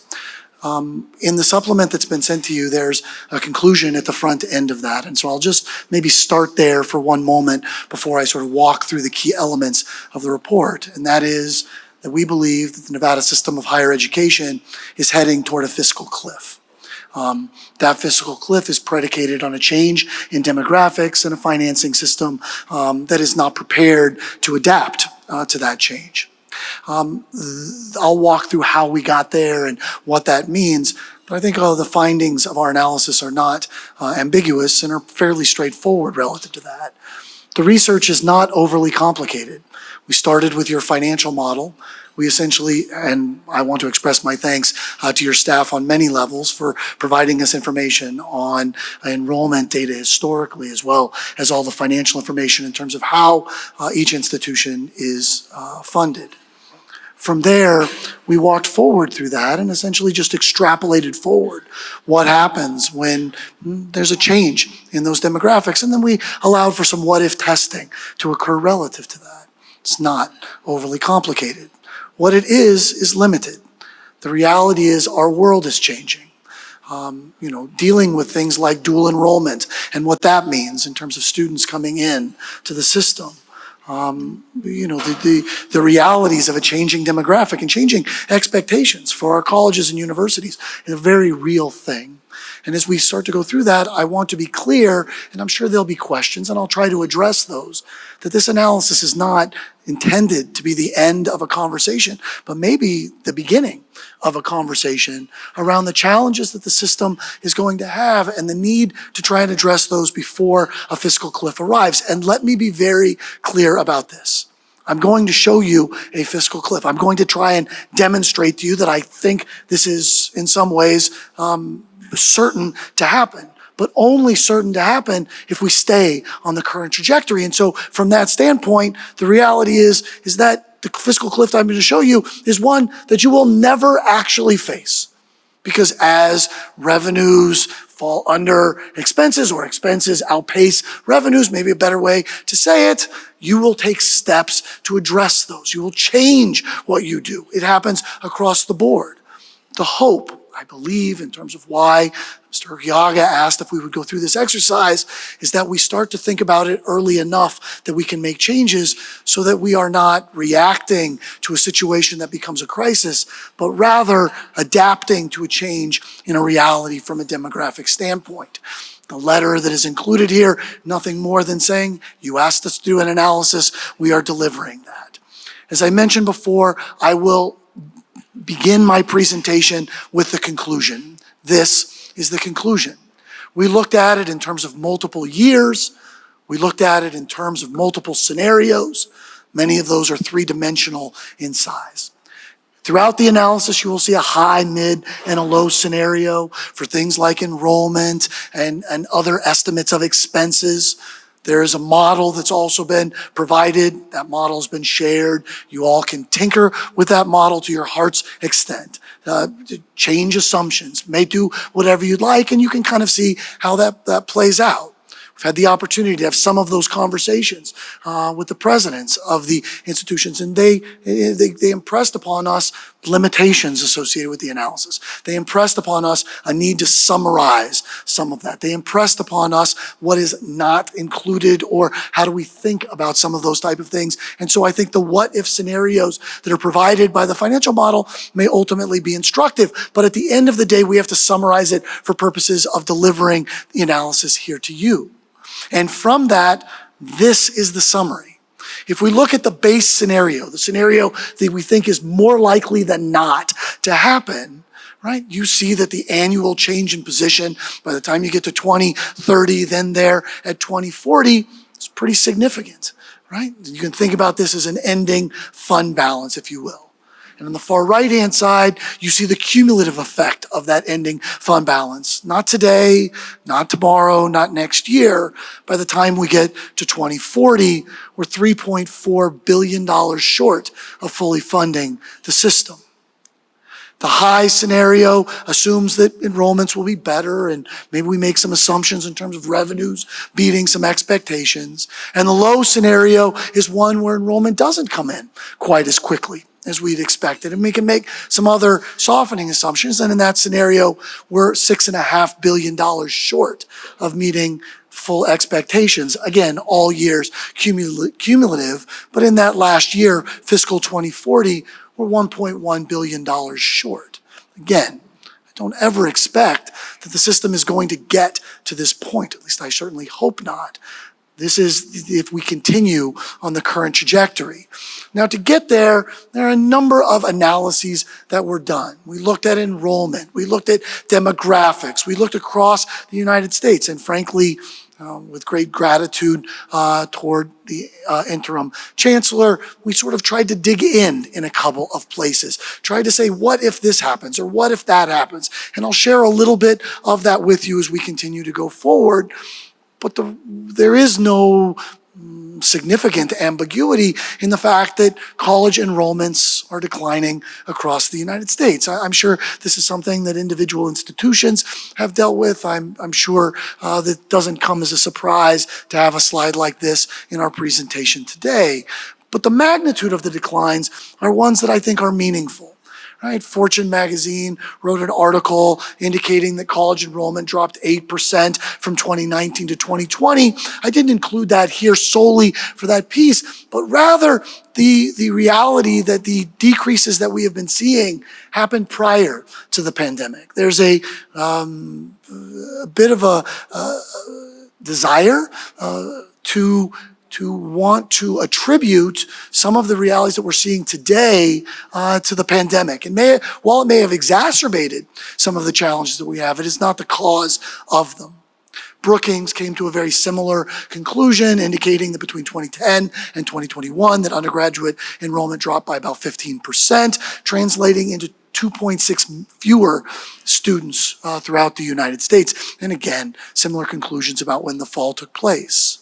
If we look at enrollment here in Nevada, we see a period of what is fairly regular growth, a period in which there was a bit of a shock to the system during the Great Recession, some stability, and then some decline occurring today. And the most recent data that we have, those data are declining.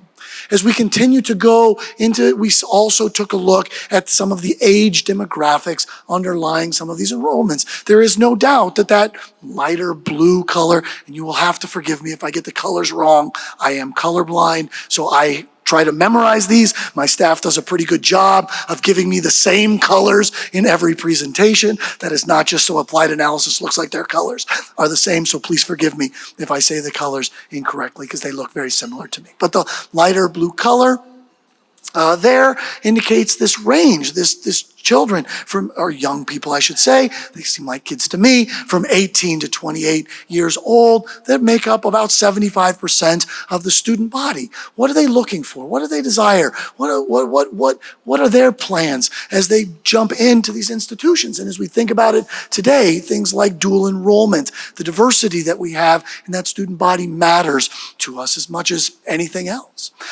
Those age 18 to 29 enrollment by institutions, if we look at those in four-year institutions and those in terms of the two-year institutions, we can kind of see some of these trends in what we've seen. We also note to the far right-hand side of the charts that we've seen some of those decline over time.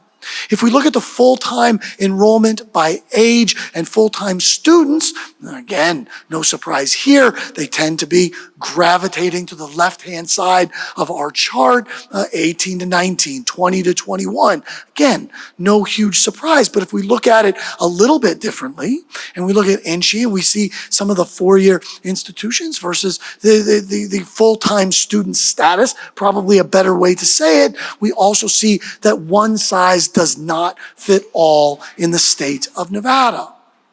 From an enrollment rate for those 18 to 29, if we look at it more globally, between 2002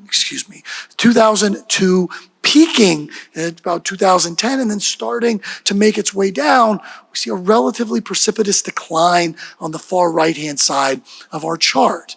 And if we look at it in the subgroups within this 18 to 29 range, all of them are dipping downward, again, with things like dual enrollment obviously having a greater impact on those at the younger end of the spectrum.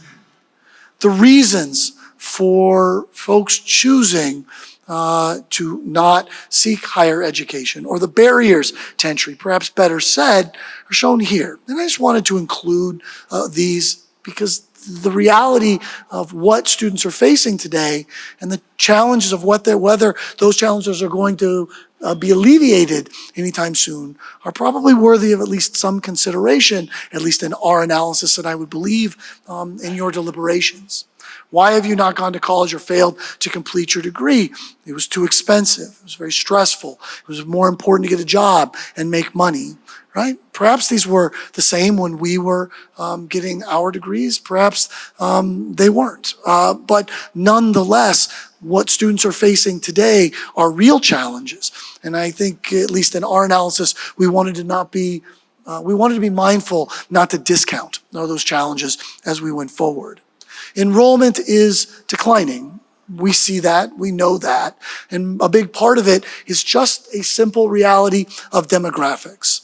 Population of college-age Americans is about to crash. Crash feels a little hyperbole to me, but it's going to decline. I don't know how sudden and precipitous it's going to be, but it may feel that way, particularly when we're reliant on these students to be impacting things like our funding formula. So we look at that.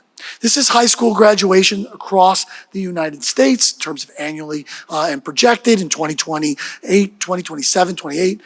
It will start to decline and it will continue to decline.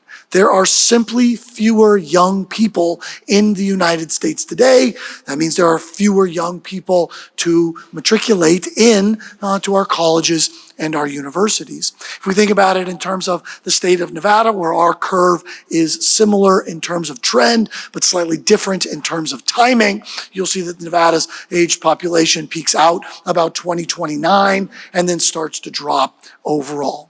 Why does this matter for purposes of looking at it from a financial standpoint? It's because roughly 50% of revenue is directly or largely related to student tuition and fees, or the weighted funding that is used to fund our colleges and universities throughout the system of higher education. A model was created to essentially project out that enrollment, which I just showed you, run it through the model, and then run three scenarios. A base scenario, more likely than not.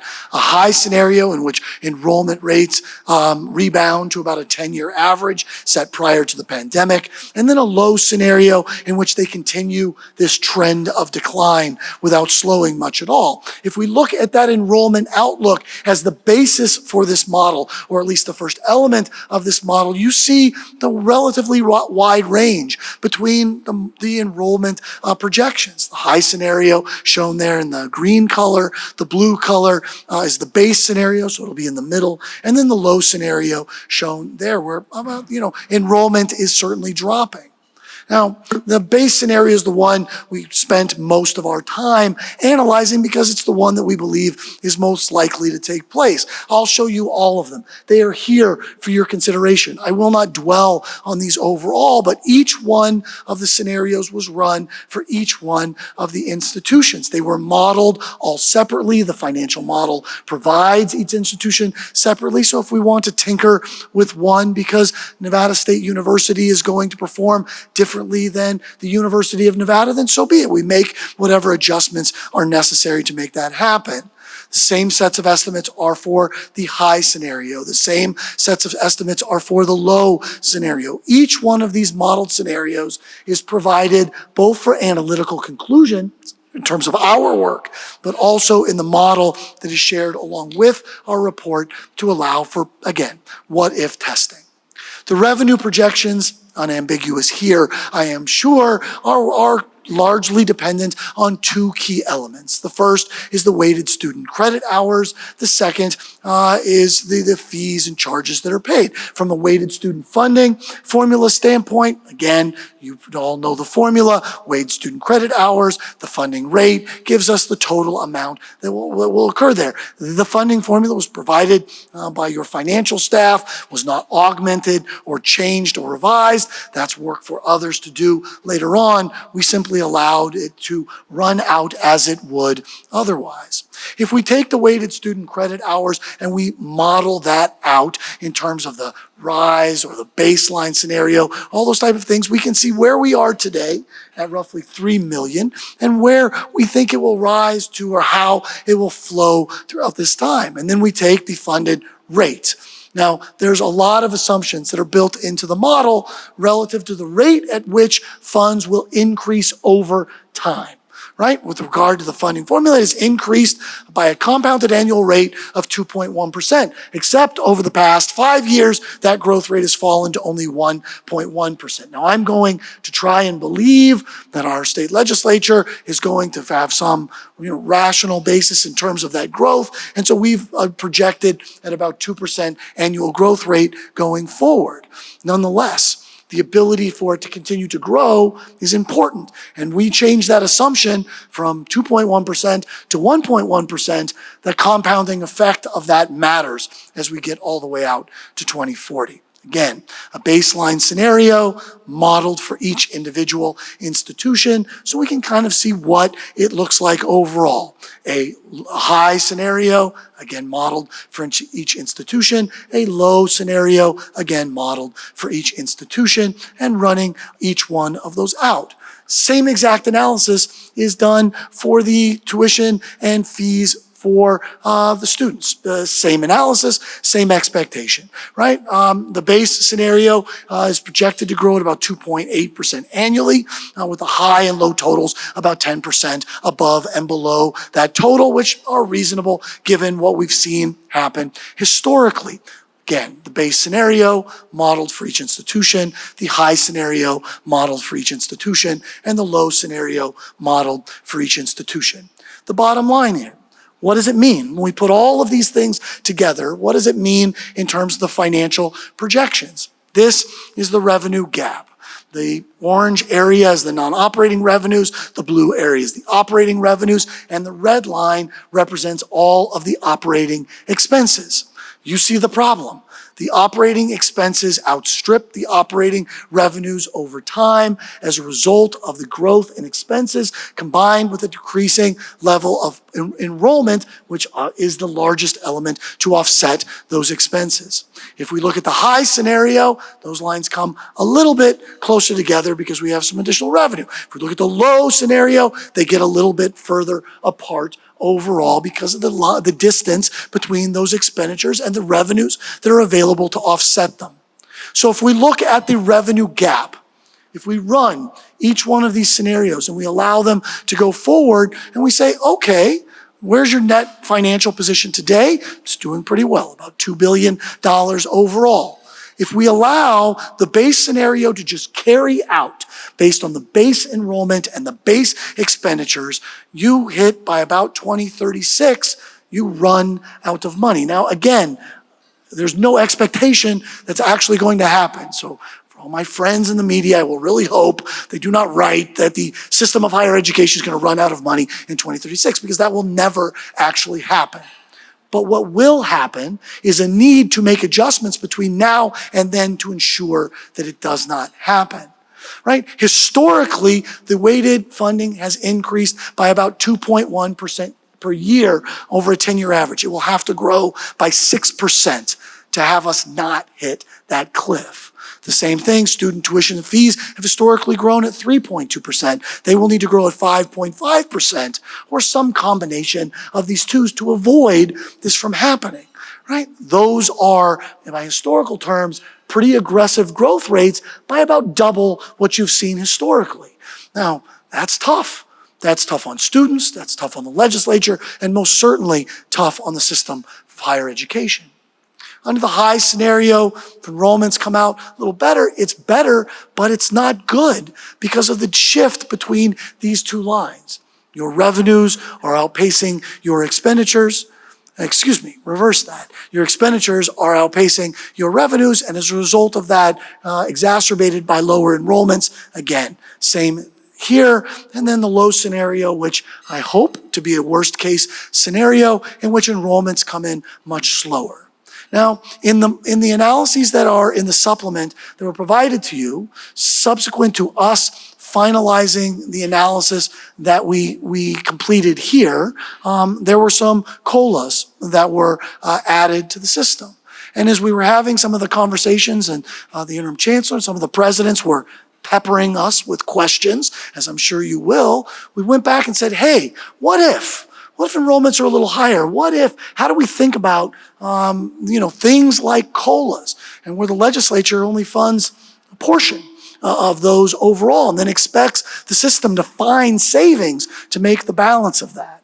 So we went through that exercise. We modeled it, and it's in the analysis that is provided to you. Unfortunately, given the timing for having everything for the meeting, I couldn't have it here to show you, but we can walk through it.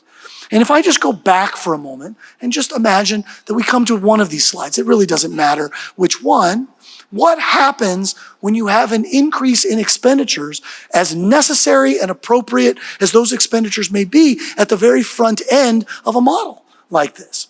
What happens is that little red line shifts upward in every single year out to 2040. And so the COLAs that were part of this year's increases, again, without any commentary about it being necessary and appropriate, I come here with the assumption that all of them are, but they add about $1 billion by the time you get to 2040 to the amount of the aggregate shortfall. And if we add another 11% next year, obviously it does the same thing, because the compounding effect as we go forward is the expectation that, assuming for arguendo for a moment here, that is necessary to right the ship, to get it in line with where wages and salaries should have always been, then it's going to need to be adjusted next year, and the year after that, and the year after that, because the time value of money or just the natural effects of inflation would hopefully mean that those become sustainable increases over time. In order for those to be sustainable increases over time, you're going to have a sustainable system by which they can be funded. And Mr. Chairman, Regents, I would suggest that in its current form, that sustainability does not exist today and will be a real challenge for this body for the next decade, absent significant revision. With that, Chairman Brooks, I am honored to be here and look forward to any questions that you or your colleagues may have. Thank you. We certainly appreciate that. That was a fantastic presentation. I know that most of us are going to appreciate the data and everything that you included in this presentation. I'll open it up now for Regents to ask questions or provide comment. Interim Chancellor Charlton. Yes, thank you. For the record, Patty Charlton, Interim Chancellor. So Chair Brooks, and for Jeremy's point as well, when we met with the presidents a couple of weeks ago, there were several things that we talked about, because one of the assumptions, as Jeremy mentioned, is that the COLA that was approved on June 30th was not integrated into the expenditure model. So Jeremy and his team went back. They also modeled the 11% potential, or what has been a not to exceed approved by the legislature for FY25. So that information I do have, I'm going to send out to you, along with some summary points that also outline the changes between the two presentations, the one that was in your material and then the one that I'm sending out. Just didn't want to confuse the timing with that information. And so just wanted to let you know that that's in there. And then also, we also talked with the presidents about other disruptions and how those can also impact what's happening within the higher education space. Thank you. Thank you, Interim Chancellor. Are there any Regents who have questions or additional comments on the presentation?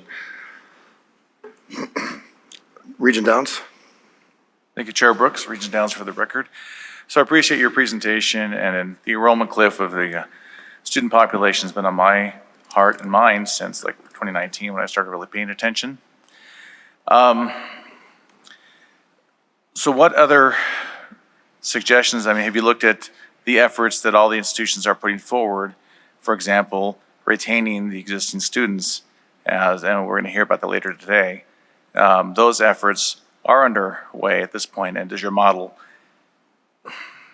capture those efforts as time goes forward? With your permission, Mr. Chairman, I don't know what the rules are engagement. Am I okay just to respond directly? You certainly can, and I would appreciate that. Just talking with everybody who poses a question or comment to you is fantastic. Thank you, Mr. Chairman. Thank you. Regent Downs, the brief answer to your question is no. We took and extrapolated forward the trends that we're seeing today. The question of attraction and retention of students is one that, of course, is a big part of the dialogue around the entirety of the United States.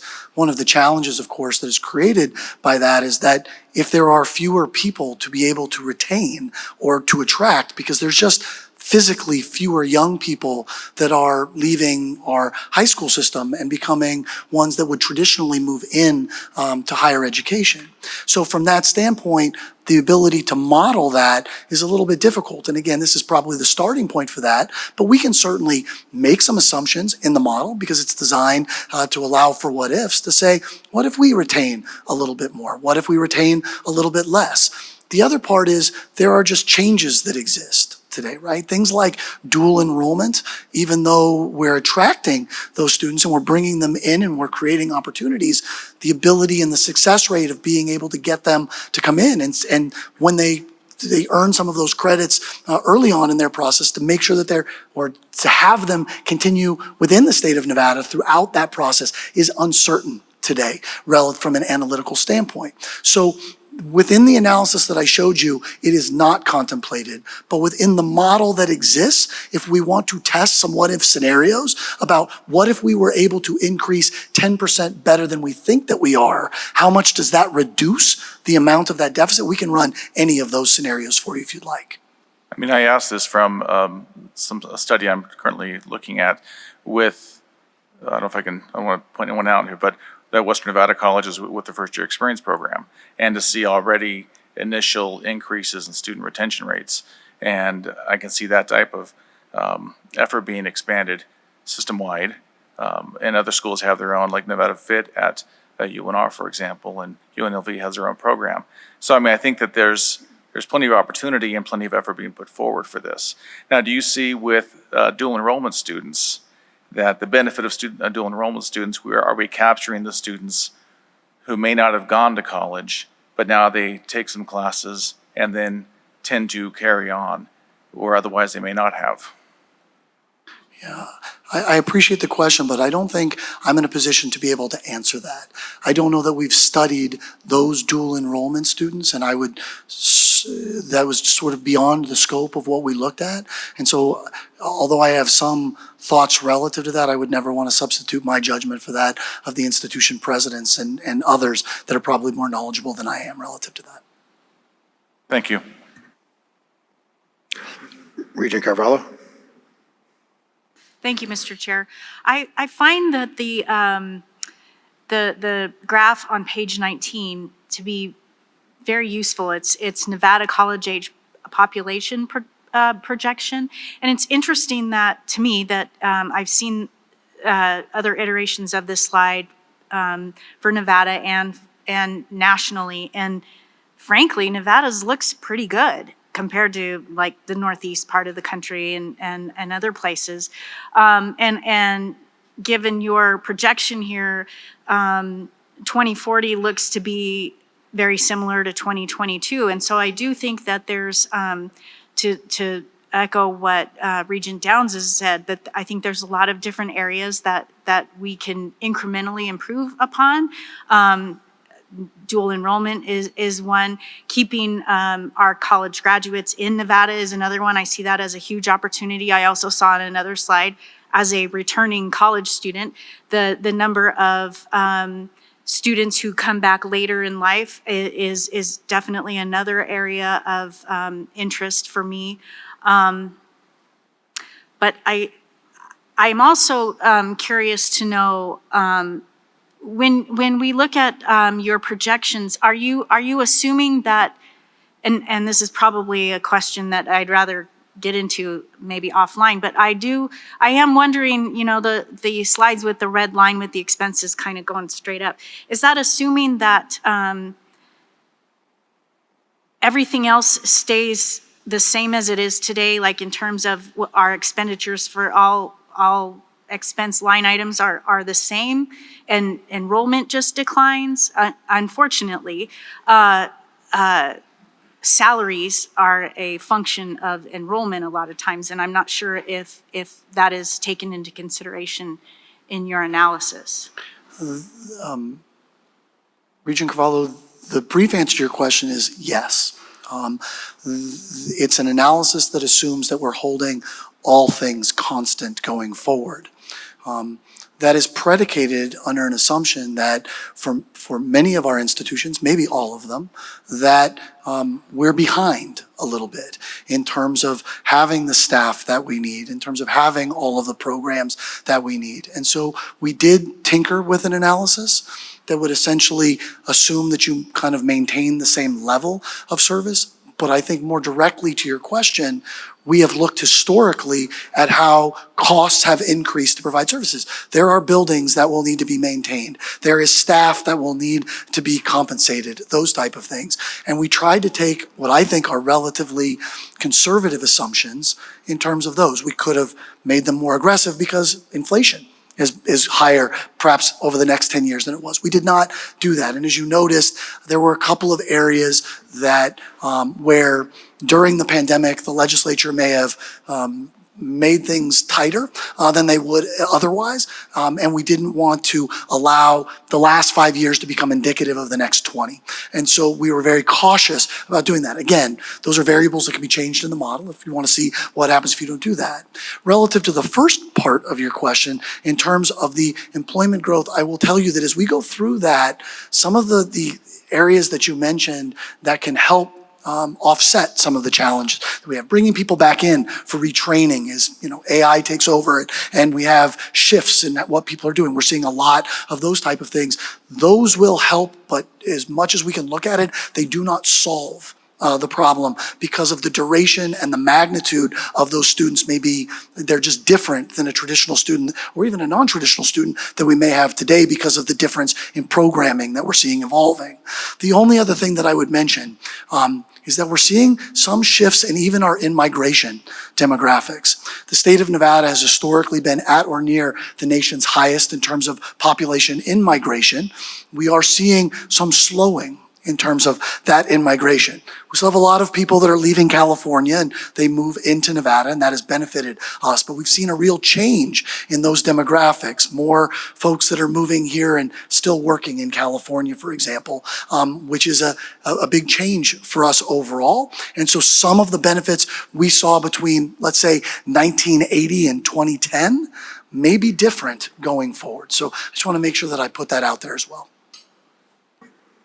Thank you for that clarification. And I do think that the solution to so many problems is a little bit of many different things. And I don't think we're gonna obviously find an answer right away, but you know, obviously controlling your expenses and trying to increase enrollment is always a good thing, obviously. And so, but I appreciate this analysis. Thank you. Thank you. Vice Chair Escada. Thank you, Chair Brooks. And thank you for the presentation. On slide 40 is where you start to really dive into the student tuition and fee revenue. I want to make sure I'm reading this correctly. Is it being proposed that an annual 2.8% increase in student fees is going to be necessary to sustain the system? Or expand on this, because right now student fees is somewhat of a hot button issue. Mr. Vice Chair, it's been a hot button since I was there, so I remember that, and perhaps it should be a hot button.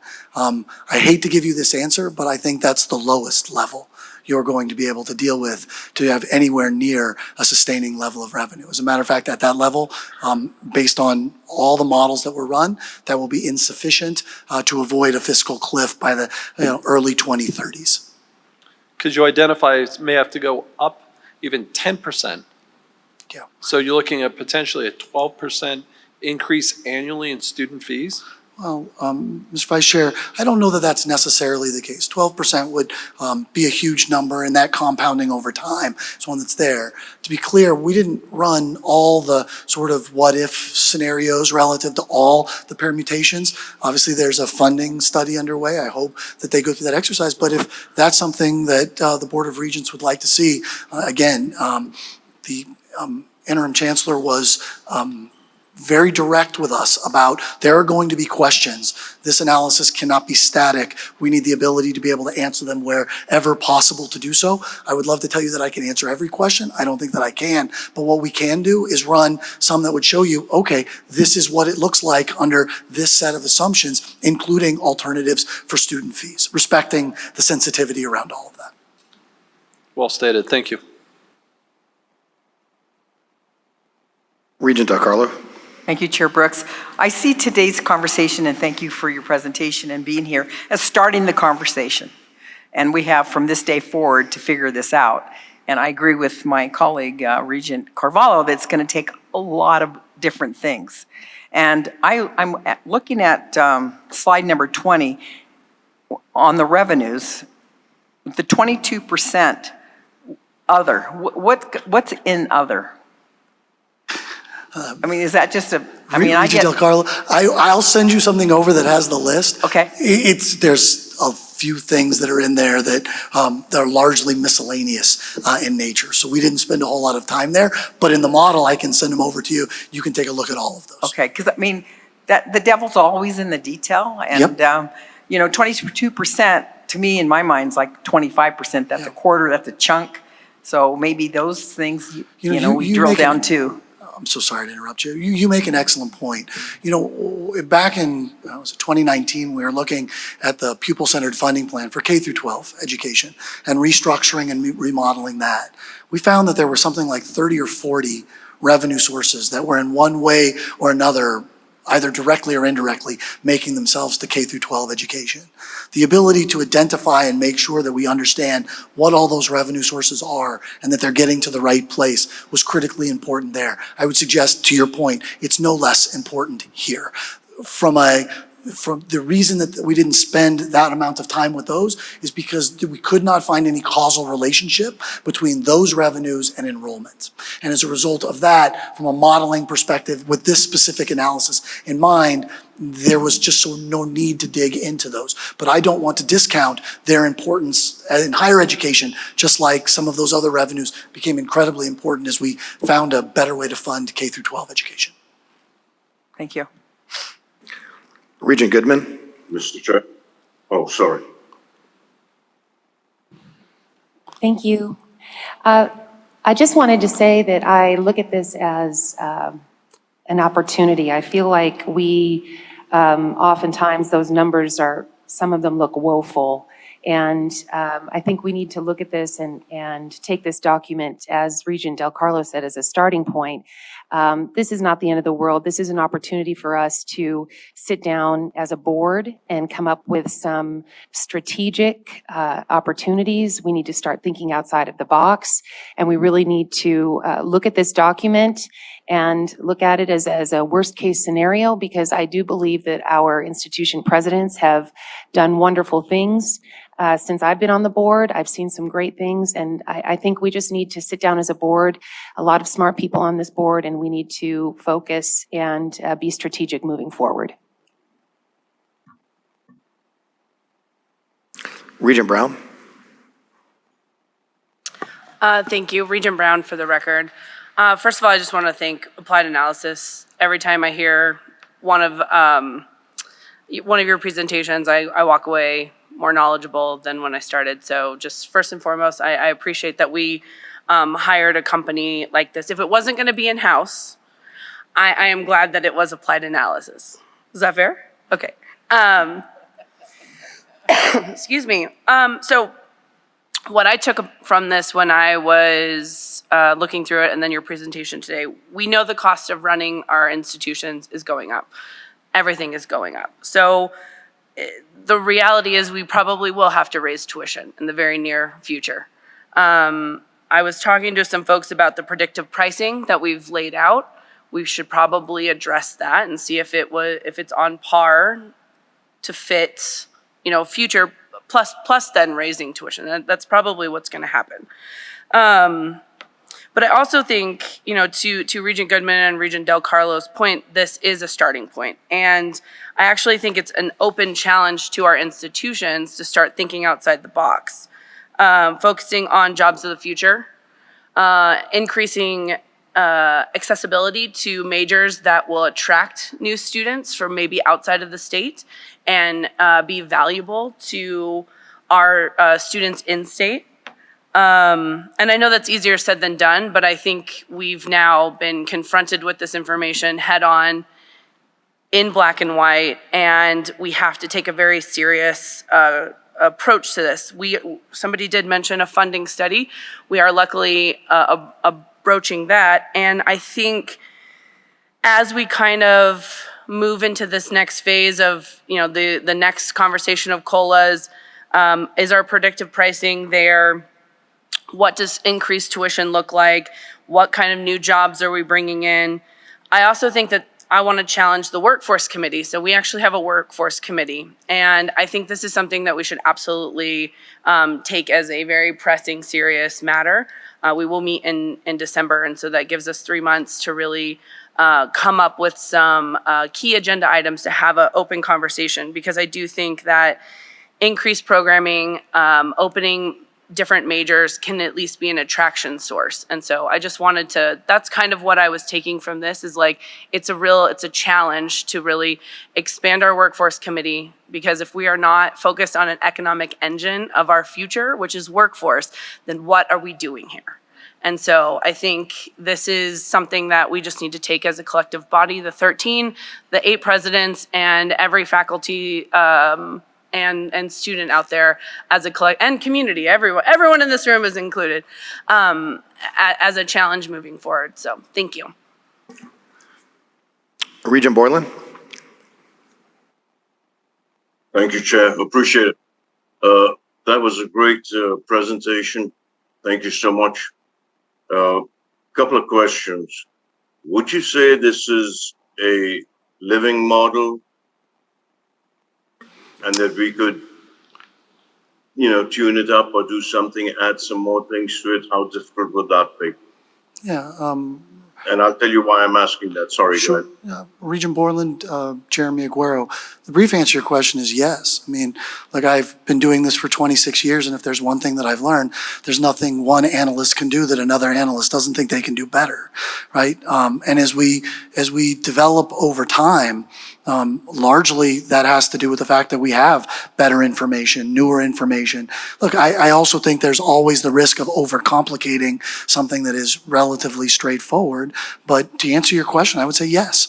I do think it's a living model, and I do think it opens an opportunity to make changes or to think about things differently, or as again, what was impressed upon us, to make sure that what if questions can be answered. Thank you. My next question, from one analyst to another, even different topics, I know totally, but I didn't see in your presentation, which I love, really, I've learned a lot, how we tackle this elephant in the room, this holy cow, about cutting back, tightening our belts. The first thing everybody jumps to, and it seems it's the easiest, and that's raising student fees. I'm dead against that most of the time, but we won't touch upon things in NSHE. 70% of our income goes towards salaries and expenses and blah, blah, blah. Before I joined, I ran on this, that it's top heavy.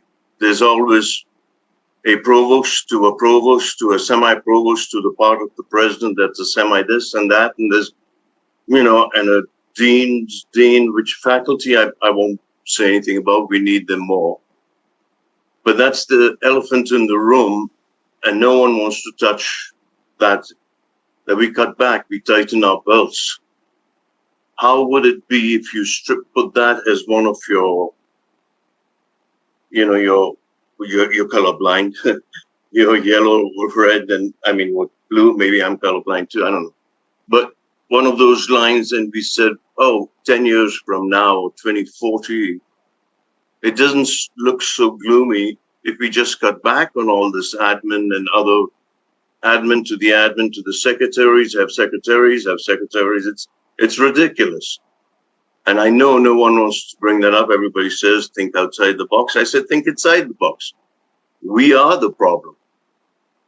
So we need to fix our own problem. So how could you do that and either send it to me or to the board, if you get what I'm saying, so I could analyze what difference would it be if we said freeze positions, delete positions that are really not necessary. I still haven't got answers to how many presidents or directors of presidents of directors of directors or vice presidents there are in the different colleges and universities that I've asked for from our last chancellor, and before that from the previous chancellor. So when I see 70% of our expenses, our salaries and expenses like that, I see the problem to a certain extent right there. What say you, Mr. Analyst? Obviously a very challenging question.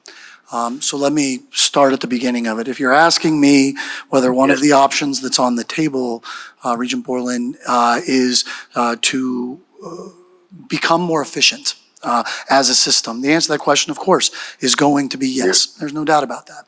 If you're asking me the question of whether our model is going to be able to give you enough of that level of detail, I think that's probably beyond the scope, but you can take a look at it. We can have that conversation, and I will always serve this system, and if we can do anything else to provide that, we will. Since you asked me a bit of a theoretical question, and I am an analyst, I am not an advocate, I would suggest that just seeking inefficiency within the system could be something of a double-edged sword, because I do believe that on the other side of all this, that the economic and fiscal benefits associated with the system itself, educating folks that are entering our workforce, creating opportunities that don't exist, having research done within the state of Nevada, have economic benefits that are important. So the only element that from one analyst to another's perspective that I would offer is that it may not be as much about cuts in the scenario that you bring forward as much as it is reallocation of resources to make sure that we're getting the most out of the system. Because I just believe that the data show, and intuitively we can understand that the benefits associated with what this system provides to this state are too important to be minimized as part of an effort to try and shape a system to a curve that we've provided here today. Thank you. One last suggestion or question. One of your slides, or maybe two, talked about new students or students not wanting to go to higher education as the expense. But I always hear this, the first easy thing is always raise, student fees must be raised.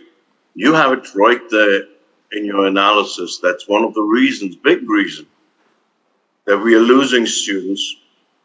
So that's what I'm talking about, that we need to be more efficient. Like you said, thank you.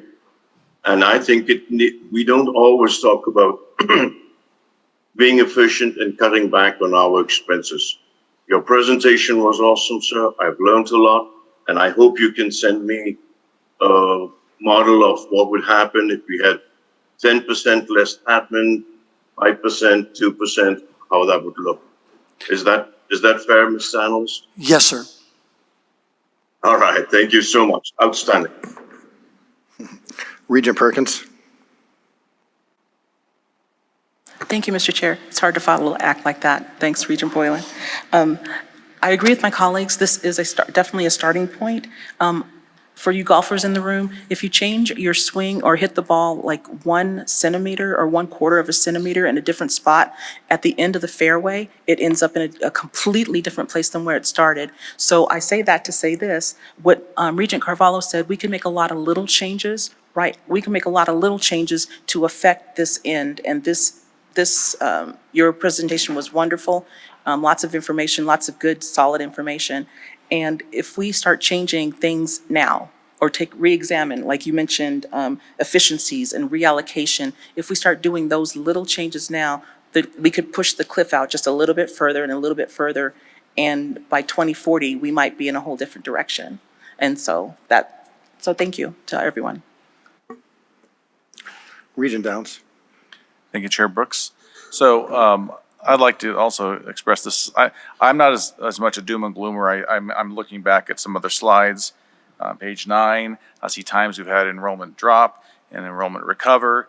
I see these schools as agile, as working around challenges and come up with solutions. So I don't see this as, oh no, this is the end of everything. So I'm going to be optimistic here. But I am going to say what would help, and this is probably something that's going to make a bigger long-term difference, is the way the system, and that's what we can make changes about, is the way the system controls how processes are handled.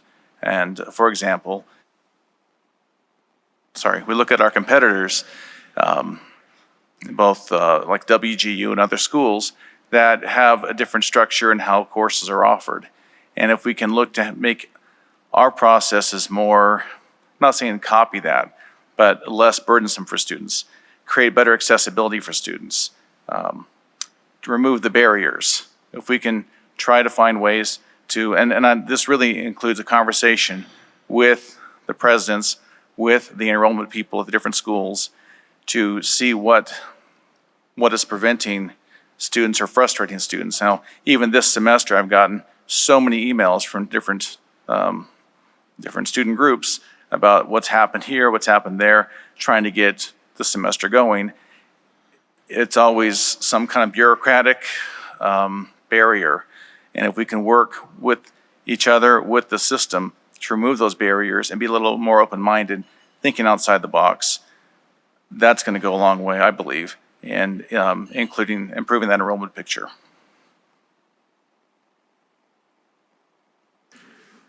Regent Carvalho. Thank you, Mr. Chair. Mr. Aguero, I hear that you say you're an analyst and bringing a pure analysis to us, but I do also hear that you are a bit of an advocate for higher education, so I do appreciate that. And I also do want to say that our institutions, as they've reported earlier today, are seeing some upward trends in enrollment right now, and that's also reflected in what you've presented to us today. So I hope that we can maybe dig into some of those numbers and figure out where that's coming from and work on that as well. But I do have two unrelated quick questions for you. Are graduation rates, high school graduation rates, considered in any of this analysis? Implicitly, the answer is yes, they are. Because as those students come out, we're looking at the percentage of students that would matriculate into the higher education system. And so we make the assumption that those rates remain the same. Historically, that's a little bit difficult to do, particularly in the state of Nevada, because we've made changes to the requirements for graduation. Right. And so that is, those data were a little noisy. And so we did not attempt to sort of modify that in any meaningful way. Okay, thank you for that. And I'm also curious to know if previous years' revenues, i.e. student fees and also the state funding, are those true numbers or are they inflation adjusted? The model looks at it both ways, but we took the actual numbers and then brought them forward. And then as we projected, we're looking at inflation, but the growth rate in each one of those years is doing that. We did not go back and restate them in constant 2023 dollars, for example, other than to just analyze it to get kind of a sense of how much was real growth and not real growth within the state of Nevada. So we looked at it, but the model that'll be provided to you just looks at what it was actually in that year. If you want to see the other one, we can certainly provide it to you. I think that would be interesting, especially in this time of real inflation. Yeah, I get the question, you bet. Happy to share it. Thank you very much. I'm not so sure that I don't think my colleagues have any more questions. I'm sorry, there are questions. Regent McMichael. Yes. I have an observation. It wasn't, but maybe 50 or 60 years ago, college and universities were practically free. And you could go there and get your education, and more than likely you would stay within that state, raise a family, pay your taxes.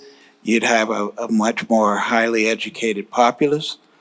But now we've turned this into a business, and we're trying to make the differences off the backs of the students and the parents. This just doesn't make any sense to me. Why don't we have an analysis that goes back 40, 50 years to when college was affordable? And then we can use that model to go forward. Right now, we're stuck in this situation where everything has to depend on whether the student can take out a loan that's going to strap them into debt for 10, 20, 30 years. And that means that they're going to look for relief somewhere else. Maybe within that state, they no longer can afford to send even their kids to college, and they're going to move out. But now we're looking at these analysis. There's nothing in there about free college tuition, free university tuition that would further increase the population into these systems. And then we run that domino effect where they love it, they stay here, they raise their families, they spend money because they have a higher education, they get a better job. But now that's gone. We're just turning this into just a business opportunity. And I think that's sick that we would saddle these young students with such debt. You know, right now, I believe it's $1.75 trillion. And we're looking at the president of the United States to try and come up with some sort of program that he can relieve some debt from some people. Low-income recipients tend to get a break. But overall, this system sucks, all right? There is nothing that these people can look forward to in the future when they're saddled with $30,000, $40,000, $50,000 of debt. Now, we need to go back and use an analysis of what happened 50, 60 years ago that made colleges practically free, universities practically free, and we had a better educated population. And now we're looking at stymieing everybody trying to make higher education their goal because they look at it and they say, I'm going to be saddled with debt for the rest of my life. And I just think this situation is unbearable. Thank you. Mr. Chair. Give me just a moment, Regent Borland. Thank you very much. Regent Del Carlo? Yes, sir. Thank you, Chair Brooks. That's not what I was going to say, but I want to just, that's the most passionate I've ever seen you. And you're so spot on so many of your points. And in my conversation with President Sandoval, I said that really the same thing. And when it's like a vicious cycle. We saw the report yesterday about all the student aid that, like, I think it was $651 million, if I remember from yesterday, what our Nevada students get from all the different scholarships, grants, Pels, et cetera. But here's what happens. With 11% coming and the 12% we just passed, we know something's got to give to come up with the 11% that I truly believe the faculty and staff are deserving of when they don't have the buying power that they had, years ago, et cetera. We've heard all of them speak. But it's like a vicious cycle. Then we're gonna have to raise tuition. And it just, where does it ever end? And I just, when I went to school many years ago, my parents could afford it. And my dad owned a bar and my mother didn't work. And there was 4 kids in the family. So it really has changed. And that is all factored into all of this. But the question I was gonna ask, I know that the presidents had their presentation, I believe, with you. And I would just like to put our presidents on the spot. I don't mean to always do that, but I'm going to today. And just get your reaction to how you took this, because I did hear from a couple of you. We talked about it, but I'd just like to hear what you have to say and where do you see us going with this? I mean, I really, truly feel like this is a start, that we're going to have to definitely do our shared governments with our faculty, staff, our students, all of us, and maybe end up putting together a task force. I know that's not part of this discussion today. I'll put that into new business, but I would like to hear from our presidents, please.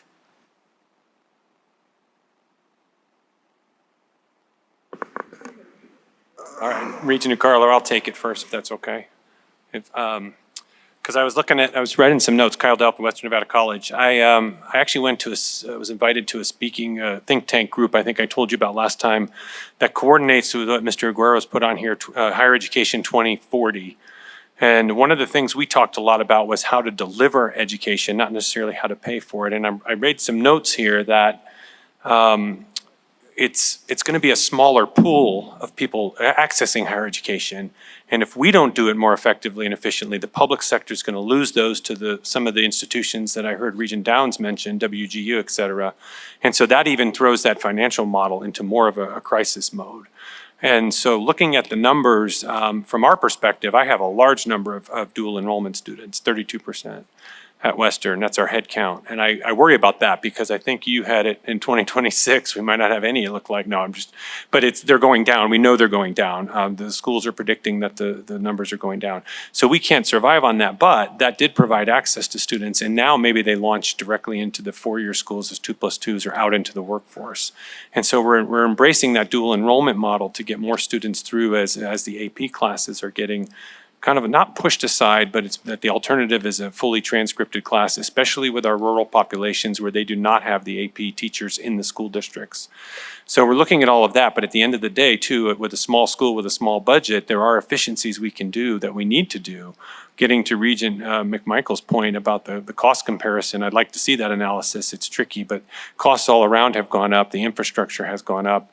We have been a campus that has not built a lot of new things on campus because we don't need to, because half of our instruction, not the head count, half of our instructional units are delivered online.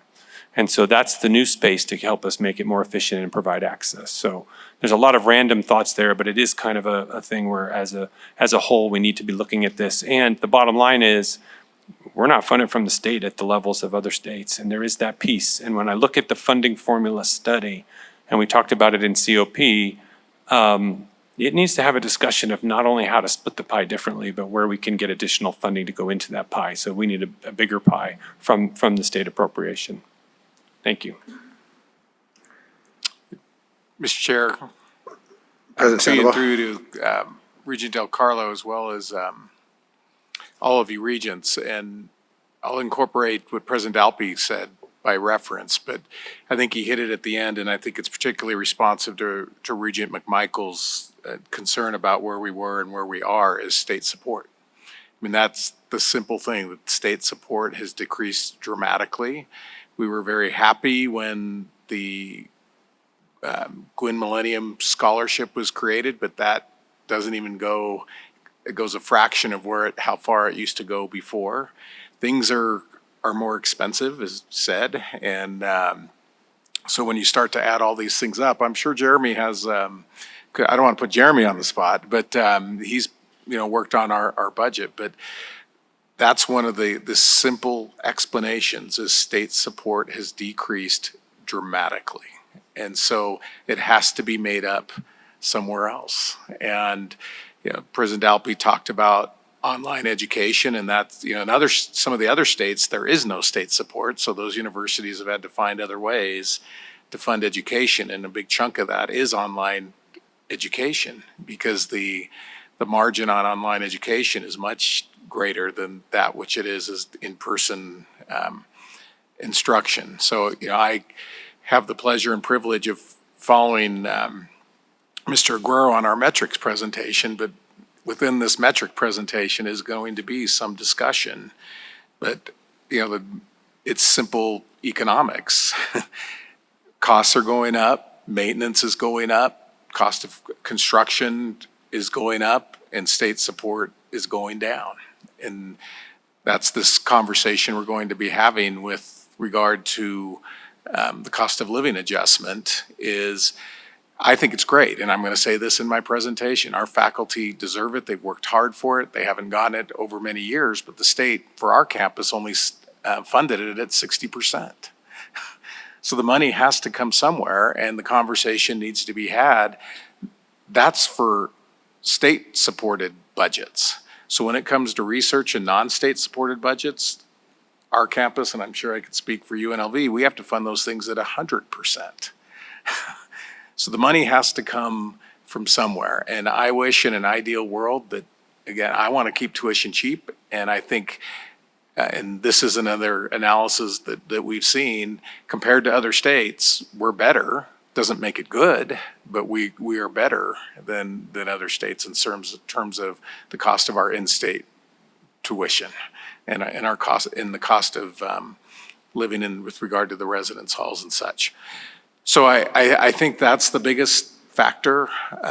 Regent McMichael, Regent Del Carlo is the drop in state support, and we were grateful for what happened during this legislative session, and we did. This isn't to suggest that we aren't getting state support, but for us, and you'll hear it from me on the 12%, that's a $10 million thing that we have to address, and speaking to Regent Boylan, we are holding positions open.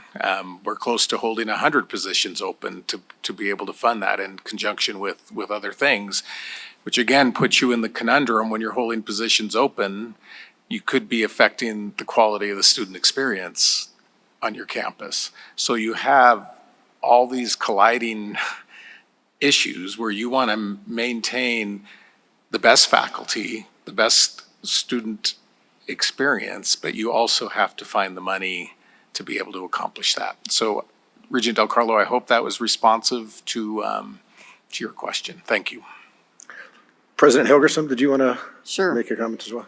I think, first of all, thank you, Jeremy. This is always so wonderful and insightful and helpful. There's a lot going on swirling in my head right now, but I will say this, that from my perspective, trying to look through the lens of a board, I think you do need to have a separate conversation relating to the tuition and fee schedule of the two-year colleges versus the tuition and fee schedule of the universities. Because when you look at the WICHE data, which has been presented here to you several times, what you see is, again, I don't know the university pieces as well, but I will tell you that two-year colleges in the state of Nevada are still very affordable for students. So one of the reasons we don't distribute as much financial aid at TMCC is we try to put people on a debit payment plan so that they can avoid loans altogether. And that's been a very successful program. It looks like we're not giving out as much aid. Well, we're not, because we're steering students away from loans and saying, hey, you owe us $1,200. Let's see if we can do that in 3 payments over the course of a semester using a debit card, right?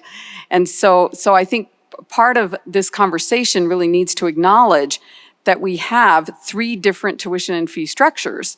One for the two-year colleges, one for Nevada State University, and one for the universities. And within that lens, that brings me to policy. Okay, well, do we try to make better use of transfer? Drive students to the affordable model for the first 2 years, do a better job with 2+2 programming. Again, the funding formula would obviously have to change because there's absolutely no incentive for that kind of cooperation right now, right? But from a policy perspective, if you can save students money without any kind of a stigma at that first 2 years so that then they can use their millennium in the last 2 years, I still say we're one of the most affordable systems in the country. And I also want to add that when you look 50 years ago, most people didn't access higher education in the same way that we do now. TMCC began in 1971, think about that. So we opened doors to people. We provided access to people who would not have been accessing public higher education at all. But in order to do that, we need all kinds of student support programs.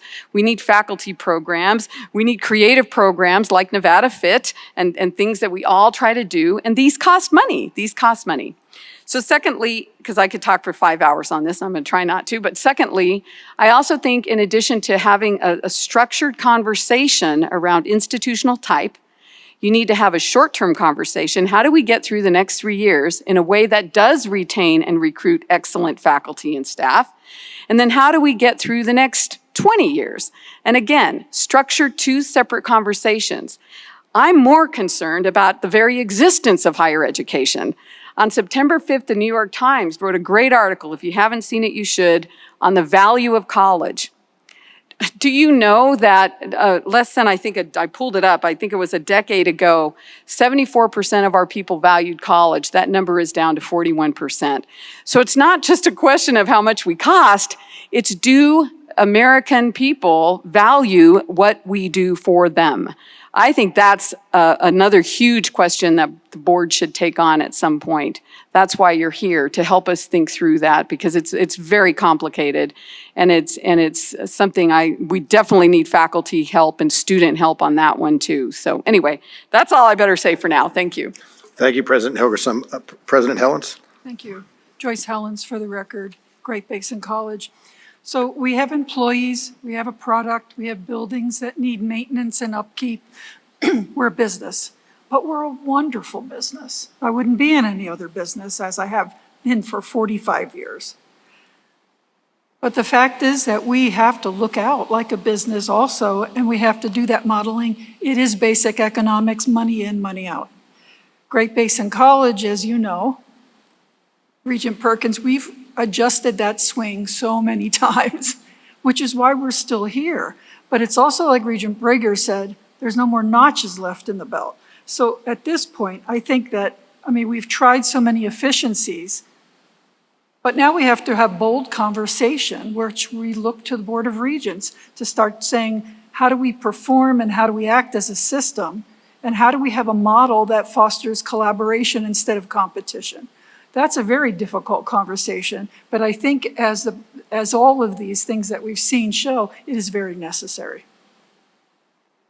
Thank you for your comments, President Helens. I know President Whitfield, President Pollard, either of the presidents, please feel free to. That's true. I don't like following Dr. Pollard. Usually a mic drop. But to you, Chair, and to you, Regent Del Carlo, let me take I want to second a lot of what's been said. Affordability is an issue, but we are a very affordable system. You really need to look nationally and look and see how much we pay for tuition. And then with things like the Millennium Scholarship, which of course isn't where we'd like it to be, but there's a piece of this that we really need to make sure that we put in context, not to just what's happening within our state, but to look at other systems and to see how much the price point is for those systems. Mr. Aguero has done what he always does, which is that he just knocks your socks off with the amount of data and how it's actually taken and thought of and digested, and we'll all go home, probably have sleepless nights trying to think about some of the things that he's been presenting. And I want to just offer a short other way to think about this. And I think he and I have talked about this. We are thinking about the situation that is being driven by certain circumstances, but we're not thinking about how we actually should respond to it. For example, we are an extremely diverse system in terms of our student population in this state. If you're looking at what's going on in Texas and what's going on in Florida, that is an opportunity. Because my prediction is that not only will faculty leave those states, students will leave those states. And if you're like UNLV, we want to welcome every single one of them. And that is part of our plan. I will say, and I keep thinking, I'll set a goal that I know realistically that I'm not going to be here for, but in 2030, we're looking to grow to 40,000 students. And how in the world are we going to grow 9,000 students with all of these other pressures and things going on? One of them, for example, is opportunity that goes around DEI right now. We need to capitalize on that. We need to actually, as a system, be advertising, one, the affordability, and two, the inclusiveness that exists in our state. It is a strength. And I think when you get this information, Jeremy loves to give you the hard and cold truth. But what you do from that is look then for the opportunities. And that's the next piece in the conversation from that presentation that we really need to be thinking about. The other piece of it is we really have done something that's monumental in terms of raising our salaries by 12%. I sit on lots of president groups and no one has anything close to this. And so it is a great opportunity. We can do all of the comparisons for inflation, all of that, but that sends a very important signal that I don't think we've said to anybody, is that we are investing in higher education in this state and in this system.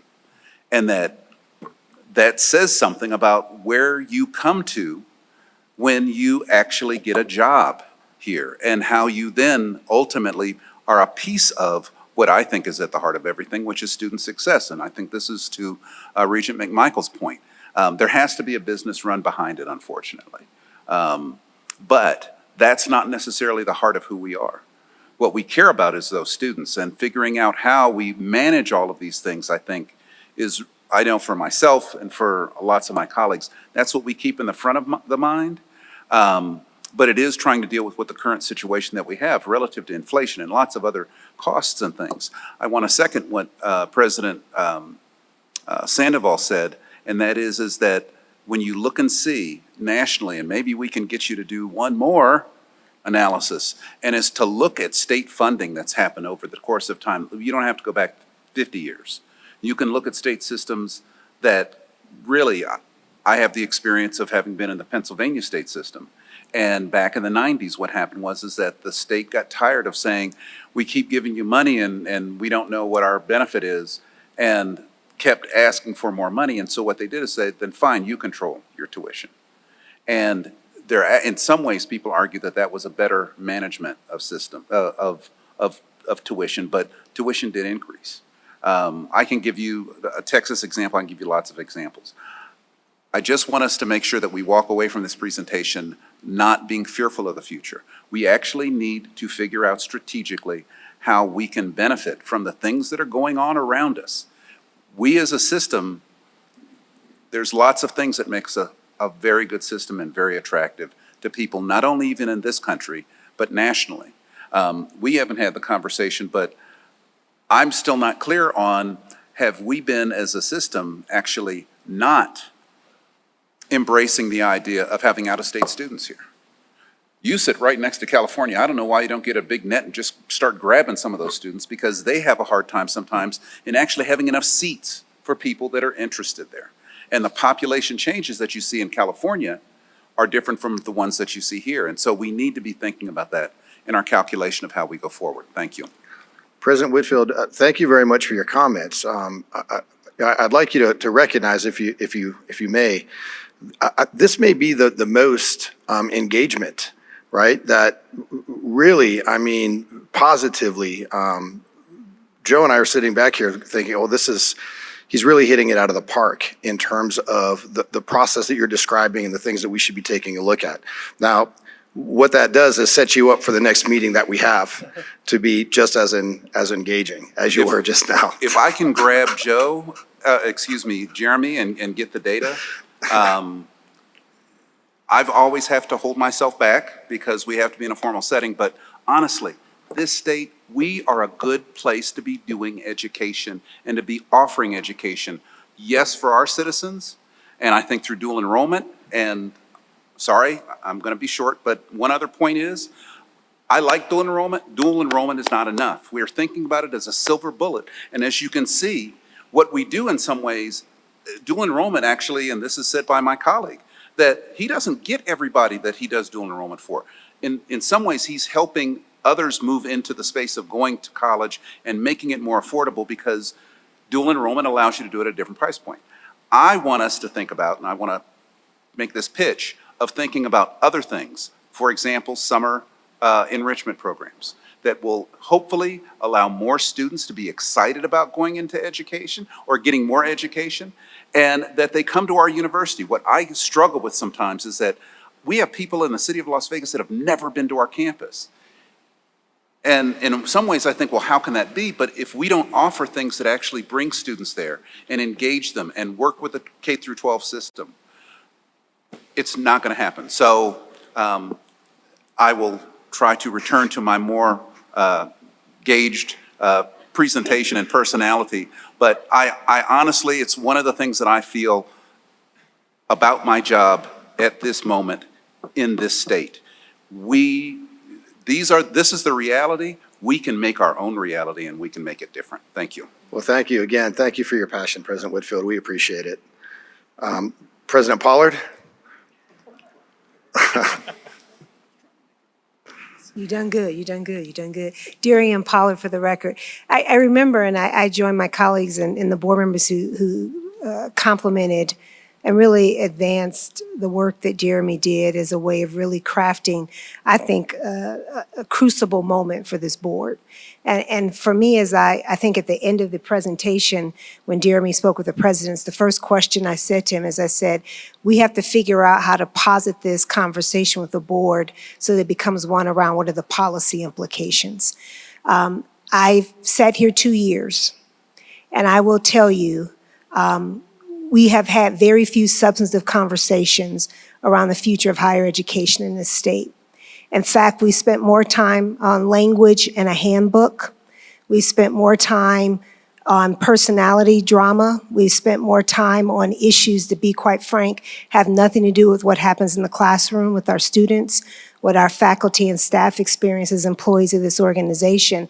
And I think there has to be a substantive workshop and a series of them around the fidelity of what it means to lead around policy governance, generative governance. There are multiple, those of us who study governance could talk quite a bit about how boards position themselves around these conversations, and also how you engage then a shared governance model to have that conversation.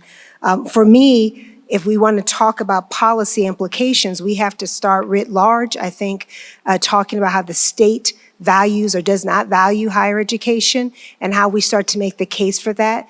There tends to be, in my opinion, a general mistrust about public entities in this state.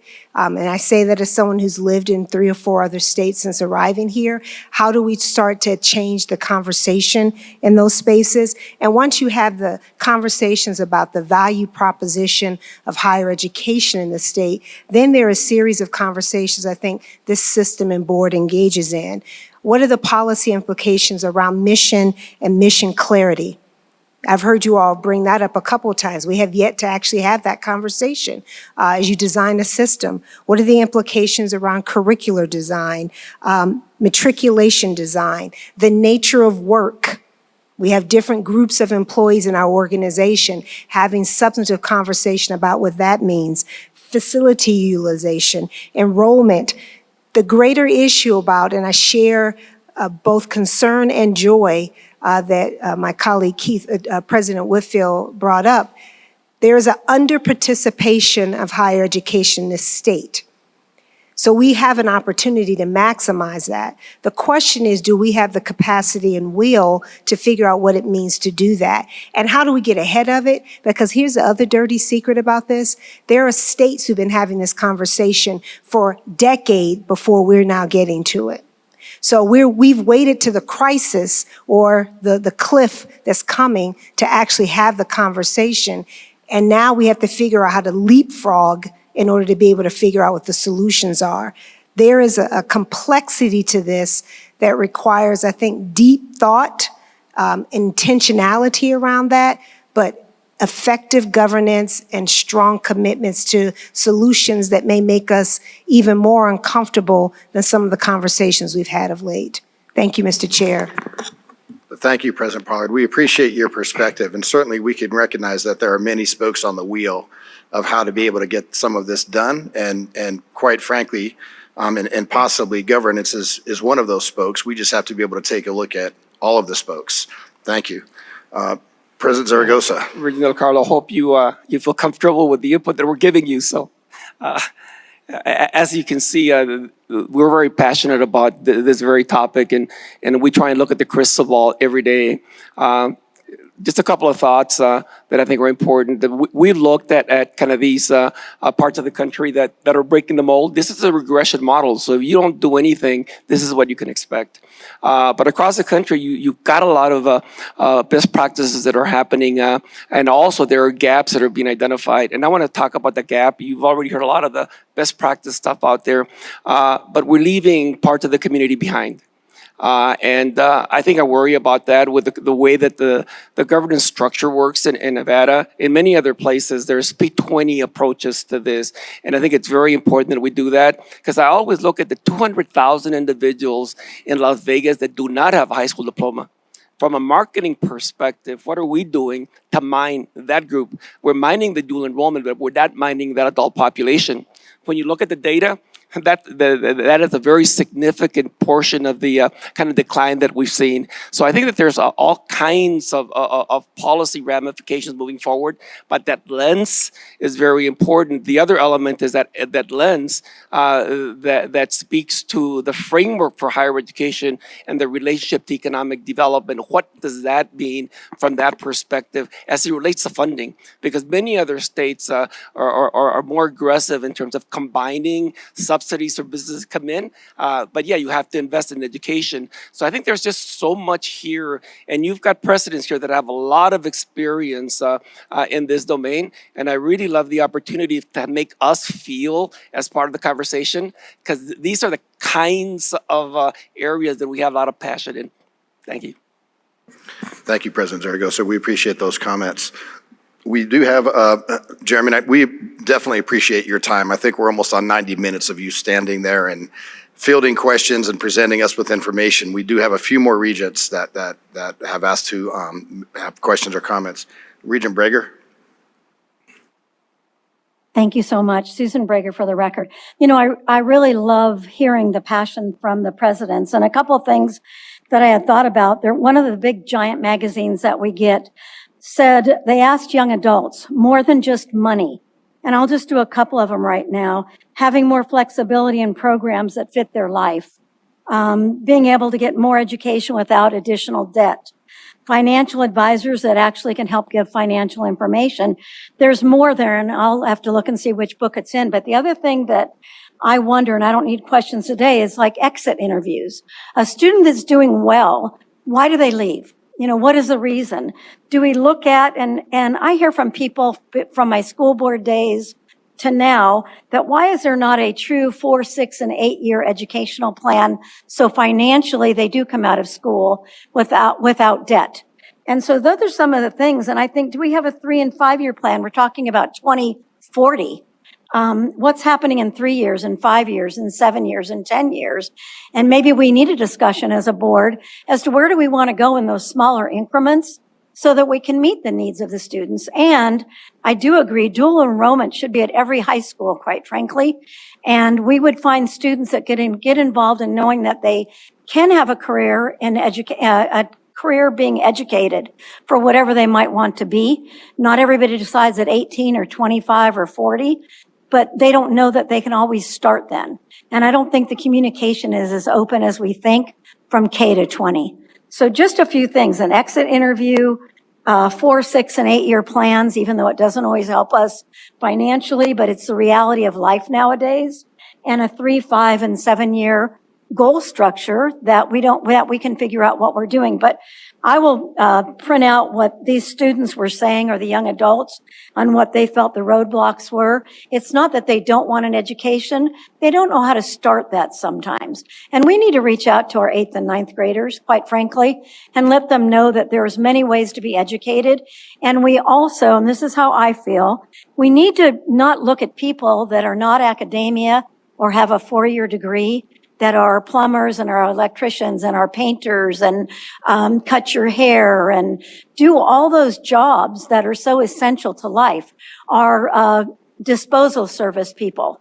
You know, look at what happened in New York years ago. I have great respect that a principal of a school could go away for a week and let's decide who runs a school. Well, when I was there, myself and the other staff member.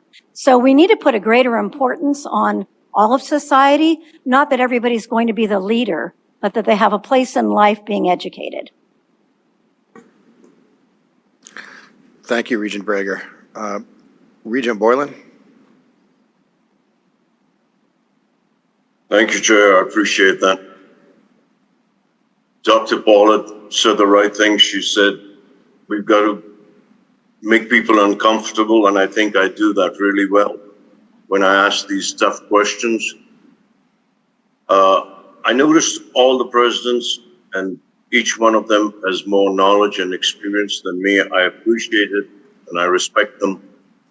But not one of them mentioned how we could tighten our belts more. President Sandoval mentioned it about we have positions on hold. That's awesome. And we are still getting the mission accomplished. Well, then maybe we don't need those positions. We're not faculty. I'm talking about positions in admin and staff. And I have had this question from tons of people, emails I have, well, why we are so top heavy. So yes, I'll make you uncomfortable, and it's not because I'm trying to be rude. I'm trying to give the answers of why students should be burdened with the problems or issues or planning of the elders, the older people. And I like to call myself one of those. So I really believe there is room, there is space to put more positions on hold. Not the human resources director. We must have that. We need that roadmap. But there's many others. And I don't understand why people are moving here from California. We know that there's a great increase in population, and we still haven't got, like Dr. Whitfield said, students from there. So they get coming here, and I'm sure there's students among them. So as soon as we compare ourselves to other states and they're so expensive, that okay, good, they must be. We are. I know that. I've studied it too.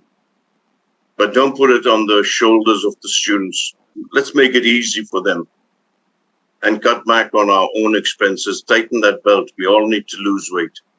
But I thank you all for the tremendous knowledge you have. Thank you, Mr. Chair. I appreciate it. Okay, thank you, Regent Borland. Again, thank you. Obviously, your analysis and presentation is now the catalyst for very significant conversations that'll have to be had collaboratively with folks throughout the system to best determine a pathway for success for higher education in Nevada. So thank you again very much for the presentation. We appreciate your time. Thank you, sir.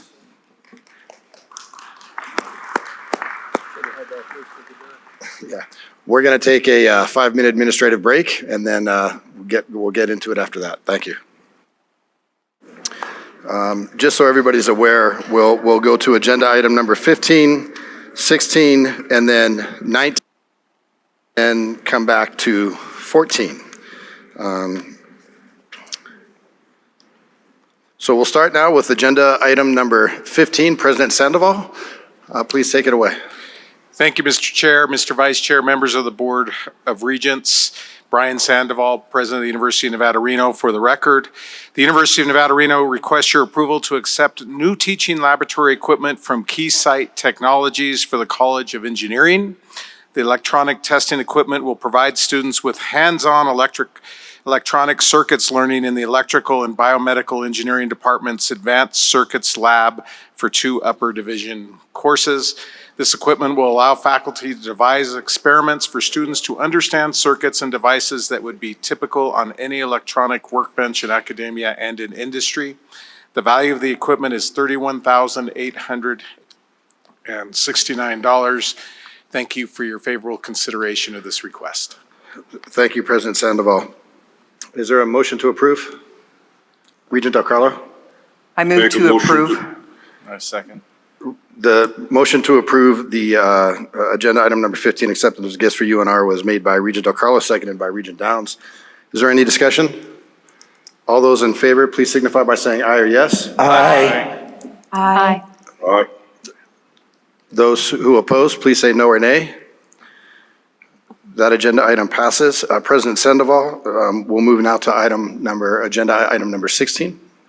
Thank you, Mr. Chair, Mr. Vice Chair, members of the Board of Regents, Interim Chancellor, President's colleagues. I'm really proud and pleased to be able to present our metrics presentation, and I think it's particularly timely given the conversation that we just had. And as I mentioned earlier today in my preliminary campus remarks, we are excited to celebrate our 150th anniversary beginning in October 12th of this year. But I do want to say on the record before I get in the formalities of our metric presentation that I do want to say thank you to our faculty, staff, students, alumni, and friends who we collectively call the Wolfpack family.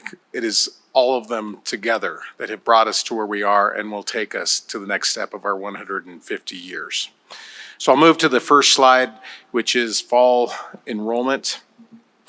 So you'll see on this graph that this fall was preliminary as of August 5th, 2023. I do have some updated numbers for you. Our most current fall 2023 enrollment is 21,952, a 4.8% increase over last year, including a 5.4% increase in incoming freshmen and our largest class ever from Washoe County. So we're very excited about that.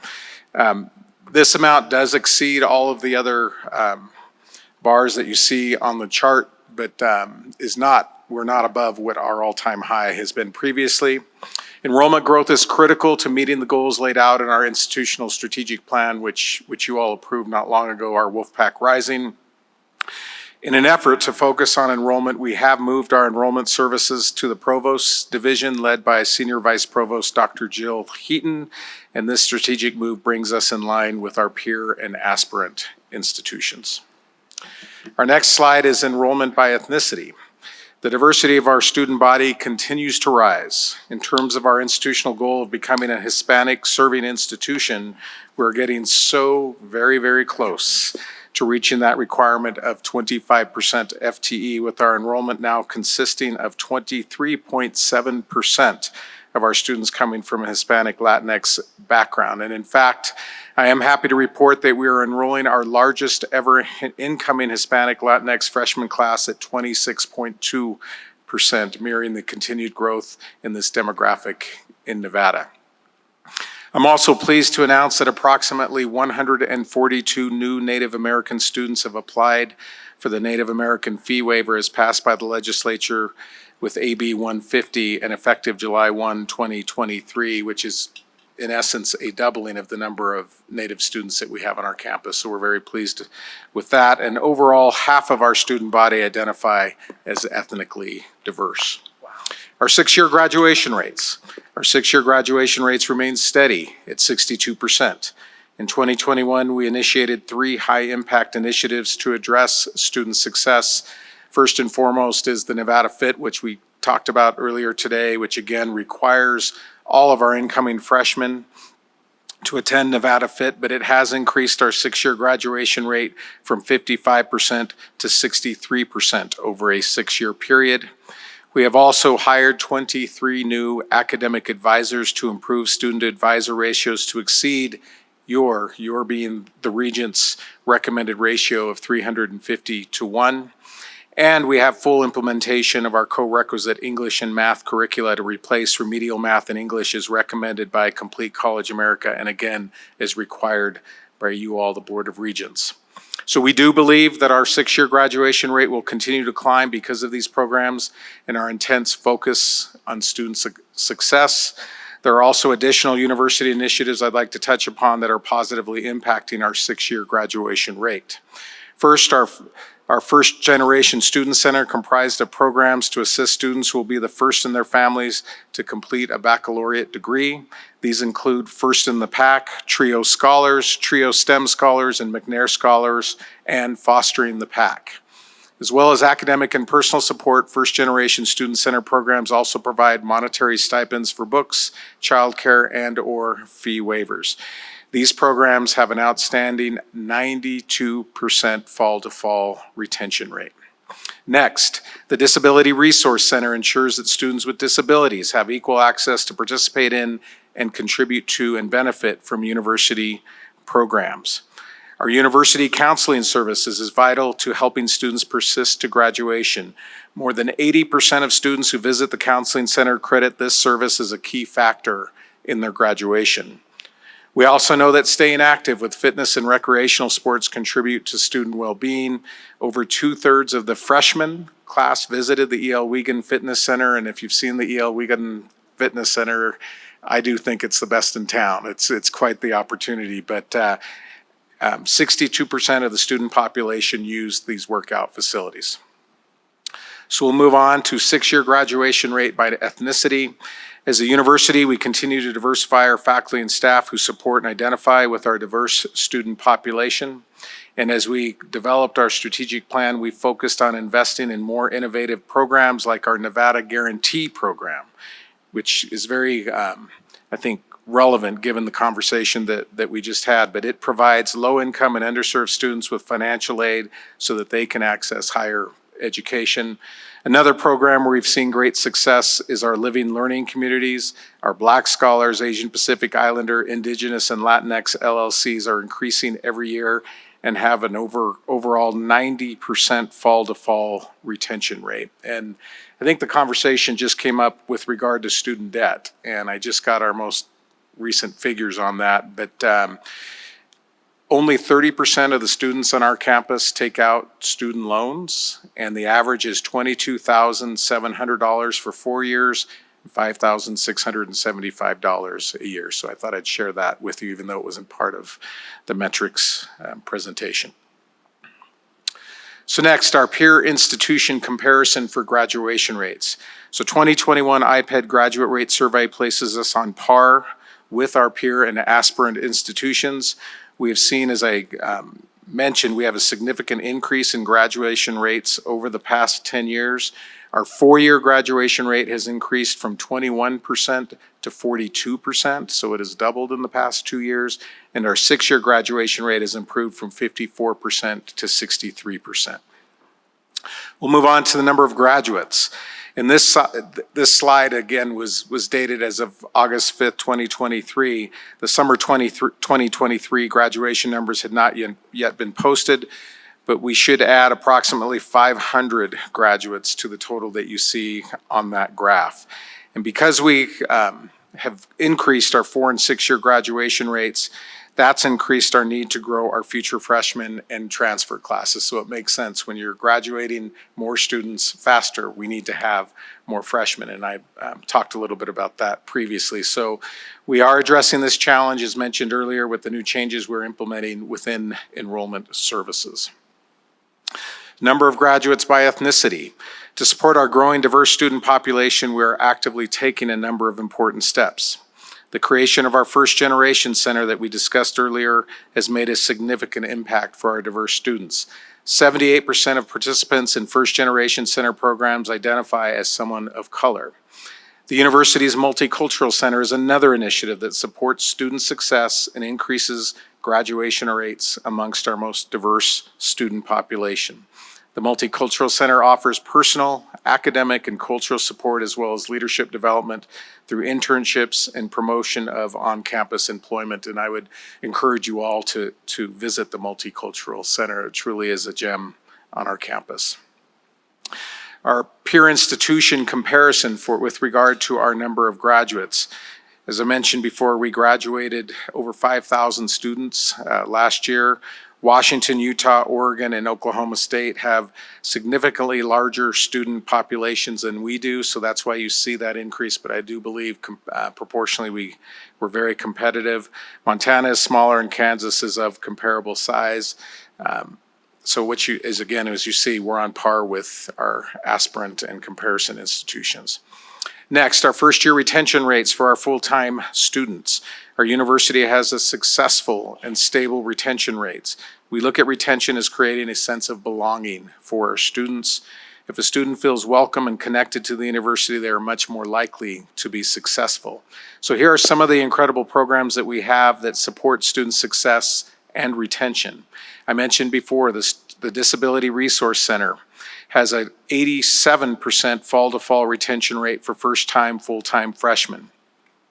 And DRC students participating in the DRC Peer Mentor Program have a 95% retention rate. PAC Provisions, I mentioned that earlier today when I mentioned the sesquicentennial license plate.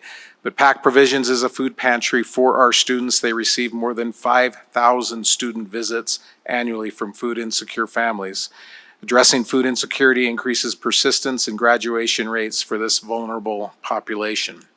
Next, last year, 658 of our students took advantage of the Veterans Administration educational benefits administered through our Veterans Services Office. Students who use this service have an 82% fall-to-fall retention rate.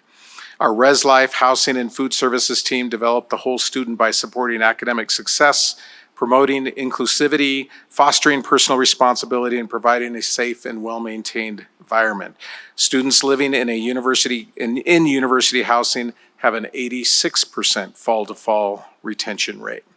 Students in the living learning communities have a 91% retention rate, and more than 70% of our students employed on campus were retained in the following fall. So again, these are all things that I believe President Glick, one of my predecessors, talked about being a sticky campus. So first year retention rates for our part-time students. Because our university has adopted the Complete College of America high impact practice of encouraging students to take 15 credits each semester, our degree seeking part-time student population is small. It's about 2,000 50. However, we know that this is a particularly high-risk population who may have family or work obligations that prevent them from attending full-time. Our part-time students have access to the same support programs as our full-time students. We offer academic advising to develop course schedules that work with their life situation. And to facilitate more flexible course schedule offerings, our university hired a vice provost for online learning who has been tasked with development of online courses and degree programs to expand access to non-traditional students.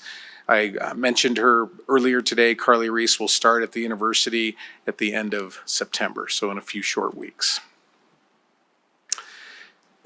Next slide is our TechWise and our Digital Wolfpack Initiative programs. TechWise and Digital Wolfpack Initiative are programs to provide students equitable and inclusive access to technical and academic resources and career opportunities in the digital realm. The Digital Wolfpack Initiative was initiated in response to our realization that students did not always have access to the needed hardware and software to fully access courses and resources at the university.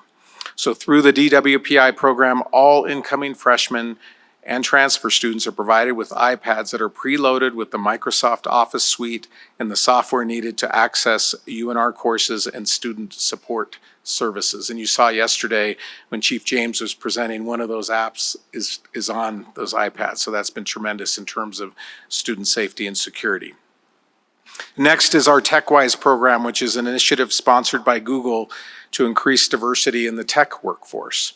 Through this program, students from communities that are underrepresented in the tech industry are provided paid opportunities to receive advanced training in software development.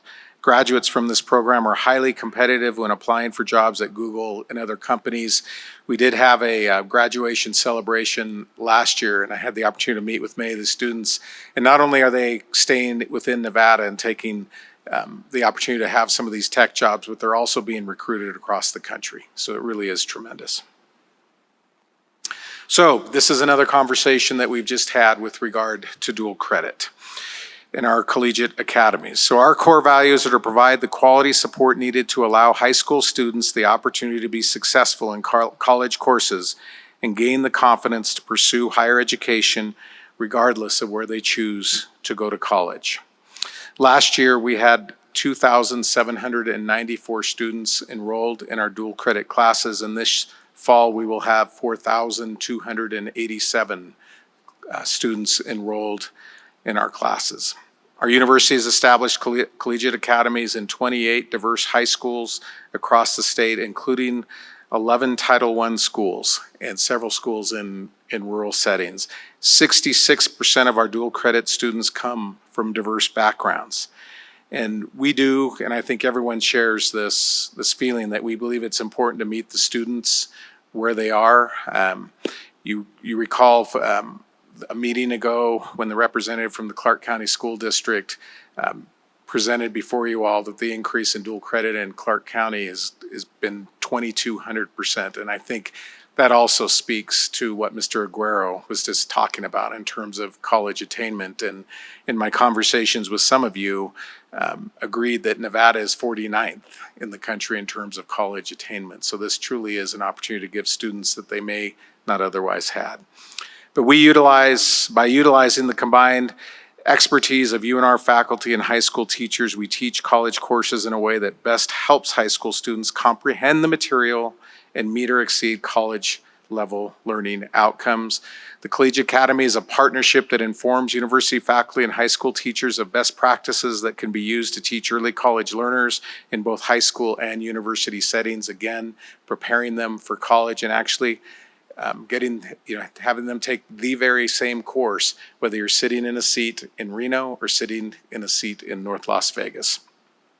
We do perform learning assessments and course grade analysis after each academic year to ensure all courses are being taught to the same standards and rigor as the corresponding on-campus taught courses, and that concurrent enrollment students are experiencing similar levels of success as their campus cohorts.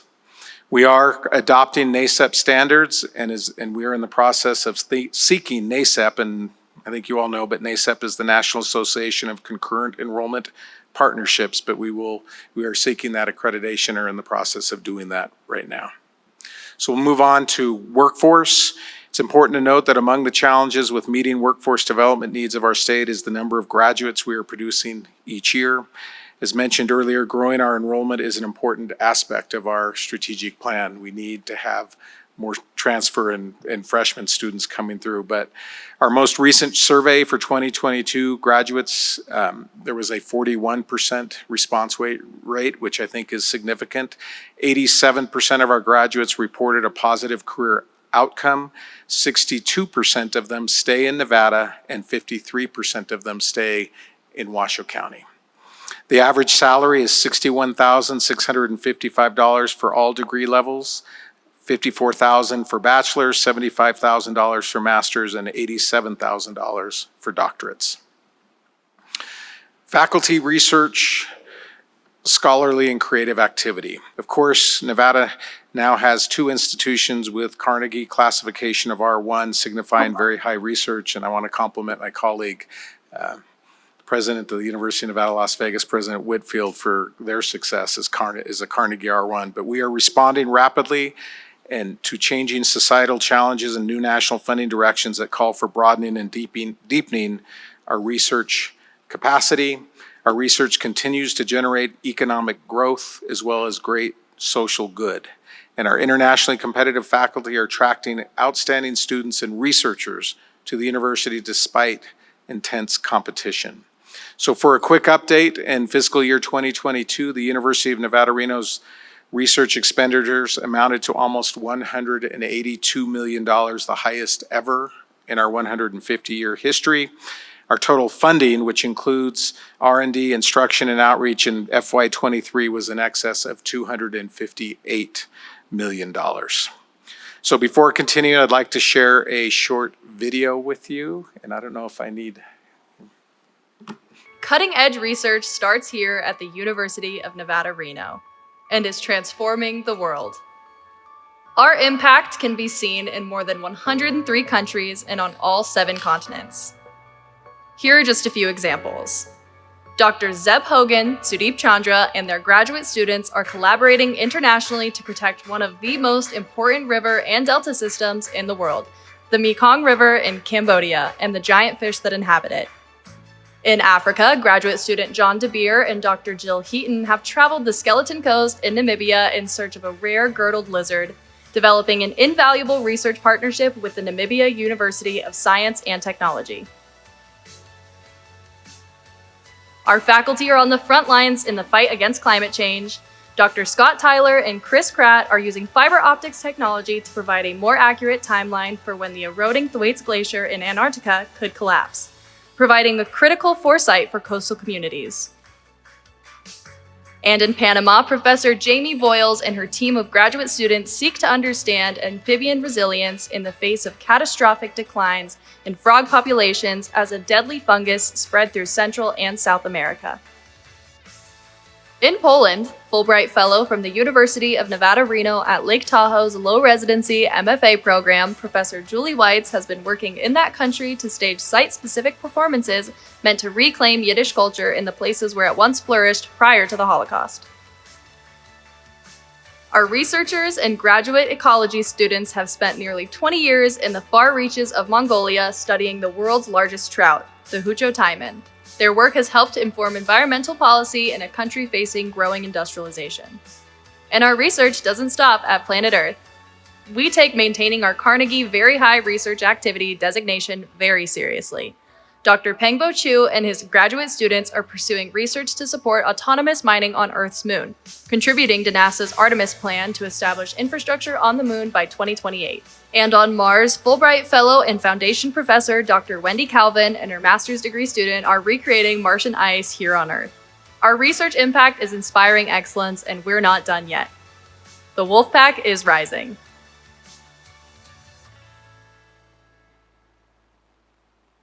So we are proud of our faculty and the research is done. And you saw yesterday Dr. Bisbing, who also presented, and her students presented with regard to forest health.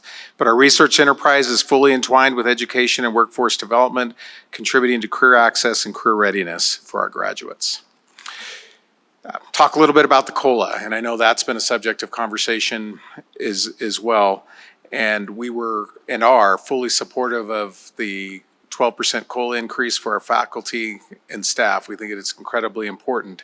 But as was mentioned before, it was only funded by the state at approximately 61%, which means the campus needs to fund the remainder, or that gap within that. So thus, there's about a $10 million shortfall in FY24. And as I mentioned previously, part of the way to mitigate that is to keep 93 positions vacant to help cover the cost, and also looking at other budget cut requirements. That may be my sign to sign off. But again, and I really appreciated Dr. Reed's comments, because I agree with you.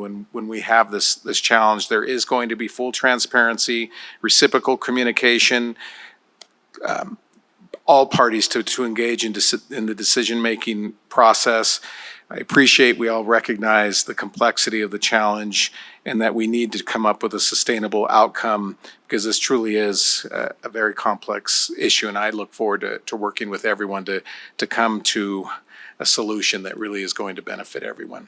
So in closing, Mr. Chair, members of the Board of Regents, again, I mentioned in the beginning that we will be kicking off our sesquicentennial celebration in a few short weeks on October 12th. But I want to come back to this sense of history for a moment, and I think you know by now I love history, and particularly our state's history. So as the university was celebrating its 50th anniversary, its semi-centennial in 1924, the university alumnus and faculty member Samuel Doughton wrote a wonderful history, the history of the University of Nevada, 1874 to 1924. And there's a great line in the Doughton book, and I'd like to share it with you all today. He wrote, "Throughout the history of the University of Nevada, these two shaping forces have been at work. The best of the old traditions have been faithfully observed, but to an increasing extent, the institution has seized and used the opportunity for local service, thus without eccentricity, gaining its own individuality and distinction." So I believe these words have concurrency today. So the report I've shared with you speaks to how the university is seizing the opportunities that are before us now, and we are taking the new measures and furthering initiatives that speak to the purposes of our mission. And ultimately, our mission is about the success of the people of Nevada. We're excited about the work we're doing and the outcomes that will produce Nevada's leaders of tomorrow, as well as the innovation and workforce development that is going to help Nevada realize its full potential.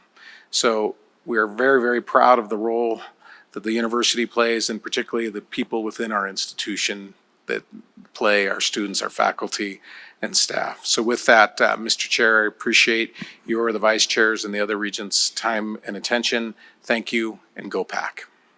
Thank you very much, President Sandoval, for that metrics presentation. Are there any regents that have questions or comments for President Sandoval? President Sandoval, I don't see any. Is that a question or a comment, Regent? Okay, great. Go ahead, Regent Carvalho. Thank you, thank you. I just wanted to make a comment regarding your increase in fall enrollment. That seems to be a big jump, and so I think that's great news. Thank you for reporting that. Thank you. Regent Brown. Thank you. Regent Brown for the record. So when you said that you were going after NSHE certification, my ears kind of perked up, because as a board, we have not had this conversation. And I feel like the last time we met, I said this as well. We're kind of beating a dead horse by just kicking the can down the road and keep talking about the fact that we need to have this conversation. But as a board, we do need to have this conversation about dual enrollment, because if you guys are going after the NSHE certification, I think I either have a misunderstanding of, I'm reading the website right here, and it's like, instructors teaching college courses through the concurrent enrollment program meet the academic requirements for faculty and instructors teaching in the sponsoring post-secondary institution and are trained in course delivery. So it was my understanding that you guys had kind of expanded your reach on what teachers were allowed to do dual enrollment and they wouldn't necessarily qualify for being professorship on your campus. Is that changing? And is that going to like hinder the trajectory of your dual enrollment reach? Or are we needing to address that as a board and helping with your NSHE certification? No, thank you. Mr. Chair, to you and through you to Regent Brown. We've been talking to NSHE all along, and part of that conversation is they look into the teacher qualifications that are teaching our classes on the campuses. Obviously, they are vetted and recommended by the high schools as well as our faculty on our campus. But what we are doing is perfectly consistent with what NSHE requires, but they want to see exactly what we're doing, and we're really proud of what we're doing. And we're hopeful that we attended their national conference. I believe it was this summer. We sent 2 or 3 representatives to that. So part of it is you just don't show up. You fill in an application, you talk about your dual credit program, and then we get feedback. Understood. I think I definitely need to do more research, and just for situational awareness, I have some meetings set up with folks at NSHE just to get my own background. We just weren't able to meet before this meeting, but because I do just feel like, I don't know if the word is inconsistency. I don't know, but I'm just feeling like there's a difference between my understanding and how it's being rolled out across the system. But again, that's a challenge back on the Board of Regents to come up with a system. So I just appreciate that that answer. Thank you. Thank you. Regent Del Carlo. Thank you, Chair Brooks. Thank you for the report. And you said that you had your largest freshman class from Washoe County. And what do you attribute that to? And I always thought that Clark County always had your largest amount of students. So could you just clarify that? Thank you. Thank you, Ms. Chair, to and through you to Regent Del Carlo. I think we attribute it to what they see is happening on our campus. There's, a lot of improvements and a lot of the programming. We have actually the highest number of national merit scholars that we've ever had in our history this fall. So I think that it's a combination of things, is that they're seeing the quality of the education that you can receive on our campus. They're seeing the value, and I know we've had this conversation before, and when we put it all together, the quality of our faculty, the quality of our service, the Nevada Fit, the Digital Wolfpack initiative, and the student experience that you have on our campus, and the opportunities that you have with the various majors and things. I think we're seeing that there's been a real awakening in Washoe County and the opportunities, and we continue to recruit in Las Vegas as well. And again, we don't want to take a single student from any of our sister institutions, but if there are students that are seeking to go out of state, I would prefer that they come to the University of Nevada, Reno. Thank you. Regent Goodman.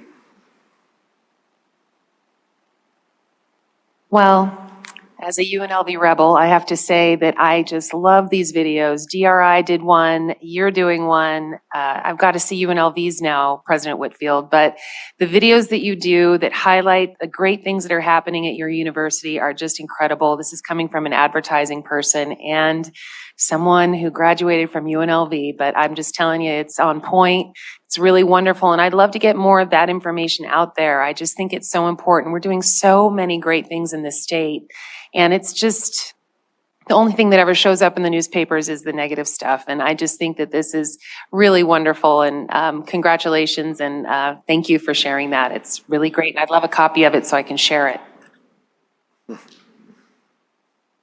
Thank you, Mr. Chair, Regent Goodman. We will certainly make sure you have a copy of that. But I think most of all, my takeaway is I'm so proud of our faculty and what they're doing to change the world.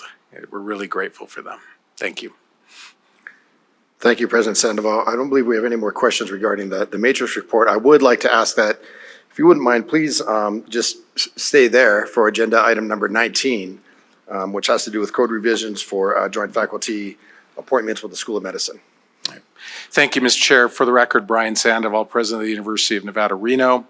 As you recall, in June of 2021, you all approved an affiliation agreement between UNR Med and Renown Health, a 50-year commitment with the goal to enhance shared missions in medical education, clinical research, and clinical service in pursuit of a common vision, a healthy Nevada. So the agreement integrated clinical services, teaching, and clinical research operations across UNR Med and Renown Health. And per the affiliation, there will be both UNR Med employed and Renown employed faculty designated joint faculty who will contribute to our teaching and research missions. This expansion of teaching faculty is of tremendous benefit to UNR Med medical students, as well as the PA students and graduate medical education programs. So to create a unified academic identity among medical educators, the affiliation agreement included a specific directive for UNR Med and Renown to establish a unified title series in the NSHE handbook for academic titles conferred upon all non-tenure track clinician faculty, regardless of their employer. So our request is to add language to the code section 5.4.11 that permits a unified title series and faculty tracks. Our proposed language is broad and allows us to develop and use this title series with an affiliated hospital. We're not requesting specific titles or tracks because these will need to be developed with our colleagues at Renown and approved by the university president.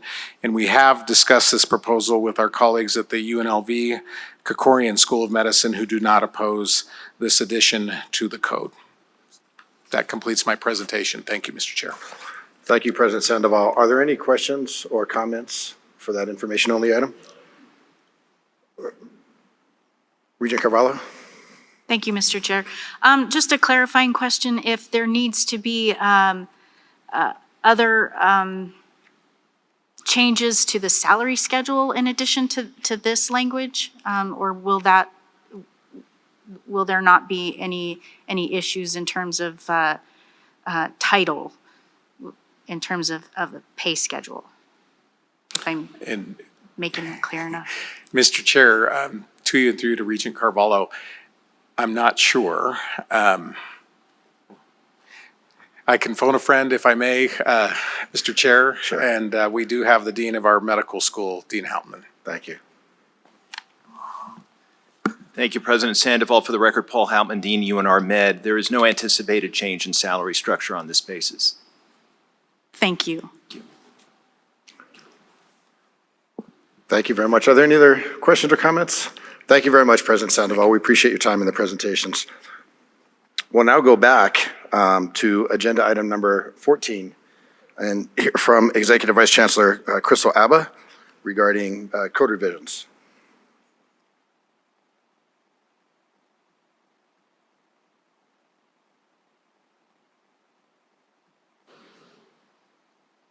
Good afternoon. For the record, Crystal Abba, Executive Vice Chancellor and Chief of Staff. So you have before you a briefing paper and policy proposal. So before I begin, having followed Jeremy and the comments of the presidents, board policy and amending board policy, that's how you govern. So as I look at this agenda, from my perspective, this is probably one of the most important items on the agenda, because this policy is about how we invest in our employees. And our employees are our human capital, and it's that human capital that drives our ability to do what we do, whether it's drafting an agenda, teaching a student, or doing whatever it is that we do. So this is a really, really important item. You also heard under public comment, when you talk about salaries, it's an emotional item. And everyone has an opinion on their salary, everyone has an opinion on everybody else's salary, but what we're not going to talk about today are actual salaries. We are going to talk about the process that this board tells system administration and the institutions of how we make sure that our salaries, as we hire new people, are competitive. And so this policy, actually, if you look at it, and now I'll tell you to turn to page 4 of the reference material. Most of the language that's here, that's in unbold, not bold italics, this is language that has been in the handbook for well over 30 years, maybe even 40 years. So as long as we have had salary schedules, this language has been here. And this language tells system administration Part of our role in the chancellor's office is to make sure that those salary schedules are competitive. Now, what I'm not going to do is to take you through the dreary history on salary schedules, because the reality of it is if you look over time, there have been many, many changes in the processes related to salary schedules. Some of them have been good and worked. Others have not worked so well, so we've made changes over time. You'll recall almost, I guess, a little over a year ago, this board actually said they wanted to revisit this policy. And so because it's a code change, it comes forward twice, once for information only and today for action. So this version was slightly revised from what you saw as information only in March. So what I'd like to do now is just walk you through it and answer any questions and then request your approval so we can move forward. And it's important, one quick comment before I actually walk through the policy. This process of doing the annual review of salary schedules is just about to start, because you'll notice some of the language in here talks about the annual review process, and that review process is starting right now. And it's particularly important in the context of an unprecedented 12% COLA, an unprecedented 11% COLA that may follow, and where we are with respect to our salary schedules, but a policy that says that our salary schedules must be market-based. So with that, let's start at the top. So if you look at the top of page 4, subsection A, so this is all new language. And this is there to remind everyone what these schedules are used for. Now, you'll notice if you go through all of these pages, you don't actually see the salary schedules, because the salary schedules are separately codified in the Procedures and Guidelines Manual. And what do the salary schedules look like? Well, depending on employee classification, they vary by institution type, they vary by position. What you did last week in terms of setting the salary for your chief of staff, that was all dictated by the salary schedule. And to use an example of, and I'll use the example of an administrative assistant. When we hire an administrative assistant and they come into the system, we look at the salary schedule. There's a minimum, Q1, median, Q2, and maximum. So Q1 and Q2 are quartile 1, which is at the 25th percentile. So your policy actually dictates how someone who comes into the system is to be placed on that salary schedule when they come in. So these salary schedules, as indicated in the new language in subsection A, indicates what these schedules are used for. These schedules are used for hiring purposes. So when you come in, we decide where are you going to be on that schedule. And as an aside, if someone comes in, and this often happens with extremely high caliber faculty, it doesn't make sense to hire them at Q1 and Q2 because they're going to get a higher salary somewhere else. So your presidents, the chancellor, has the authority to hire individuals anywhere along that band. Again, why these schedules are important is because it's creating consistency throughout the system, but it's making sure that everyone is aware of where individuals should be placed when they come into the system based on years of experience and the type of position. So again, the new language in subsection A simply says how these schedules are intended to be used. When you look at subsection B, so on Friday, you were referencing Huron. Subsection B has nothing to do with Huron because Huron was completely separate. But you've heard us talk about the Gallagher study in 2018, the CBIZ study in 2022. All of that falls under subsection B. So what are the changes that we're making in subsection B? So first of all, we eliminated all of the obsolete dates that are there. And those dates, by the way, went in place after the Gallagher study, which was 2018, because we did kind of a major revamp of the policy, because that was the first time we said, going forward, we're going to use compensation experts, because we don't have compensation experts in system administration. And so we said, we've got to have a schedule to make sure this occurs regularly and in a regimented manner going forward, and that's why we put these dates in. So those dates triggered the study, and the results of that study took effect on July 1 of 2022. So when you look at the new language in subsection B, it adds the generic July 1 because we take out all of the years, but most importantly here it says that the adjustments recommended by the independent compensation expert shall be presented to the board as an information item at its fourth quarter board meeting before the adjustments will take effect. And that's important, obviously, because that didn't happen during the last cycle. So that's what you asked for in June of last year. You said, we want to make sure that we have an opportunity to better understand what revisions took place, How were those decisions made, and do we agree with them? Because if you don't agree with them, you can say to the consultant, we don't agree, go back and redo it. There's going to be ramifications for that, but it gives this board the opportunity to question the expert and then ask the expert to make changes, and they can make a determination whether or not that's appropriate, and if they don't want to do it, they're going to explain why to you. And that's important because this is, if you look at the historical past of how the salary schedules were set, there was a period in time where we didn't use compensation experts and we used a committee made up of faculty members. And while we have many faculty members in this system who are extremely qualified to do many, many things, they weren't necessarily compensation experts. And so over time, things changed within the salary schedule that created challenges that we now face today. And that's why we have the compensation expert. So he's an expert on the outside. He doesn't have any skin in the game. He looks at the data, and he's looking at data from multiple sources.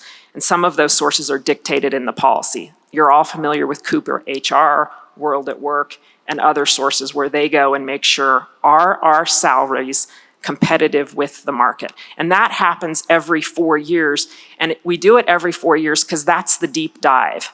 But subsection C provides that every year thereafter we'll do an annual adjustment. And that annual adjustment is more of an internal look at the schedules.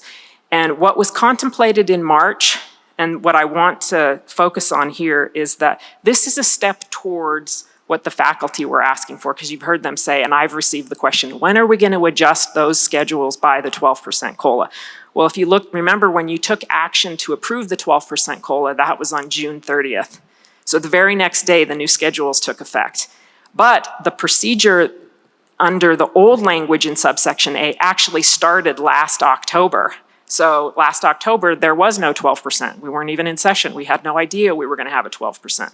Then we got the 12%, but it was contingent on action of this board. So the reason this language is so important right now is that going into this next cycle, the experts within our system, which I consider the HR directors, will come together and consider that COLA increase in the context of market-based data. And they will make a recommendation for what will be effective in FY25. So that would be on July 1 of 2024. So one of the reasons that it's so important that I urge you to adopt this language today is because without that, this language only says market-based. It doesn't have the reference to COLA in it. Now, there was a period in time when we automatically adjusted schedules for COLA, but once this policy was passed in 2018, this superseded that, which is why it's so important now. And then finally, in subsection D, which is on page 5, salary adjustments for individuals below the schedule minimum. So what this provides for is it puts into board policy the historical protocol of whenever those schedules are adjusted, if we have someone who's at the minimum and the schedule is adjusted and it goes up, well, now they're not on the salary schedule. They're basically below the salary schedule. So to avoid compression, we bring them up to the minimum. And that happens occasionally, especially when you have an individual who may have moved into a position recently and the timing of it, the schedules hadn't been reviewed recently, so they get reviewed. And that's the thing with the 4-year review is sometimes you're looking at 4 years worth of changes in schedules despite what may have happened during the annual adjustments. So you'll see there that when an institution, and including system admin, when they make adjustments to individuals above the salary schedule, they have to inform the chancellor's office and prepare an informal report for the board. You did receive that in FY23. So that's it on this. Again, this is a code change. So second hearing, and with that, I would be happy to answer any questions and then request your approval of this item. Thank you very much for presenting that to us. Regent Downs. Thank you, Chair Brooks. I appreciate it. I was digesting a little bit of this. Thank you for calling on me. So I guess a couple things I'm looking at with this. One is that it talks about when we come to the fourth quarter meeting, it'll be an information item only, and I have concerns about that. I think that it should be an action item. So we're informed of something, but we can say go back and make adjustments to it.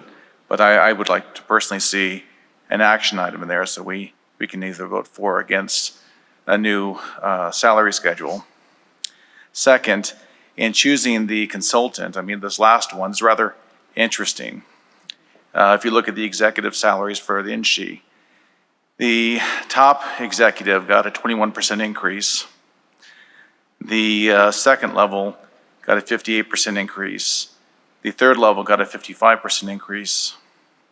You go down to executive provost, 26.73% increase. Vice president of advancement, a 50% increase. Vice president of diversity, for example, 26.27. And these numbers are rather interesting. But when you get down to the faculty numbers, the increases are either 0 or around 5%. So I guess I would want to have the expert that's chosen to determine these salaries. Maybe there's more buy-in by the system, by the faculty senate chairs or other groups to who's being chosen for this. Now, I'd like to see, when I talked about this coming to an agenda item, and I don't think this is in response to me, but I would like to see methodology behind how this was determined. How it's determined that some groups should be 20 to 50% increase, but the rank and file, you guys can stay where you are. You can just live with what you got. So that's a concern I have in how this was developed. So that's, I guess that's where I'd like to leave my comments for now.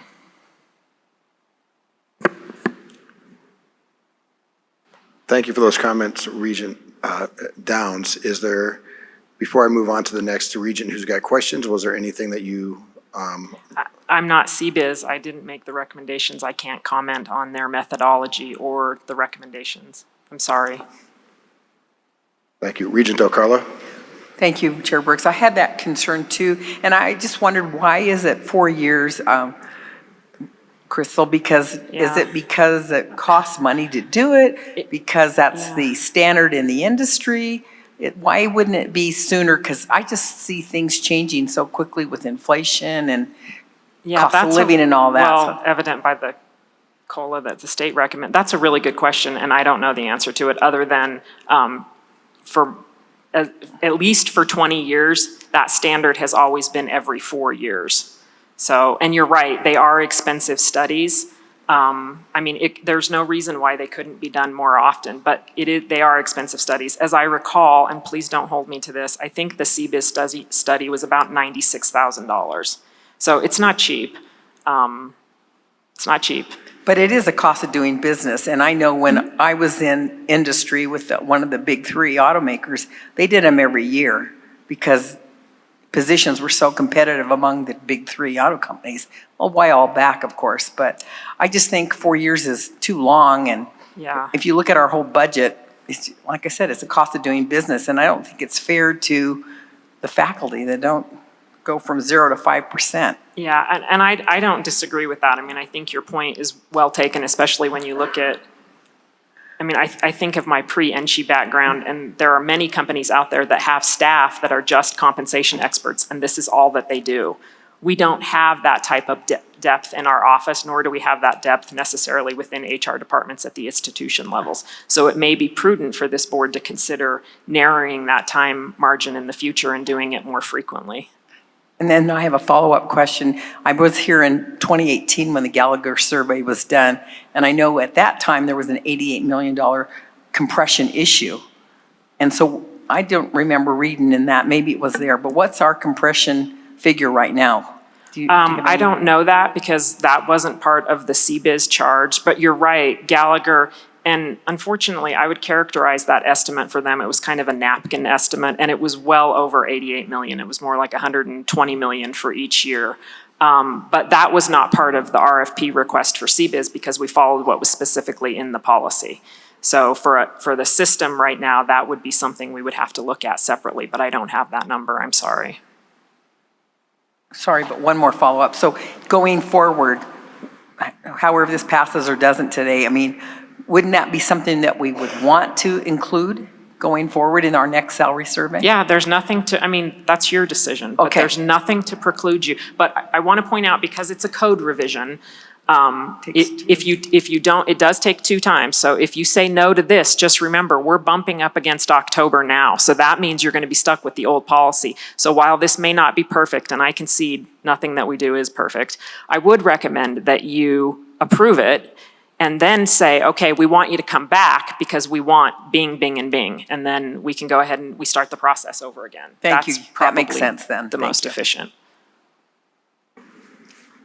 I'm sorry, I'm looking at. Regent Goodman? I can appreciate the process that you just lined out, and I will be sure to follow that. But I guess my question is, and I just really want to, I don't know if they can shut off the echo.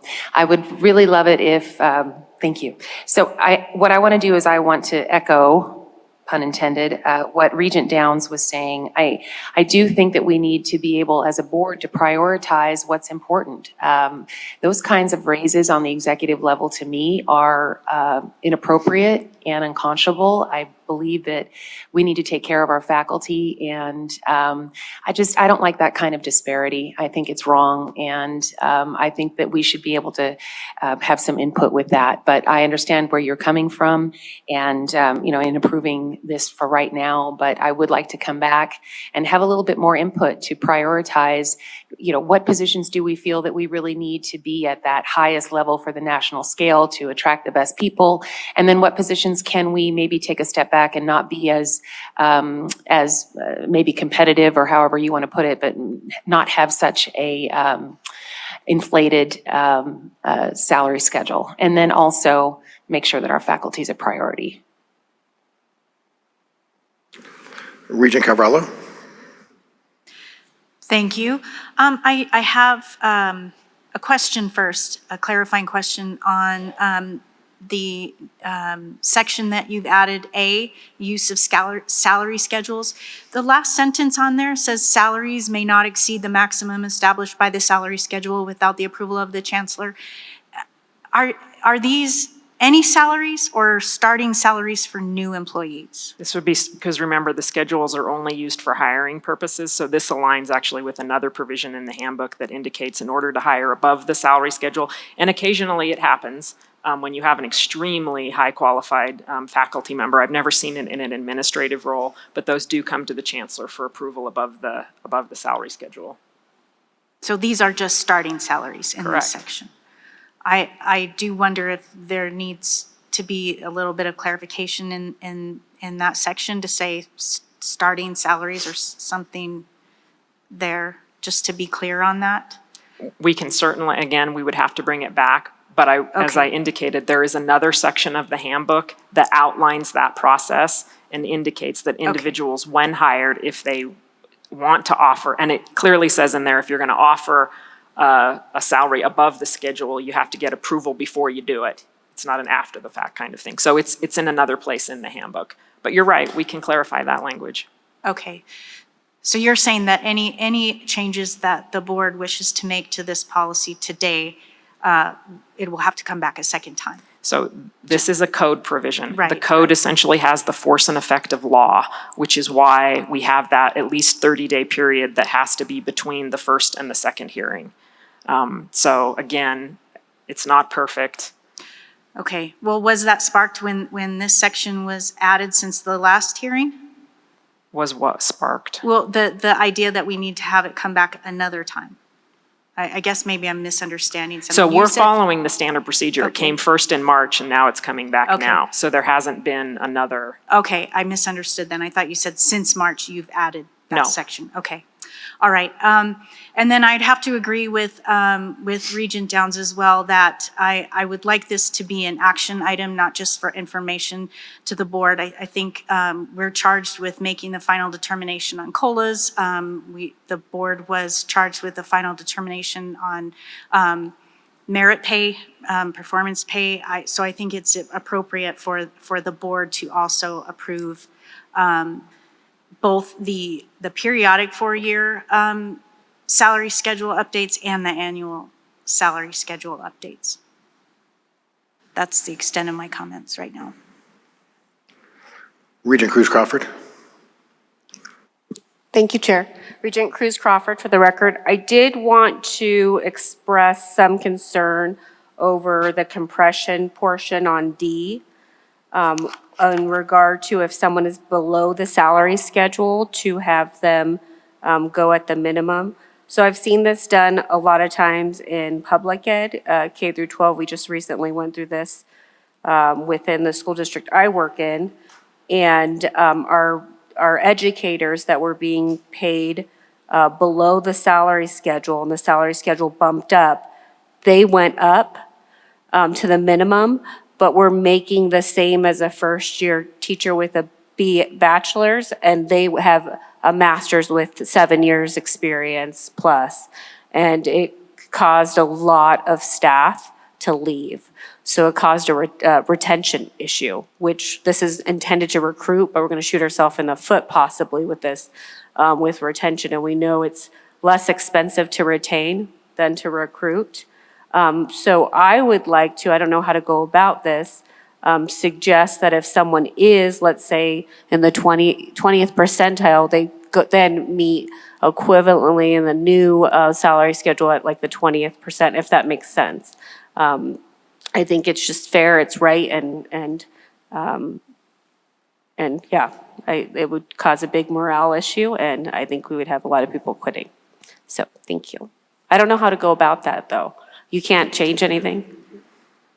Sorry, we're like, I'm Not really now, down. no. But again, I mean, if you take the motion and you approve today, then you can give direction to staff to bring it back, and we want Bing, Bing, and Bing. And Okay, we'll thank add you. them in. We'll bring You them only back. have to tell me 3 times, and I get some of okay. it. Thanks. Interim Chancellor Patty Charlton. Sure. Thank you, Chair Brooks, and for the record, Patty Charlton. Just for 2 points of clarification. So for Regent Carvalho, on your comment regarding the approval of the cost of living, this was the very first time in my history with the system that the board was asked to approve a cost of living adjustment because of the manner in which the legislature funded it, where it was up to 12%. However, we weren't given appropriate funding. And so this is new territory that we are in under the cost of living. So I just wanted to make sure that you were aware of that, and that would be the case for this biennium.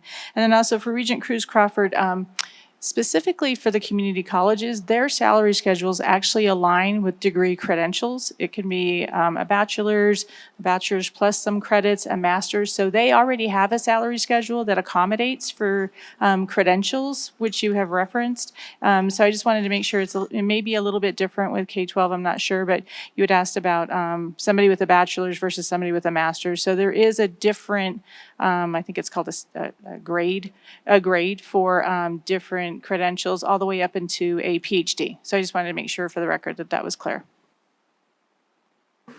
Regent Cruz Crawford. Well, through our chair, I did have, I think that's the case, but there are a lot of instances where that's not taking place. Regent Downs shared a scenario with me. I don't know if you feel comfortable sharing since you are in that space. Regent Downs, for the record, if I may speak. Of course, Regent Downs. So when 2013 happened, and the chancellor at the time convinced the faculty to vote to go off a step system that we had with the promise that we'd have merit increases that just didn't materialize for 8 to 10 years. And that salary schedule, by the way, is still what is in place today. But one of our faculty, when that new structure was designed, fell below the bottom and had to argue, really advocate for himself to get brought to the bottom. This is someone who was not a new faculty member. I believe this person had 6 years of experience and then was brought to the bottom of that placement as if this person was a brand new person, eventually leaving the teaching area. So that was a great loss to our school. And I would say placing people at the equivalent to where they were is probably the just way to do it. And so if they were 20th percentile or 40th percentile, moving them to the equivalent of the new salary structure is probably the fair way to go. Regent Downs, I also had you ask for additional comments. Was there anything else you wanted to add? Yes, please, thank you. So there are several, I really feel like this needs some work, and I don't feel comfortable supporting this today. I would like to see a lot of changes made that are reflected from what Regent Cruz Crawford wants, what Regent Carvalho would like to see changed, and myself as well, to come back in October. We seem to be meeting frequently enough that we can get this this passed in October, and with the changes made that would reflect, I don't want to say greater transparency, but greater consideration of people's individual situations. Mr. Chairman, if I may on that, I just want to clarify what that process would be. It would be 2 hearings, so it would have to come back one time for information, have at least a 30-day lapse, and then another time for, so today's the 9th of October. So we can do it, it's just, it's not going to happen by October 1. Is there some crisis if it doesn't happen by today? No, what it means is the old policy stands, which means the time that would have otherwise been dedicated to bringing everyone together to have the conversation on COLA won't occur because it's not in the policy. So that's kind of that middle ground right now, because right now what the policy says is you're going to contemplate this COLA to make adjustments going forward. Yes. That's why I'm urging you to approve it, so to make sure that those conversations start. There's nothing to preclude you from saying, okay, let's go ahead and change this and then bring them back later, because they don't go into effect until July of 2024. But I think given the unprecedented COLA, that you want to give your staff, you want to give the institutions plenty of time to have these conversations. And particularly from the standpoint of system admin, where we only have one HR person, when you delay because of what's already, a very shallow bench, those delays can have unintended consequences. I understand, but it'd be nice to get it right and not have to keep making changes and, recraft here and there. Time frame, we're going to be back in September at the end of this month. So we could present it then again, couldn't we? And then do we have... So, Regent Downs, we certainly could have an item come back at the special meeting on September 28th. Okay. The question I would have for the interim chancellor is, based on timeline of the conversations that have to take place regarding specifically some of the faculty funding and COLA, what is your perspective on what this would look like? Because I understand really what we're trying to do is something where we make an approval today. This is the way that I'm understanding it. We approve it today, and we ask for some changes that would take place so that there are, to allow other conversations regarding funding to happen pretty quickly.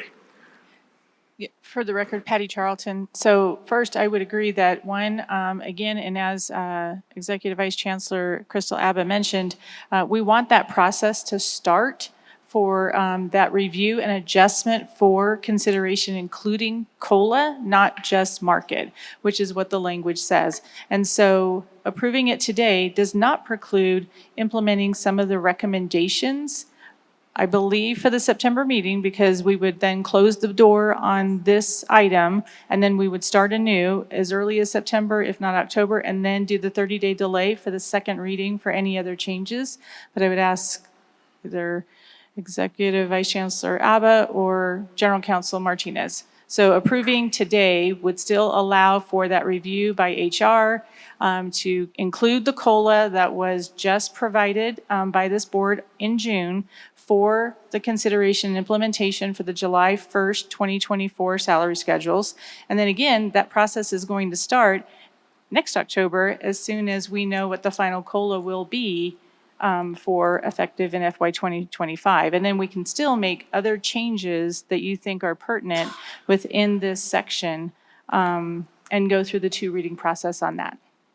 For the record, so it would basically be by November 1. So if we bring you back a new draft for information only on the 28th, the 30 days elapse, which take you basically to the end of October. So it's feasible that a special meeting in November, you could have it for action. But that means that we wouldn't have lost those 2 months for the rest of September and October to begin those discussions. So I think that responds to your question, Mr. Chairman. With these anticipated changes, though, no discussion can occur whatsoever regarding the anticipated? No, you 11%? misunderstood me. So on September 28th, Yes. so 20 days from today, you would Yeah. have an information-only item with the revisions you are asking for today. Mm-hmm. Then you have to wait at least 30 days, so I'm assuming the month of October. So we would bring it back in early November for action. But if you approve this today, those discussions can begin. But remember, the way it's written, they don't have to be effect until '24, so it allows you to then bring back those recommendations based on COLA and market after November 1, and still be in line for July 1 of 2024. But I'm So- asking, with it not being approved until November 1st, can no discussions occur regarding what people anticipate to be the new policy going in place? I think what you're asking is, if we don't approve the policy, can you go ahead and start the conversations? Yeah, we're not doing action. I mean, you can it's a ask us to do conversation. that, but it's not in the policy. I think it has more, I mean, if you want us to bring back the policy, we can bring back the policy and we can start those discussions. I mean, they're already happening to a certain extent now because people were anticipating this change. Yes. The key is that you're giving us the direction saying that as you contemplate what changes you want effective for July 1 of 2024, that you contemplate COLA and you contemplate market-based data. So perhaps the motion is something to the extent, well, and Jimmy, this is where I get out of my lane here, because this is agendized to approve this, so I don't know how far off can they not approve it and give direction to basically do it. Jimmy, I don't know. Jimmy Martinez for the record. So I think there's a couple different ways. The board can of course approve it and then with direction to start having those conversations to bring it back, because that wouldn't be part of the actual action of the board. It would just be general direction. But any changes to it, like you alluded to, any substantive changes would have to go through the entire 2-reading process again. Regent Del Carlo? I'm wondering why we couldn't post, since we know it's not perfect, and we have 3 regions that brought some stuff up, why couldn't we, is the word postpone till the 28th of September, in that 20 days, get the language the way it. Oh, consider this the information only? Could we do it that way, Well, Jimmy? can we do it that way? Because if you did it Actually, in that's March. a really good question. Do you see where she's going? Yeah, Jimmy Martinez for the record. It'd be cleaner. I don't think that would suffice for a first reading because it needs to be posted for the public. The public have to be able to see the amendment and know whether or not they want to show up today to speak on the amendment. Does that make sense? So that's kind of the purpose of the posting, is to give public enough advance notice so that they would know whether or not they want to show up today to speak on the item. So by saying we're just going to bring it up today and we're going to count this as the first reading, it kind of deprives the public of that original notice.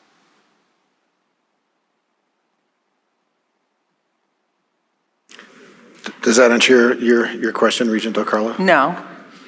Is the AG here? I mean, are they still helping our meetings? Because I don't, if it's not perfect, we're going to do a lot more work bringing it back. I don't disagree at all. And I think the intent is very, very clear. You want us to make sure at this point that we are having those COLA conversations, and those COLA conversations are already occurring. So I agree with you. I think we can revise this and bring it back in September as information only, and then have something in March. So in that case, no board approval for today. Not No, March. no, we have March. another Did meeting. I say March? No, You we said- have a meeting on the 28th, and That's we what- already have one October 20th. So if you bring it back the 28th. Right, it has to be 30 days. Is that 30 days? It is? Then we're fine. You're right, we're fine. Thank you. That would be my suggestion. Motion for that? Why don't you, perhaps make a motion, because we can certainly have discussion inside the motion, but there could be a motion to certainly table. Then I would make a motion to postpone this item until the September 28th meeting and bring the consideration of the 3 regents' ideas into this. I don't know how to say that better. I'll second that. I'm sorry, Chair, can I ask a Thank you. clarifying question? Yes. September 28th through October 20th is not 30 days. So it'd be, That's I believe, 22 days. or 23 days, but So it's not 30. the first time this would come back, interim chancellor, would be the 28th. And then we would bring it back again, and it would have to be the end of October for that. Yeah, as long as it's 30 days, whatever the 30-day count would be. So if it's November 1, or I know it won't be October 30, whatever that 30-day notice is, I think, to make sure we're clear. Okay, and it seemed like, I know that and Regent O'Connor will clarify the motion, just to make sure that everybody understands the motion. I know that Regent Perkins seconded the motion, but I also want to go down into Las Vegas because it seemed like the AG wanted to make comment. Rosalie Bordeleau, for the record. I don't think I have anything to add at this point. I was ready to answer questions if they were necessary, but right now we're looking at interpretation, I think, of your bylaws and code with respect to that. In terms of what motions could be made under the agenda item here today, you could make the approval or choose not to make the approval and delay the item. In terms of asking for something to come back in later in September, that doesn't require action. So you don't really need it under an agenda item because you're simply asking for new agenda items. And so at least as far as the OML is concerned, that doesn't require action. It just requires direction to staff what you would like on that future agenda. Thank you for that clarification. So essentially,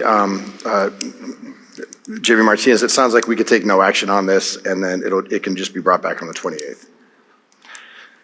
Regent DiCarlo, it would be up to you if you want to restate the motion, and we can take, it was something that was seconded by Regent Perkins, and then essentially it would be a vote that we were not going to pass this, or we simply just take no action on this, and it will come back on the 28th. Well, there's not 30 days, so I guess I'd go back to what Executive Vice President or Chancellor Abba says. Might as well pass it today and then make the changes, because no matter what we do, we're going to end up having 2 more meetings to fix it. So. But you cannot approve it today, and instead of coming back, you recommended September 28th and October whatever date. So it would be more like September 28th and early November. So if there's a special meeting in early November, you'll hit the 30 days. So either way, I don't think you need a motion for that because we can just move forward in that manner. So perhaps pull your motion. Pull back your motion. I will withdraw my motion. Withdraw your motion. I'll withdraw my Pull second. back. Thank you. So with that, the board will not take any action on this agenda item. And I don't know that we have any other comments. Or Regent Boylan? Yes, thank you, Mr. Chair.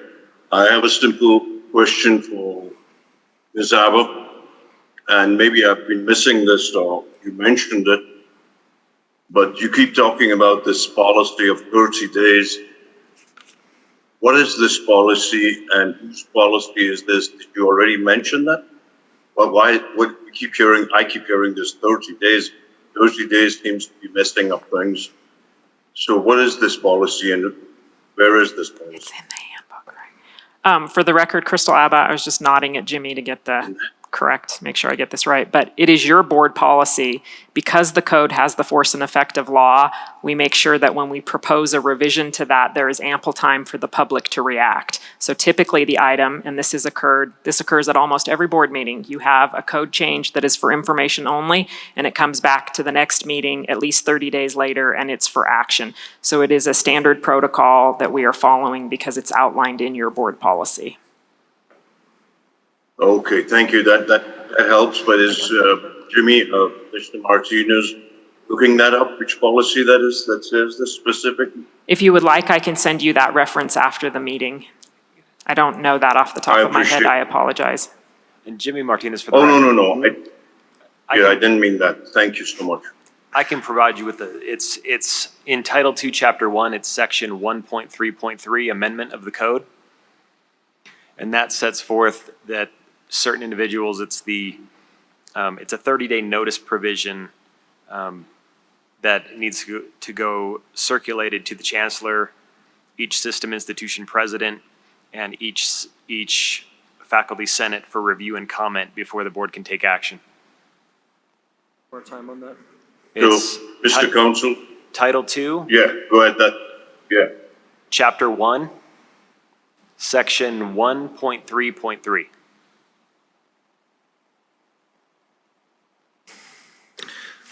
Thank you, Councilor Martinez. And thank you, sir. Appreciate it. Regent Goodman, was there a comment that you had regarding this item?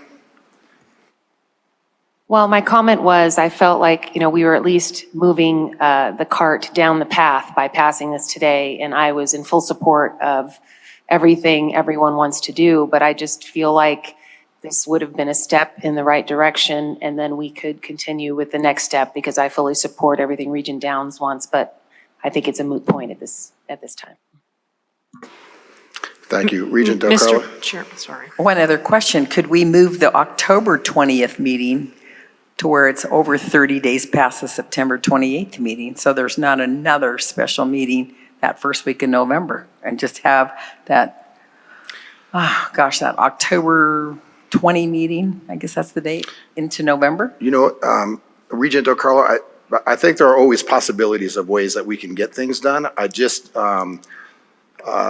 trying to formulate that quickly right now in terms of taking a look at what special meetings we could have. I think we would probably be best served by bringing this back, if that's the will of the board, on the 28th, and then moving forward after that and determining what we have to do based on other items that may come up before us. Thank you. Are there any other comments, suggestions, concerns before we move to the next agenda item? Interim Chancellor Charlton? Not at this time. Thank you. Regent Breger? Thank you so much. I guess I feel like we might be making more out of this than we need to. So what we're doing is making no motion at all, holding it. My concern would be is that the timeline doesn't become what it should be and we miss our opportunity. So I don't understand why, I do understand, but why we're not passing it today to do the revisions we want to do anyway. I hope I didn't, I listened to the whole thing, but we went back and forth in regards to what we were told. You're exactly right, Regent Breger. If the board passed this item today, we would still have the opportunity to bring it back September 28th and ask for revisions to be made, and then there would be a 30-day time period. It would come back again before us. It's relatively the same thing in terms of time frame. So your point is well taken, and I understand that. Having said that, Regent Breger, if there's, it seems like we're still in discussion about this agenda item, and while there was a motion made, then it was withdrawn, then there was the conversation of just not taking any action. It sounds like there may be some regents who would prefer to take action on this today and see if it can move forward, and so. I'll leave that up to you, Regent Breger. So I guess I just would like to see, I'm not married to it, but I would make a motion to accept moving forward on item number 14. And then doing any revisions after the postings and whatever we need to do to make it legally correct. So I think that. Approving 14. All right, thank you, Regent Breger. So then the motion would simply be to accept the code revisions. Correct. Thank you, Regent Breger. Is there I'm sorry? Regent McMichael just made a second to that motion. So now we have a motion on the floor. Excuse me, point of order. We have a motion on the floor made by Regent Breger to accept the code revision, seconded by Regent McMichael. And we will now move into discussion. Regent Perkins? I thought you'd already pulled it, Mr. Chair. Thank you, Regent Perkins. What I said was that the board would take no action, but I didn't actually use the terminology where as the chair, I was polling the item. It was simply no action, which is something that the board can do if that's the will of the board. We can certainly not take action on an item. I guess I was a little bit confused because you said no action and now we're taking action. It seems as though this is a very lengthy conversation as Regents are trying to figure out the best positioning for this item.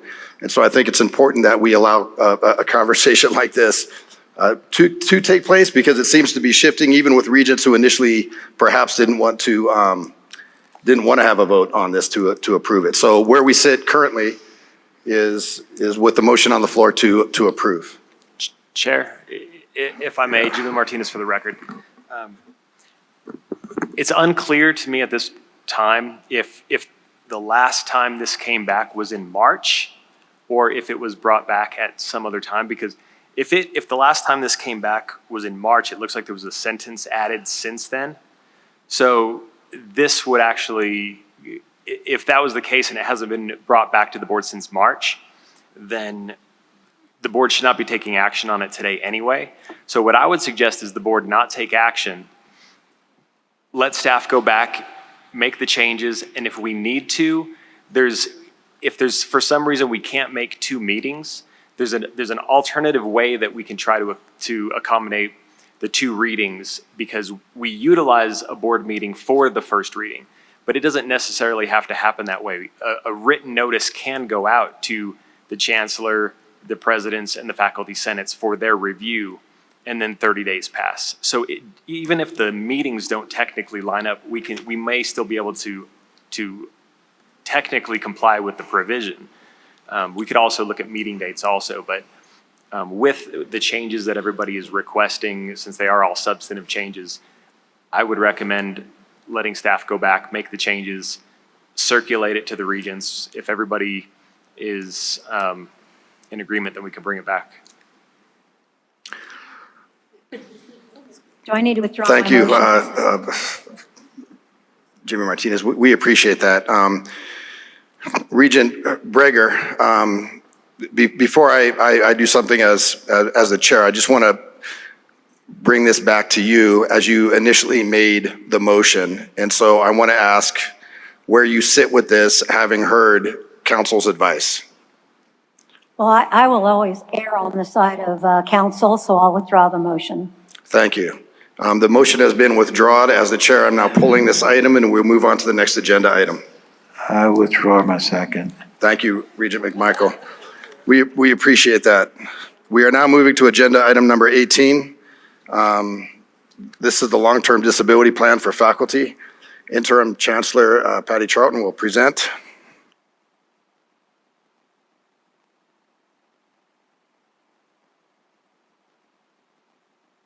Okay, thank you so much. For the record, Patty Charlton, Interim Chancellor.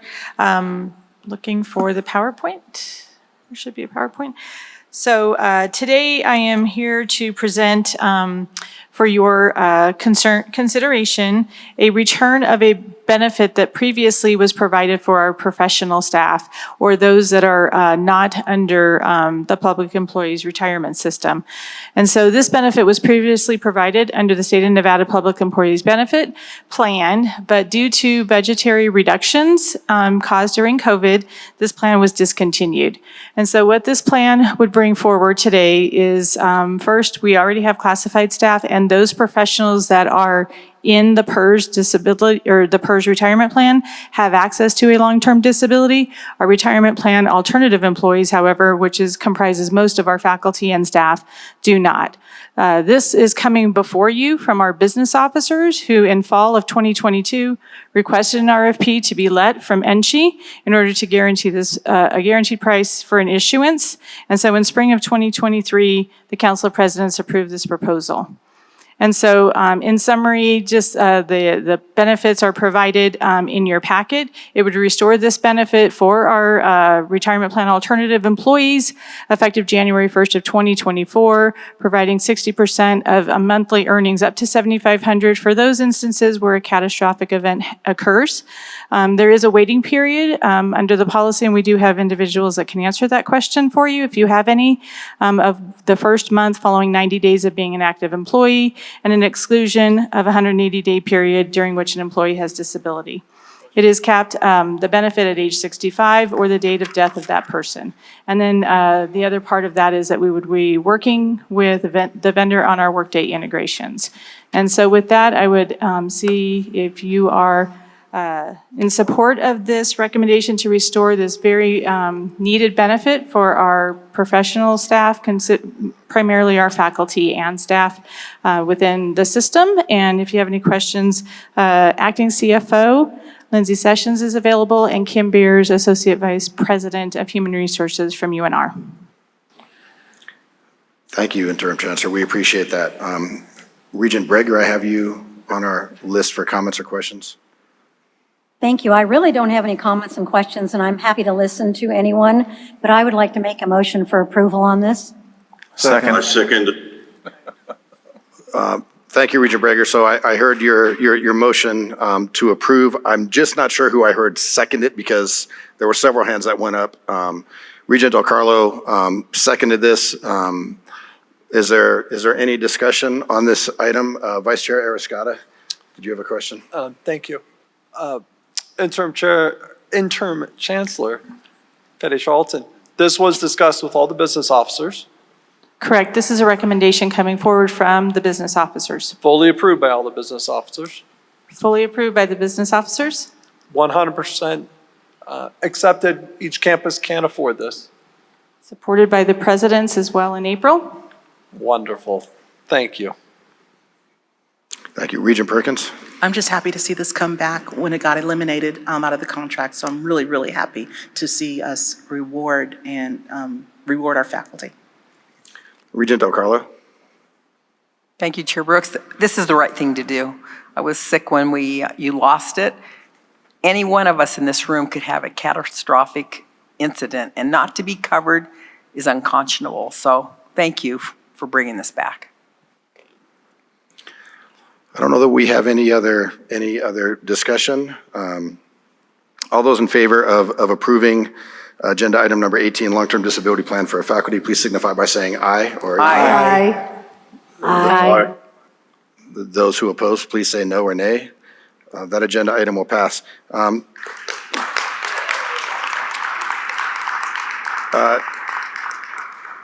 Shoot. We're going to skip ahead. Okay, yeah, perfect. So I wasn't sure where you went, Interim Chancellor, and I didn't know if there were some other things that you need to take care of, but if we could, while you're there, if we could please get to, go to agenda item number 20 and have you present on the removal of gender restriction from scholarship. Okay, and I'm going to introduce this item due that it impacts several institutions throughout the state. This is the removal. I'm requesting approval for the removal of a gender restriction from a scholarship. This is a scholarship that was established from a gift in 1989. My understanding is when the board established this, it did not include the limitation of gender, however, was later implemented. This is also to resolve and to address concerns expressed by the Department of Education's Office of Civil Rights regarding the need to remove this in order to disperse funds. We do have representatives from Western Nevada and I think the Northern Institutions Council, should you have any questions regarding this removal. And we do want to ensure that we're in compliance with OCR. Thank you. Are there any? We're just seeing if the council is here. Okay, thank you. Just in case. Are there any questions or comments regarding this agenda item by? Motion to approve. Regent McMichael made a motion to approve, as seconded by Vice Chair Arascata. Is there, so for discussion, Regent Goodman?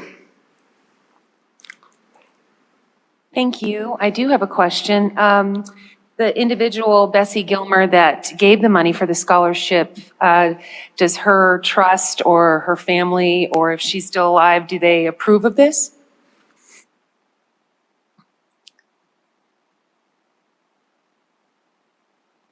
Mike. Good afternoon. Mr. Chair, Regents, I am Kaya Beverly Graham. I'm your General Counsel for WNC, DRI, and TMCC. To answer the question, the The testamentary gift that effectuated the scholarship in the first place did not contain any gender restriction. So it does not appear that that was actually the intent of the person who gave the gift. Beyond that, we don't really have any insight into whether that individual's family or other representatives or heirs has any opinion on this. So I'm not sure if that answered your question, but that's the extent of our information. Sorry about that. Regent Goodman? He was asking if that answered the question. Yes, thank you. That's fine. If it wasn't there in the beginning, I'm just wondering how it got there, but it doesn't matter. Thank you. Thank you for your. Thank you. Thank you. Regent Downs, you have a disclosure? Well, I was going to ask General Counsel Martinez, do I need to read my statement on this one since it involves WNC?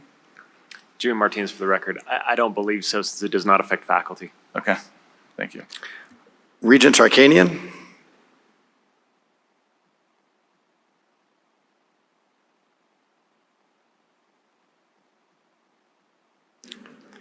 Regent Tarkanian, if you can hear me, I just want to let you know that you're muted. We cannot hear you.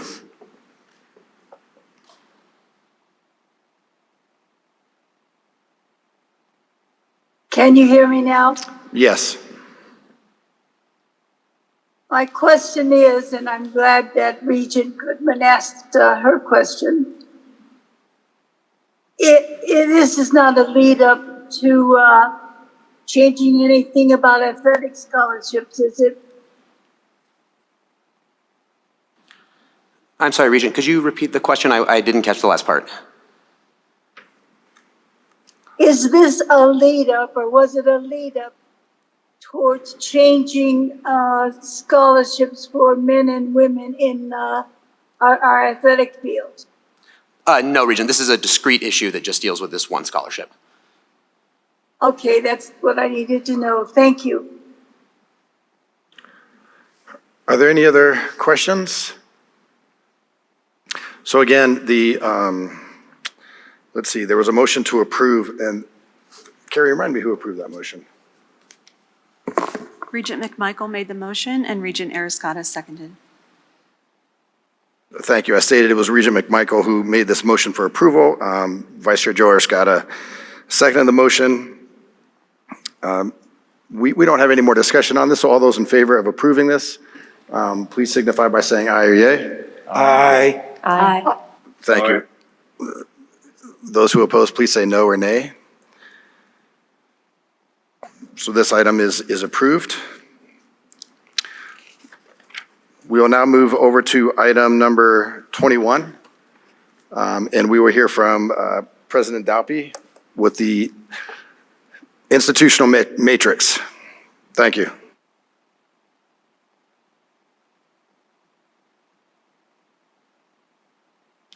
Good afternoon. Kyle Daupe, President of Western Nevada College. The excitement in the air, I understand it. If you make it to the end of my presentation, I can promise you a cookie right here. Last meeting, I said I ran out of cookies, so I brought some Western Nevada cookies. So I'm going to go through the 15 slides for the metrics presentation. There's 10 required slides, 5 optional. I do have videos embedded that bring the voices of our students. If they don't play, I'll just continue on. I won't, I have full faith in SCS, but if it doesn't work for some reason, we will continue on to keep it moving along. So with that, our fall enrollment continues to climb up little by little. There is a spike in 19, as you can see. That was one of the bigger semesters we had. And then it came down a little bit in the pandemic, although we were one of those schools who did not go down as much in the pandemic as other schools. We were down 3% in the fall of 2020, and it's slowly creeping back up. We are looking at hitting a goal in 2023, this current semester, of 3,850 students, and I'm looking at projecting out to 2025 to get us to 4,000 students per our strategic plan. And we're going to play this like Zoom. If you guys have questions, just yell at it because I probably don't see us. So moving on to the next slide, the fall enrollment race and ethnic categories. We are currently, 38% of our student body is currently students of color, and 41% of our full-time equivalent. We have, this number has increased 22%. You can see the breakdown on the graphs. We are HSI, Hispanic Serving Institution. We're at 26% enrollment Latino. And I know this has come up a couple times in this meeting. Our Native American fee waivers in 2022 was 13. That has jumped to 29 in 2023, and it continues to go up. So it is being utilized. I do appreciate the discussion on keeping the waivers going and also looking at how to fund those. But we have implemented it. We have put mechanisms in, and we're seeing enrollment increase because of that. Okay, our graduation rates. So the 6-year graduation rates, 150% as required by IPEDS. 2022, we were at 34%. We are going up. There's a little bit of a downtick there, pandemic related. We won't have the official numbers for 2023 yet, but those are continuing to go up. We're actually projecting to be up about 37% for the next time you see this next year, which will be at WNC in the fall when we host the meeting. Several success programs that have been in place that have helped students get to the finish line. We have our first year experience. Those are for incoming freshmen, similar to Nevada Fit and some of the other programs. The WNC experience, we have advising ratio that is close to the board goal of 350 to 1. We're about 370 to 1. We have partners that help students move through our 2-year programs into 4-year programs. The biggest of those are with Nevada State College, where we march some 4-year graduates in education across our stage, and then we pipeline a significant number of students into the University of Nevada, Reno out of our 2+2 programs and our dual enrollment programs. So with that, I wanted to share a success story, which if I push this, hopefully it goes. This is a video clip, and we'll watch this real quick and come back to the presentation. No, we won't do that. No video? Sorry. Latino Leadership Academy is a group of Latinos, and it's like a community, I would call it, and it helps us have an opportunity to help each other to grow as individuals within the school. We organize events for people to become aware of that we are Latinos and that there are Latinos out here.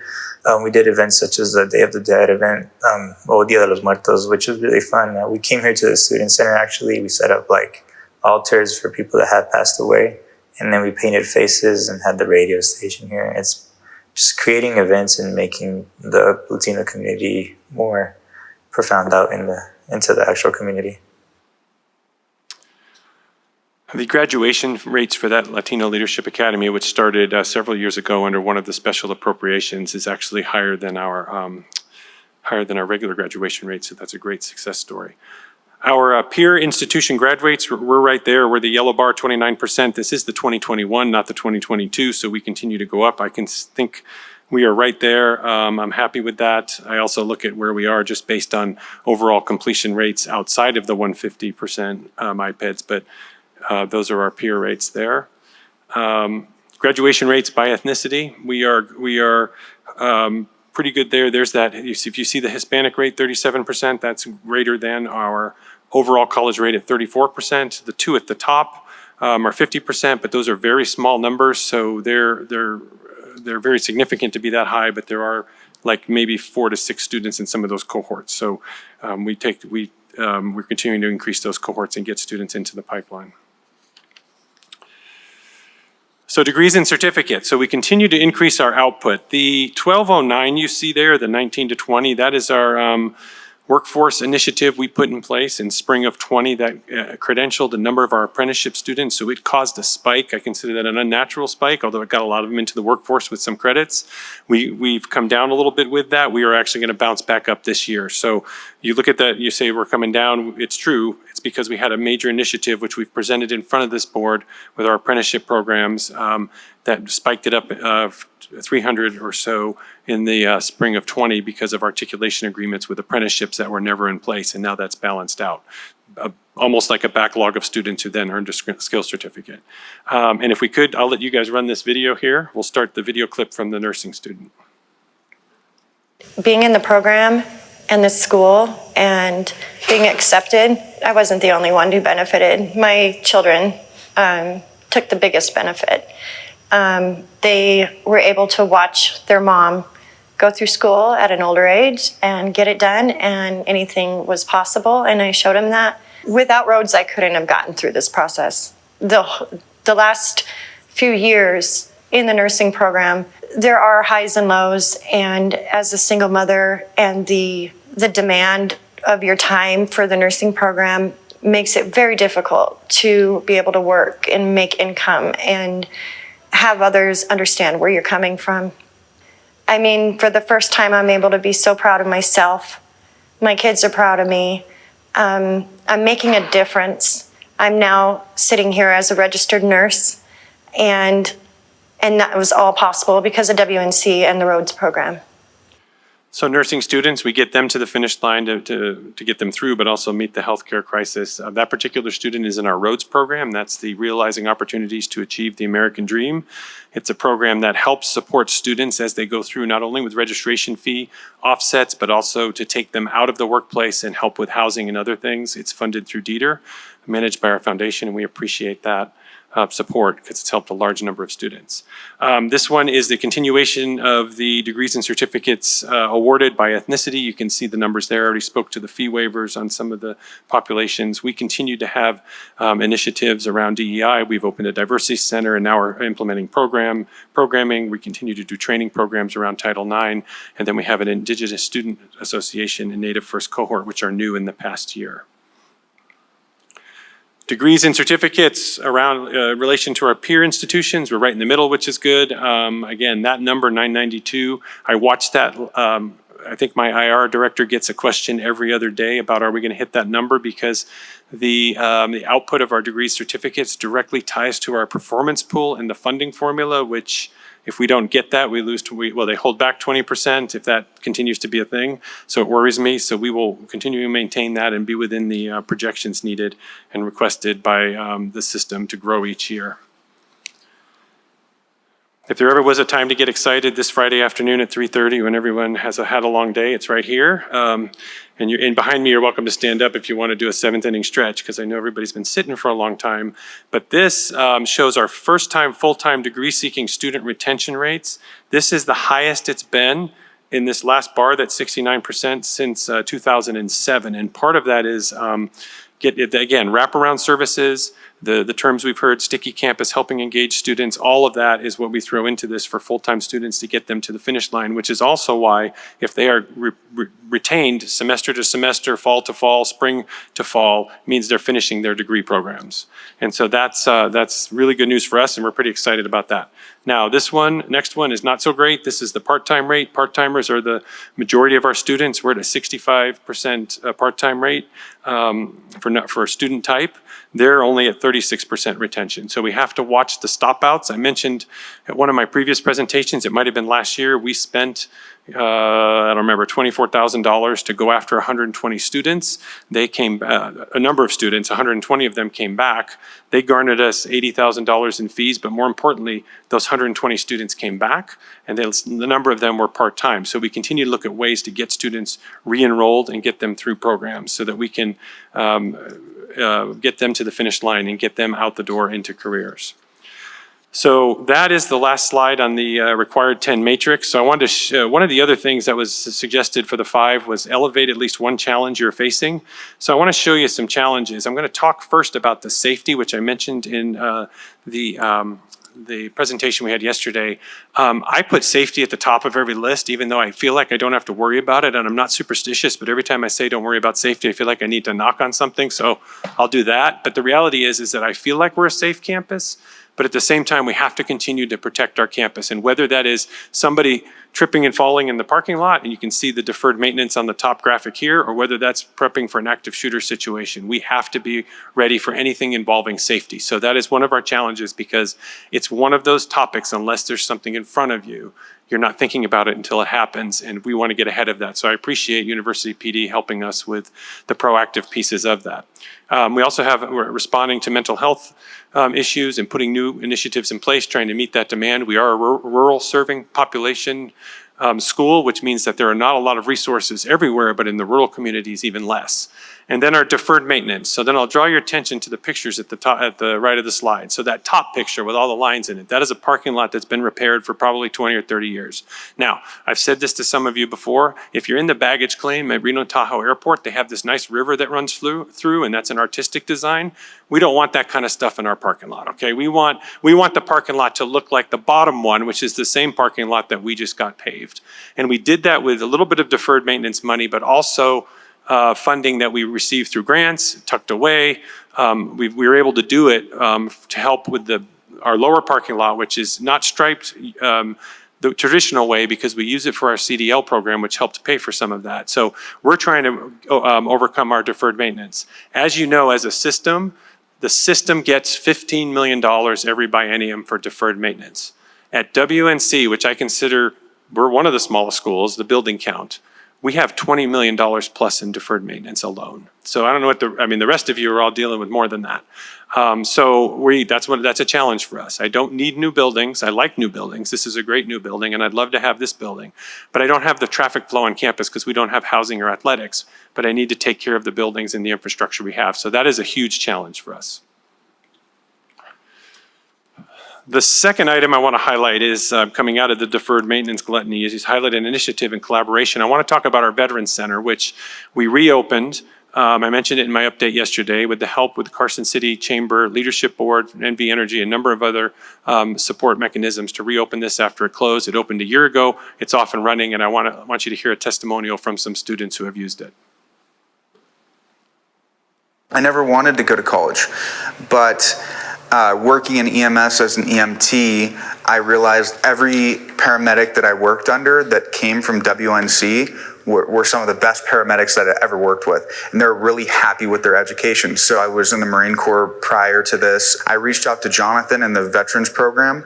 And he was just amazing, enthusiastic, really fun if you're studying something that you love with good instructors and good people to help make the education the best that it can be. And that's what WNC has to offer here. The Roads program, that's an amazing resource here. That's helped me a lot make it through this program and take the financial burden off a little bit. One of the most amazing parts about WNC, how everybody from the different departments work together and they coordinate so well. They care so much, and it's incredible how they're willing to, go above and beyond to make sure you get everything that you need to be successful. So another Rhodes student, a veteran, we are hiring more veterans on our staff. We're helping more veteran students, and so that's one of our bright spots. The next one is our Jumpstart program, which we started the Jumpstart program back in 2017 before I was there as the statewide model for dual enrollment. We currently have 32% of our headcount is in this bucket, and when Mr. Aguero presented the economic impact, the cliff, all of that, it worries me because we have to diversify our student enrollment portfolio to stay ahead of everything. But we are doing very well in this area. We are prepping students. A lot of them take 2 years of classwork in the high school. They never come to our campus unless they do it while they're in high school. Then they leapfrog to one of the 4-year schools in our state or out of state. It's a heavy lift for us at a rural school. I have 6 districts, 3 charter high schools that we work with over 12,000 square miles.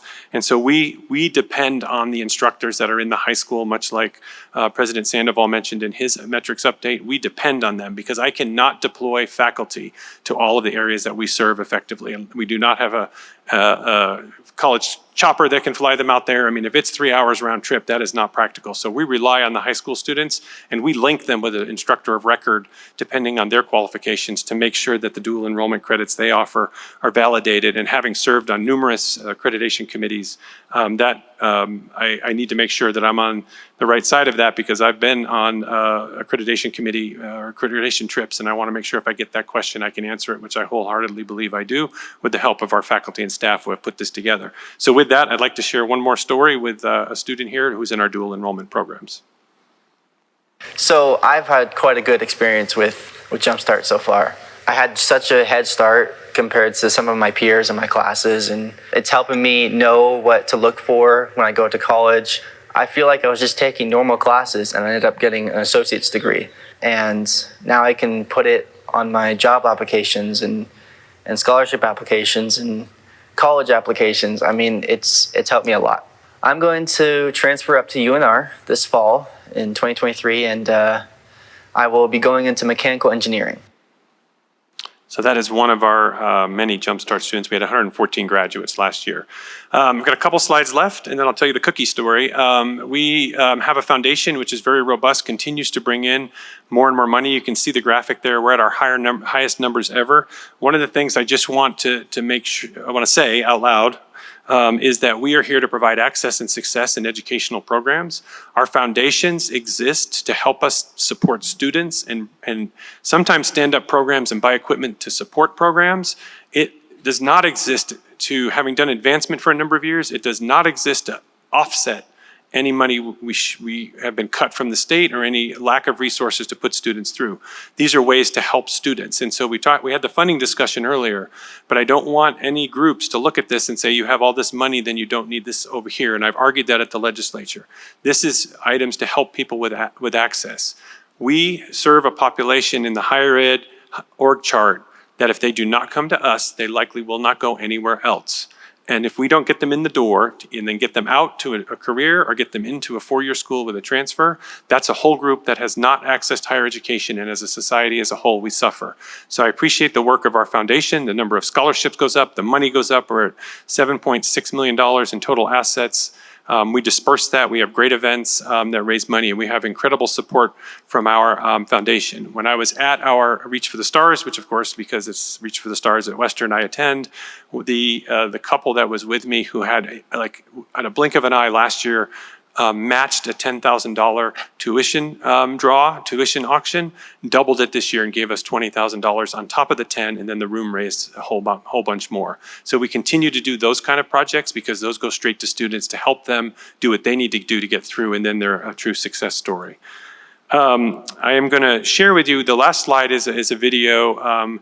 Last year I brought a bunch of, everybody's using video, so I'm glad to see the video. This is actually a TV commercial video. It's 30 seconds. It's aired already, but I wanted to give you a broad overview of what we do through this visual, and I'll advance that and let them cue it up for us.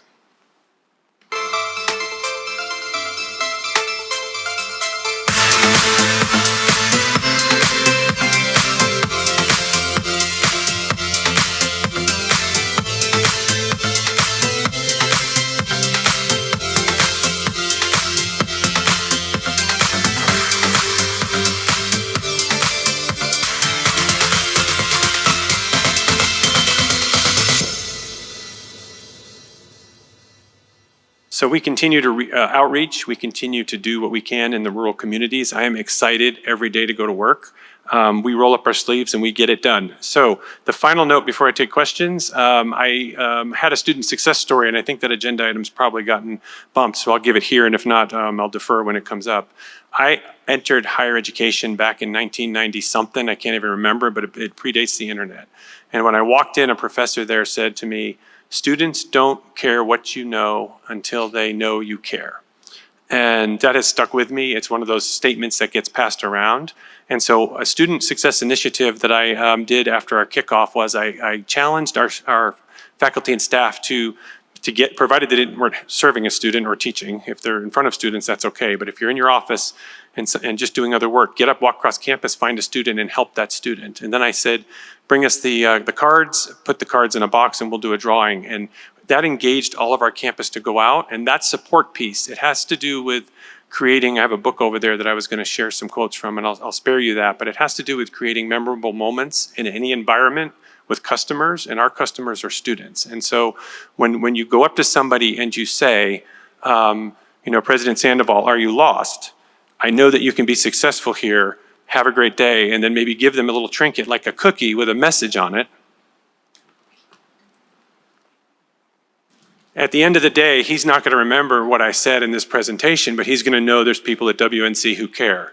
And so we really care about what we do. And so with that, everybody on this side is going to get a cookie. Anybody in the back has to fight for the few that are left. But I will end my metrics there. But we are here to serve our population, and I'm here for any questions for you. Thank you. Thank you, President Thapre. We appreciate that presentation. I certainly appreciate that you were able to showcase some of the successes that you have on the campus and then add something extra to it. So thank you very much. Are there any questions or comments? It seems to me like you hit it out of the park so far that you left all of us speechless. Thank you. Very good, yes. Thank you very much for your time. We appreciate it. We appreciate the presentation. We'll now move on to agenda item number 17, which does have to do with institutions' successes, whether it be student success or other successes. President Zaragoza, are you? Is it okay are you ready if I call on you? We're now good to go. Yeah, if I could, Chair Brooks, Regents, today's initiative is called SEED. That's what we're highlighting, and it's it's referencing how we engage technology in the student recruitment and in the student retention area. And we have a quick video for you on that. Good, please.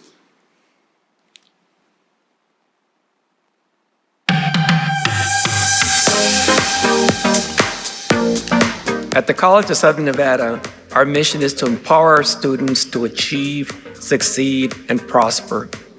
With students from 50 states, 60 countries, and across 150 degrees and certificates in high-demand fields, CSN believes in planting the seeds for our students to reach the very peak of success in their education and career goals.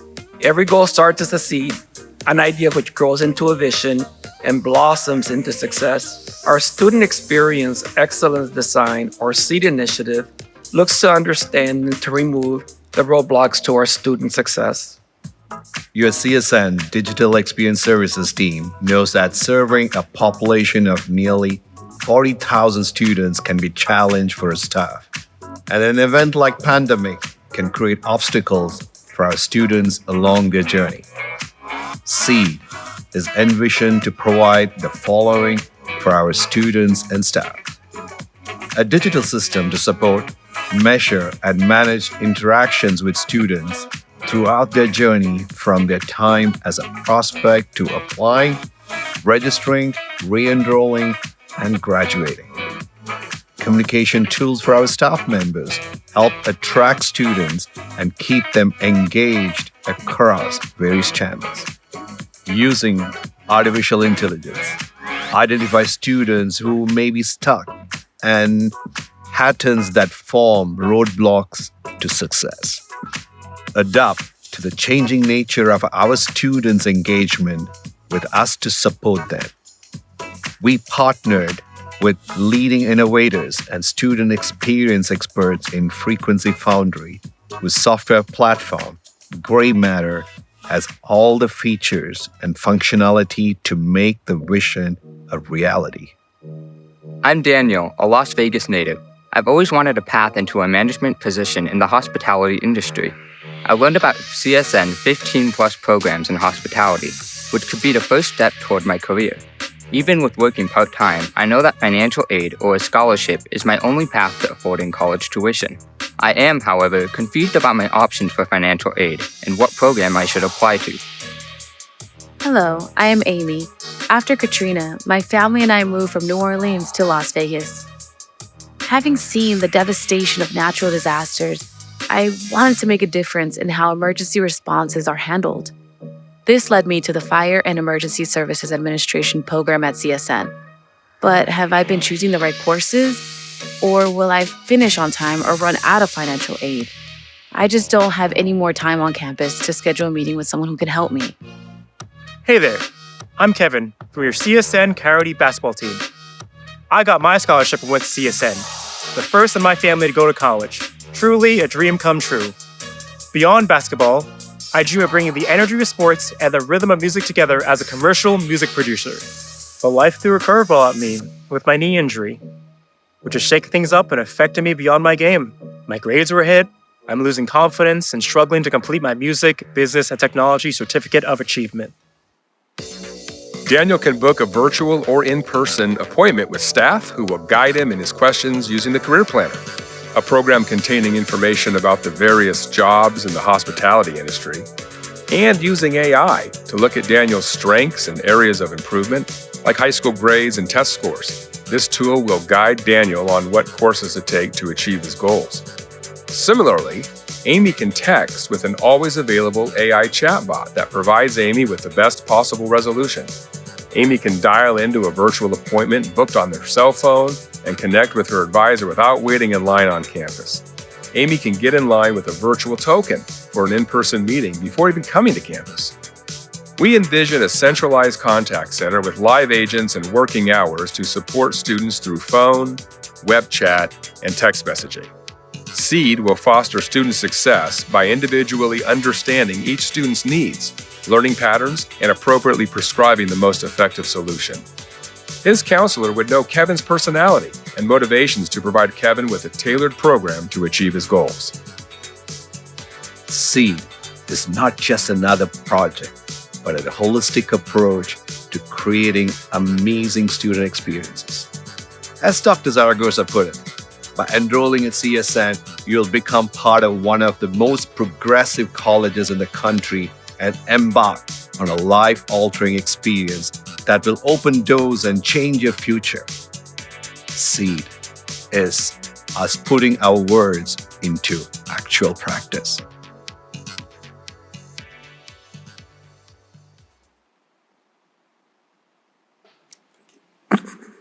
That constitutes my report. Thank you very much. That was fantastic. That was great.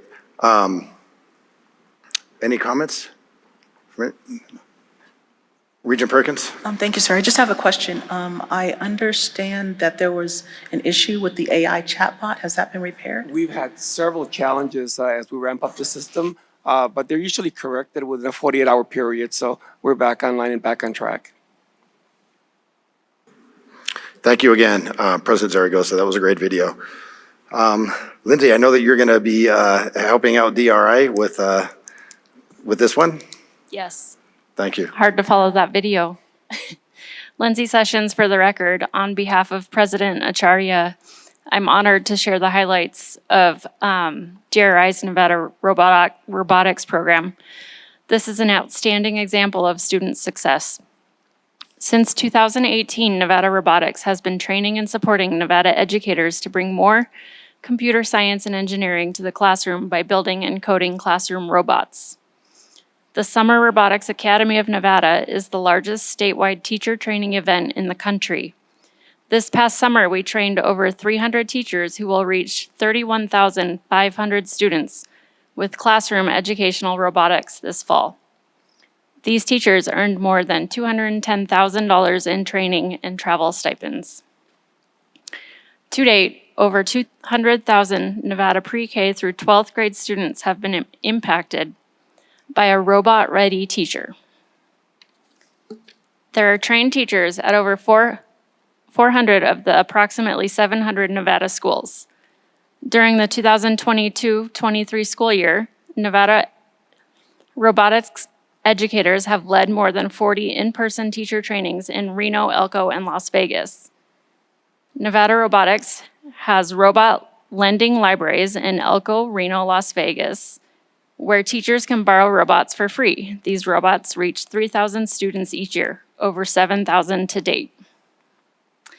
Nevada Robotics provides 37 classroom sets of robots for 96% of all elementary schools in White Pine, Humboldt, Elko, Lander, and Eureka counties, and train teachers at each school. This concludes my remarks. Thank you very much. That was great to hear. President Helens? Thank you, Chair. This morning I talked about some specifics, so I won't repeat that, but I did want to talk about something that had a little bit of a different take, and perhaps not so specific, and that is that student success can't be looked at as a separate aspect of higher education, but rather it can only be understood looking at the whole of our enterprise. So it's actually the oxygen we should all breathe, student success. I also call it creating the well-lit path, and if we approach everything we do with this in mind, we create the possibility for student success, but it's a stool that has multiple legs, and each leg has to be the same length. The first leg is board governance, which requires your active participation in understanding the overall best direction for higher education in Nevada based on data and listening and interacting with institutional partners like we did a little bit ago. This is the foundation of the well-lit path. The second leg are the institution leaders, and I mean that leaders at all levels, understanding the mission and communities we serve and working together, because that's the basic structure built upon that foundation. The third leg is faculty, hiring and retaining faculty and staff who have the expertise to populate the well-lit path and make it functional. And of course, the fourth leg would be stakeholders in the communities we serve to support the efforts through partnerships. We face challenges here as we do in other systems. I'm a believer in honest appraisal and together looking at what we need to do to create the well-lit path and to maintain it, always recognizing there's a need for change, but also remembering that one size doesn't fit all. So amidst change and challenge, there's something that doesn't change. And that's the basic belief we're here for students, and we'll do everything possible to create the well-lit path for them.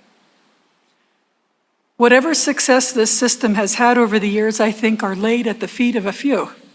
I would like to thank Crystal Abba for her leadership and assisting me to know and appreciate the system's rich history, and also always giving me accurate data with which to utilize in building that well-lit path in rural Nevada. Thank you.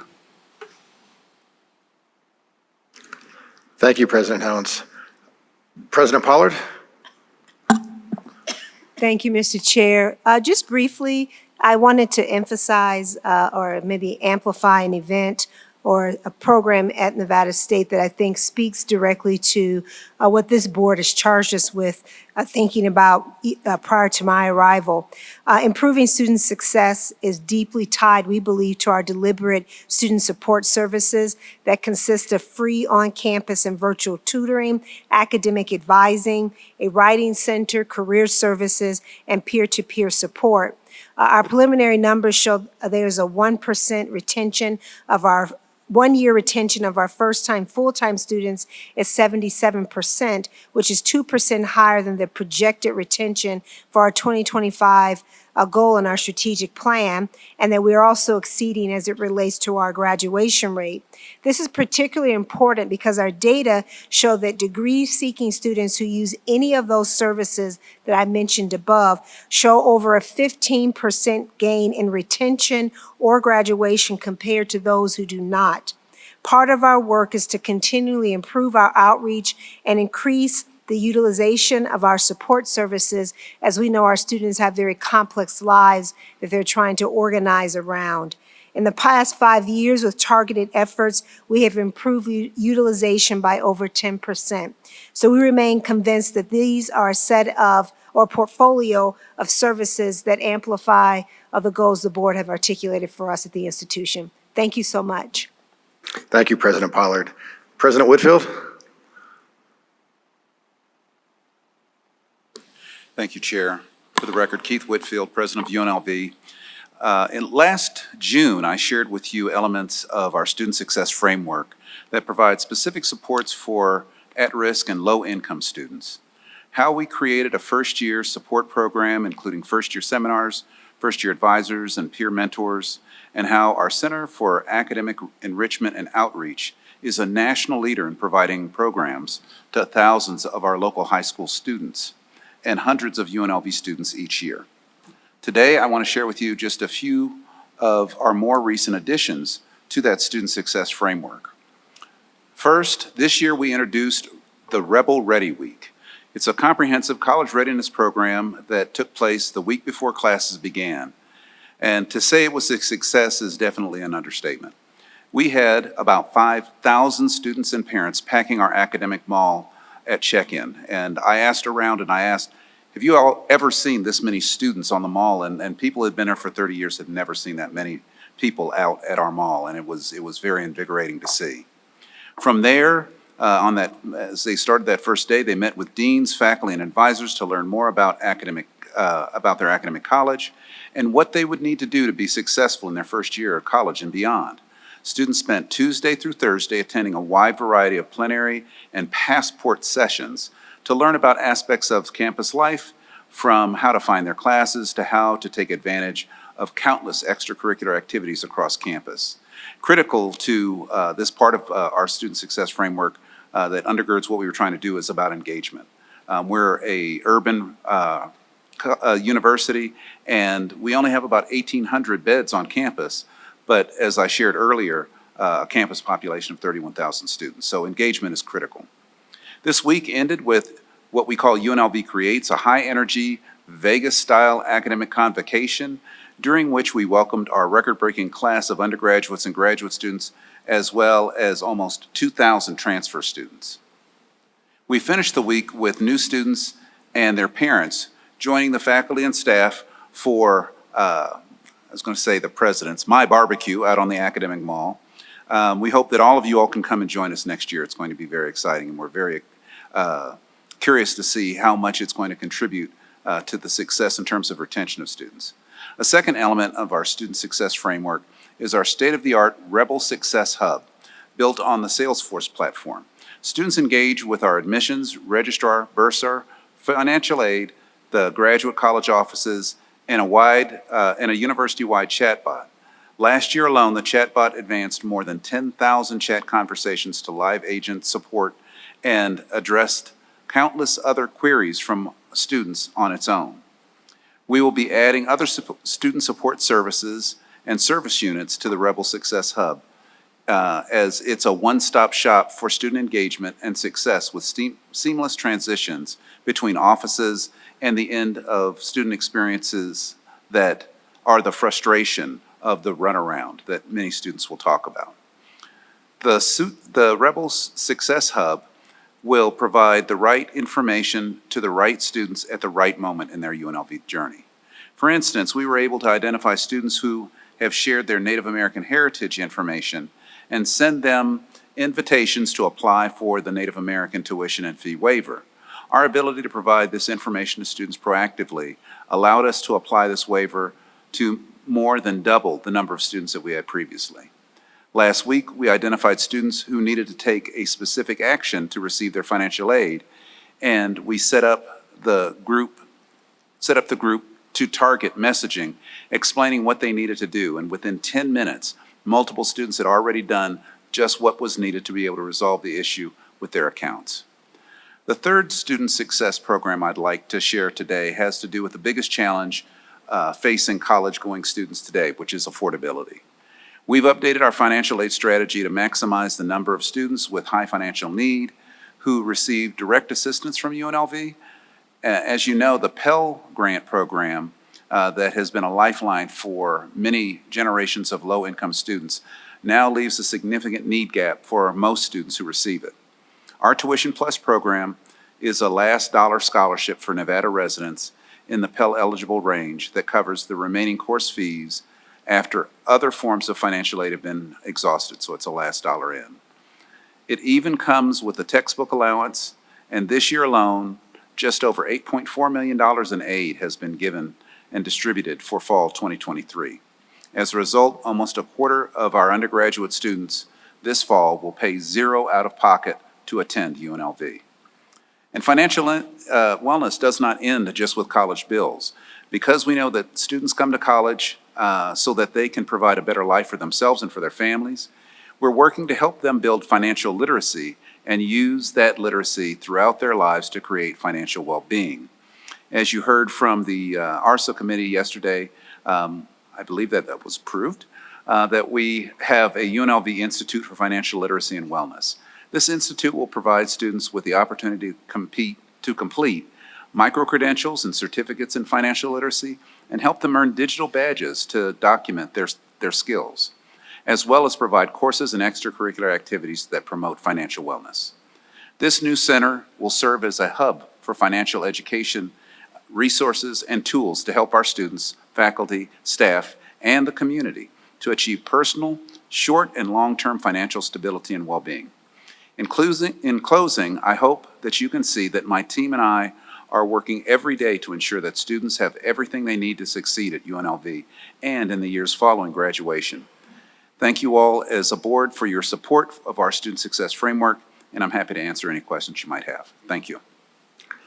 Thank you, President Whitfield. Are there any questions for President Whitfield? No, I just want to acknowledge that President Sandoval and President Daupe have provided us with comments of some of their success earlier, and thank you very much for doing that. President Hilgersom. So if you recall, last June, I spoke about our veterans programs as really strong contributors to student success. This meeting, I'm going to focus on mental health and wellness at TMCC. So the TMCC theme this year is mental health and wellness. This theme aligns with the TMCC Strategic Master Plan value that states TMCC values a healthy environment and a healthy college community. Recently, our SGA leaders adopted a resolution that supports TMCC's Year of Mental Health and Wellness and keeps this theme in mind throughout the 23-24 term. Thank you, Brayson, for your leadership on that. We also hope that our efforts with students pervades the greater Reno, Sparks, Tahoe region that we serve, because our students are this community. I would like to share several items that demonstrate the links between college programs, mental health and wellness, and student success. As noted in my previous presentation, TMCC veterans are appropriately referred to mental health services when needed and can access beautiful facilities like this to work on their physical well-being too. We have a great team of counselors with 5 full-time master's degree prepared counselors. These counselors care deeply for our students. And in addition to scheduled sessions with students in need, we connect students by referral to the medical and behavioral health care professionals in Reno and Sparks when needed. We also have events for students that are designed to help with stress in really fun ways, including bringing therapy dogs to campus for a day, usually during finals week or before. Painting motivational rocks, try it, you'll like it, just like I did. It's really quite cathartic. And you can put nice motivational messages and sprinkle the rocks around campus, which is kind of fun. Other activities so that students can take a break during stressful times like finals week. I'm very, very grateful for our excellent counseling staff at TMCC. This year, the implementation of our theme has already begun. Faculty will also be encouraged in appropriate courses to engage in the theme of mental health and wellness throughout the year.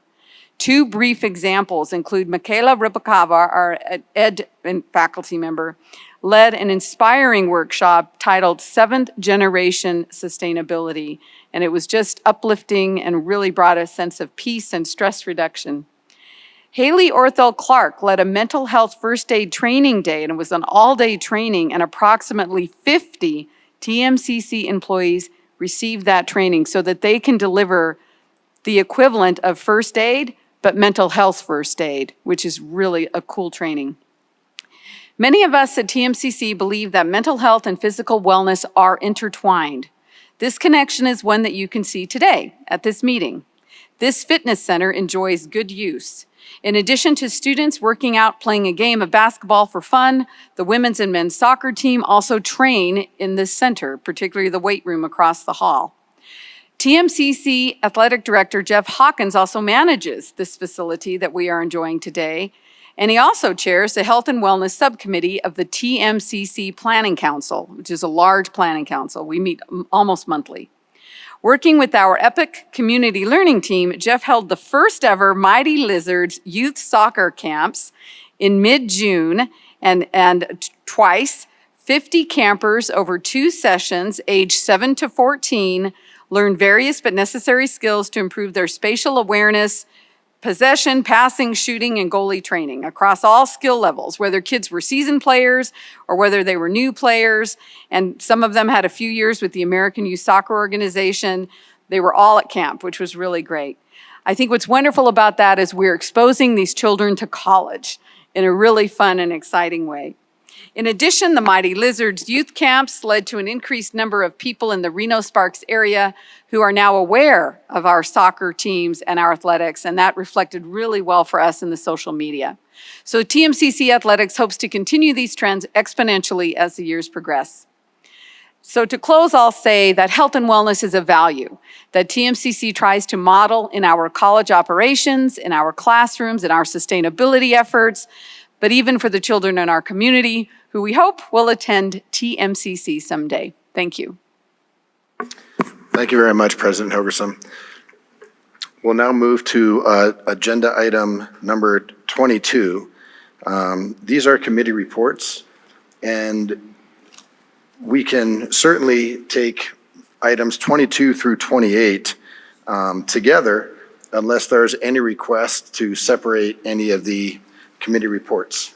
Mr. Chair, if I may. Regent Perkins? I would like to move to approve items number 23 through, or 22 through 28. I second the motion. Thank you, Regent Perkins. So Regent Perkins just made the motion to approve all committee report items number 22 through 28, seconded by Regent Downs. Is there any discussion? All those in favor of approving all the committee reports, please signify by saying aye or yes. Aye. Aye. Those who oppose, please say no or nay. Thank you. Those committee reports have been approved. We will now move. We'll now move to new business. Agenda item number 29. Are there any suggested items for new business? Okay, we'll start on this side of the room. Regent Downs. Thank you, Chair Brooks. Regent Downs for the record. Okay, I have two things. I'd like a presentation on the enrollment process for each institution, from application to getting registered for classes. In this, I'd like to see the timing needed for each step and how long it takes a student to go from deciding to enroll to actually enrolling. I'd like to have the personnel from each institution present this and give us their honest opinion of the process, along with barriers they would like us to remove to make enrolling easier for students. So having worked in student services, I encountered staff that frequently had really good ideas, but then they'd have to we couldn't follow the ideas because there might be some policy that was in place by the system that would prevent implementing those ideas. So I'd like to get people's opinions who are in the field on how to better serve students and the people of Nevada. Second thing, I'd like to at least to get a space utilization policy review. We're still hearing things about classrooms. For example, if you have 15 people, they're going to put you in a classroom with 16 seats and leave a classroom with 30 seats empty. So I'd like to see, is that an actual policy of the system, or is that, if it is, can we look at changing that? So that is leaving bigger spaces empty so you can look like you have more utilization of smaller spaces. Thank you. Regent Perkins. Thank you, Mr. Chair. This is actually from Carol DiCarlo. She had to leave early to attend a celebration of life in Sparks. She would like to establish a chancellor's task force or ad hoc committee to study the effects of the presentation that we heard today from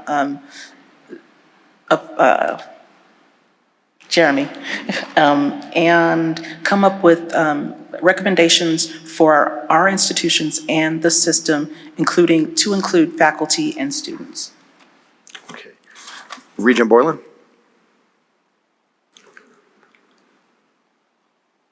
Thank you, Chair. Appreciate that. I had something, just bear with me. I know that SB 375 allocated $20 million over the next 2 years to increase the number of faculty in nursing, etc. This morning we heard the complaints by nursing faculty, and I would like this to be brought back to us as soon as possible through either our new chancellor or maybe some sort of gathering committee, whatever you want to call it. And I'd like to talk to those faculty members and find out what the issue is and why they are being paid below scale. We talked about scale, etc., etc. That needs to be explained. Nevada has one nurse, I think, to 1,000 people, or even more. And nurses are leaving our state. So this is scary. It's a bad thing for those of us who might end up needing them. They're the best people. Thank you, sir. Did you understand what I said? There was a lot of echo there. I believe we got all of the requests that you had made, Regent Borland. Thank you, sir. Appreciate it. Regent Carvalho. Thank you, Mr. Chair. I'm apologize in advance that I have several items, but I'll try to go through them quickly. The first one is that I request that the following sections of our documents be removed. Handbook Title Chapter 4, Title 4, Chapter 1, Section 21, titled AIDS Guidelines, and Procedures and Guidelines Manual, Chapter 4, Section 1, also titled AIDS Guidelines. Number 2, I request making changes to NSHE's Handbook and Procedures and Guidelines Manual that strikes language permissive of staff to make non-substantive changes and requires all changes to be approved by the Board of Regents. Number 3, I request that staff bring back to the Board of Regents via the IDEA Committee the required annual report on MWDBE, which is Minority Women and Disadvantaged Business Enterprise Businesses, a report on the efforts that are being done by our institutions on attracting these types of businesses. And also there's an annual report that is supposed to be given to the IDEA Committee annually for contracts awarded by these businesses through NSHE over $1 million. Number 4, request staff to change language in Title 4, Chapter 10, Section 1.9D to include the Business, Finance, and Facilities Committee in the distribution of a report by institutions to the Chancellor regarding real estate transactions in the previous 6 months. Number 5, as reported recently in Higher Ed News, NWCCU, our accrediting body, has approved 3-year bachelor's degree programs at some institutions. I'd like to ask staff to present to the board a report on this news, along with facilitating a board discussion on how we might, as a system, approach this new educational pathway. And actually, I have one more. Request staff to bring forward an agenda item for the board to discuss mission differentiation among institutions. Thank you. Regent McMichael. Yes, this is new business given to me by Regent Brown, and it's in reference to a revision. I would like the board to review the bylaw provisions governing officers' elections, Title I, Article 4, Section 2, and consider revise the term of the office so that it runs from July to June instead of January to December, allowing at the next election officers would only serve for a 6-month term from January through June 2024. This change would better align with our responsibilities to the students and staff that we represent. Regent Cruz Crawford. Regent Cruz Crawford, for the record. I brought this up during new business last time, but I would like to add something. I'd like a new committee formed to discuss concurrent and dual enrollment, setting parameters for regional areas of study and chain of command in regard to requesting servicing schools outside of the regional or study of focus. A committee designed for that. Thank you.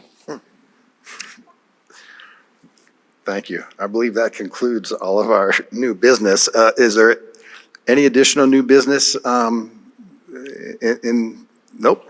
Okay, perfect. Thank you. So we will now move to, well, actually, prior to public comment, we certainly want to acknowledge those who have supported the meetings the last couple of days. And I, for one, want to thank certainly the students who were kind enough to have conversation with Vice Chair Arascata and I, and Senate faculty members and leaders who were part of some additional conversations. We truly enjoy those conversations, and we look forward to many more.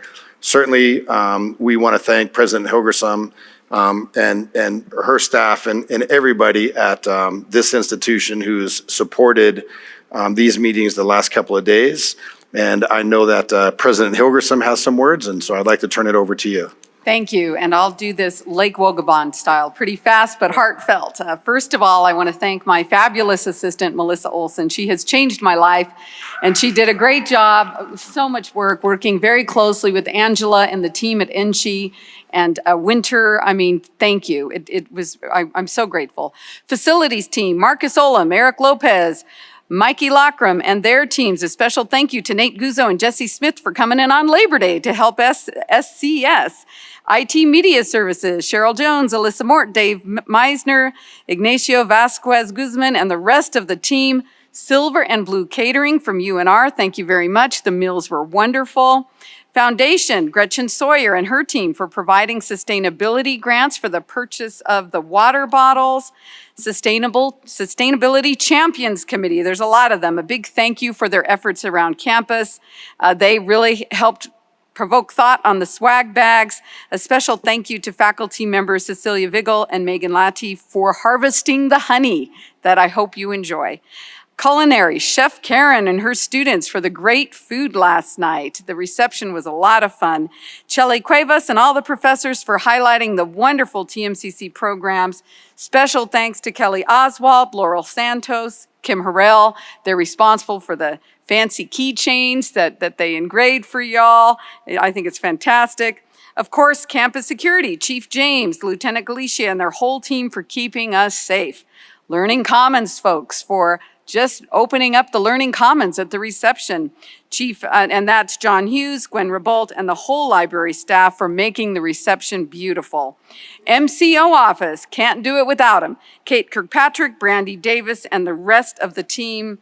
And of course, Jamie Wenner, what a beautiful national anthem. I know she's not here right now, but that was absolutely gorgeous. And her singing ability, and Greg Hillman for the pledge. So I'm very grateful. I know you are too. And of course, the SCS team and the NSHE board staff, they do so much for these meetings, and I know that we are all very grateful. Thank you.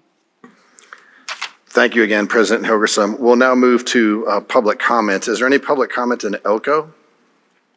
There is no public comment in Elko. Is there any public comment at the system office in Las Vegas?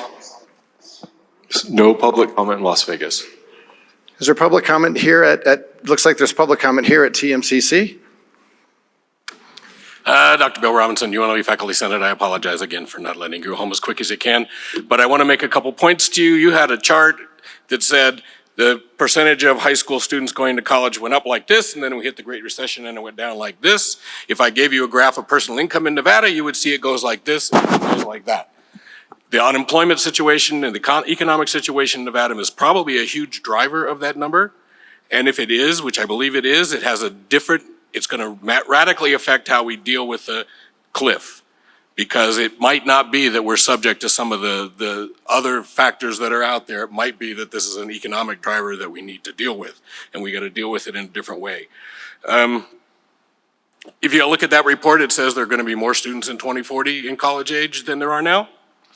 So that's another factor for us that maybe there isn't as big a cliff as we think the cliff is. And it also tells you that we've driven away a lot of older students. And board policy actually discourages us from having large cadres of 30 and 40-year-old students at our institution at least. And the board ought to consider changing that policy so that we can go back to the days when we actually were proud of having single moms with 2 kids who spent 10 years graduating. And those used to be sources of pride, and we used to acknowledge them. And now it seems like, well, in fact, I know we've gotten rid of a lot of the encouragements we used to have for those folks. And that's a huge group of people. In this town, high school kids think I can graduate, I can go to work, I don't need to go to college. And then 5 years later, they're like, oh my goodness, I don't want to do this forever. We need to be the path for them out of that. So there's a million things we could do, but we need to make sure we actually understand the data and the full impact of that data before we decide what we're doing. Thank you.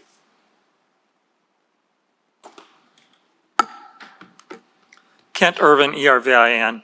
Thank you so much for approving the long-term disability insurance for faculty. After LTD was eliminated in the pandemic budget cuts, we worked hard in 2 legislative sessions to try to get it back. The PEB board requested restoration, but we just couldn't get traction at the legislature and governor's office, even with Vice Chair Arascada's passionate testimony at the legislature. NSHE doing it internally was the last resort, but it is the right thing to do. Thank you all for understanding that this is the compassionate and responsible way to treat employees. And thanks to the business officers and Kim Beers and her colleagues for making it happen. Thank you. SES, is there any public comment on the lines? No, there are no callers in the queue. Thank you. And with that, once again, thank you everyone for making this meeting fantastic. We are adjourned.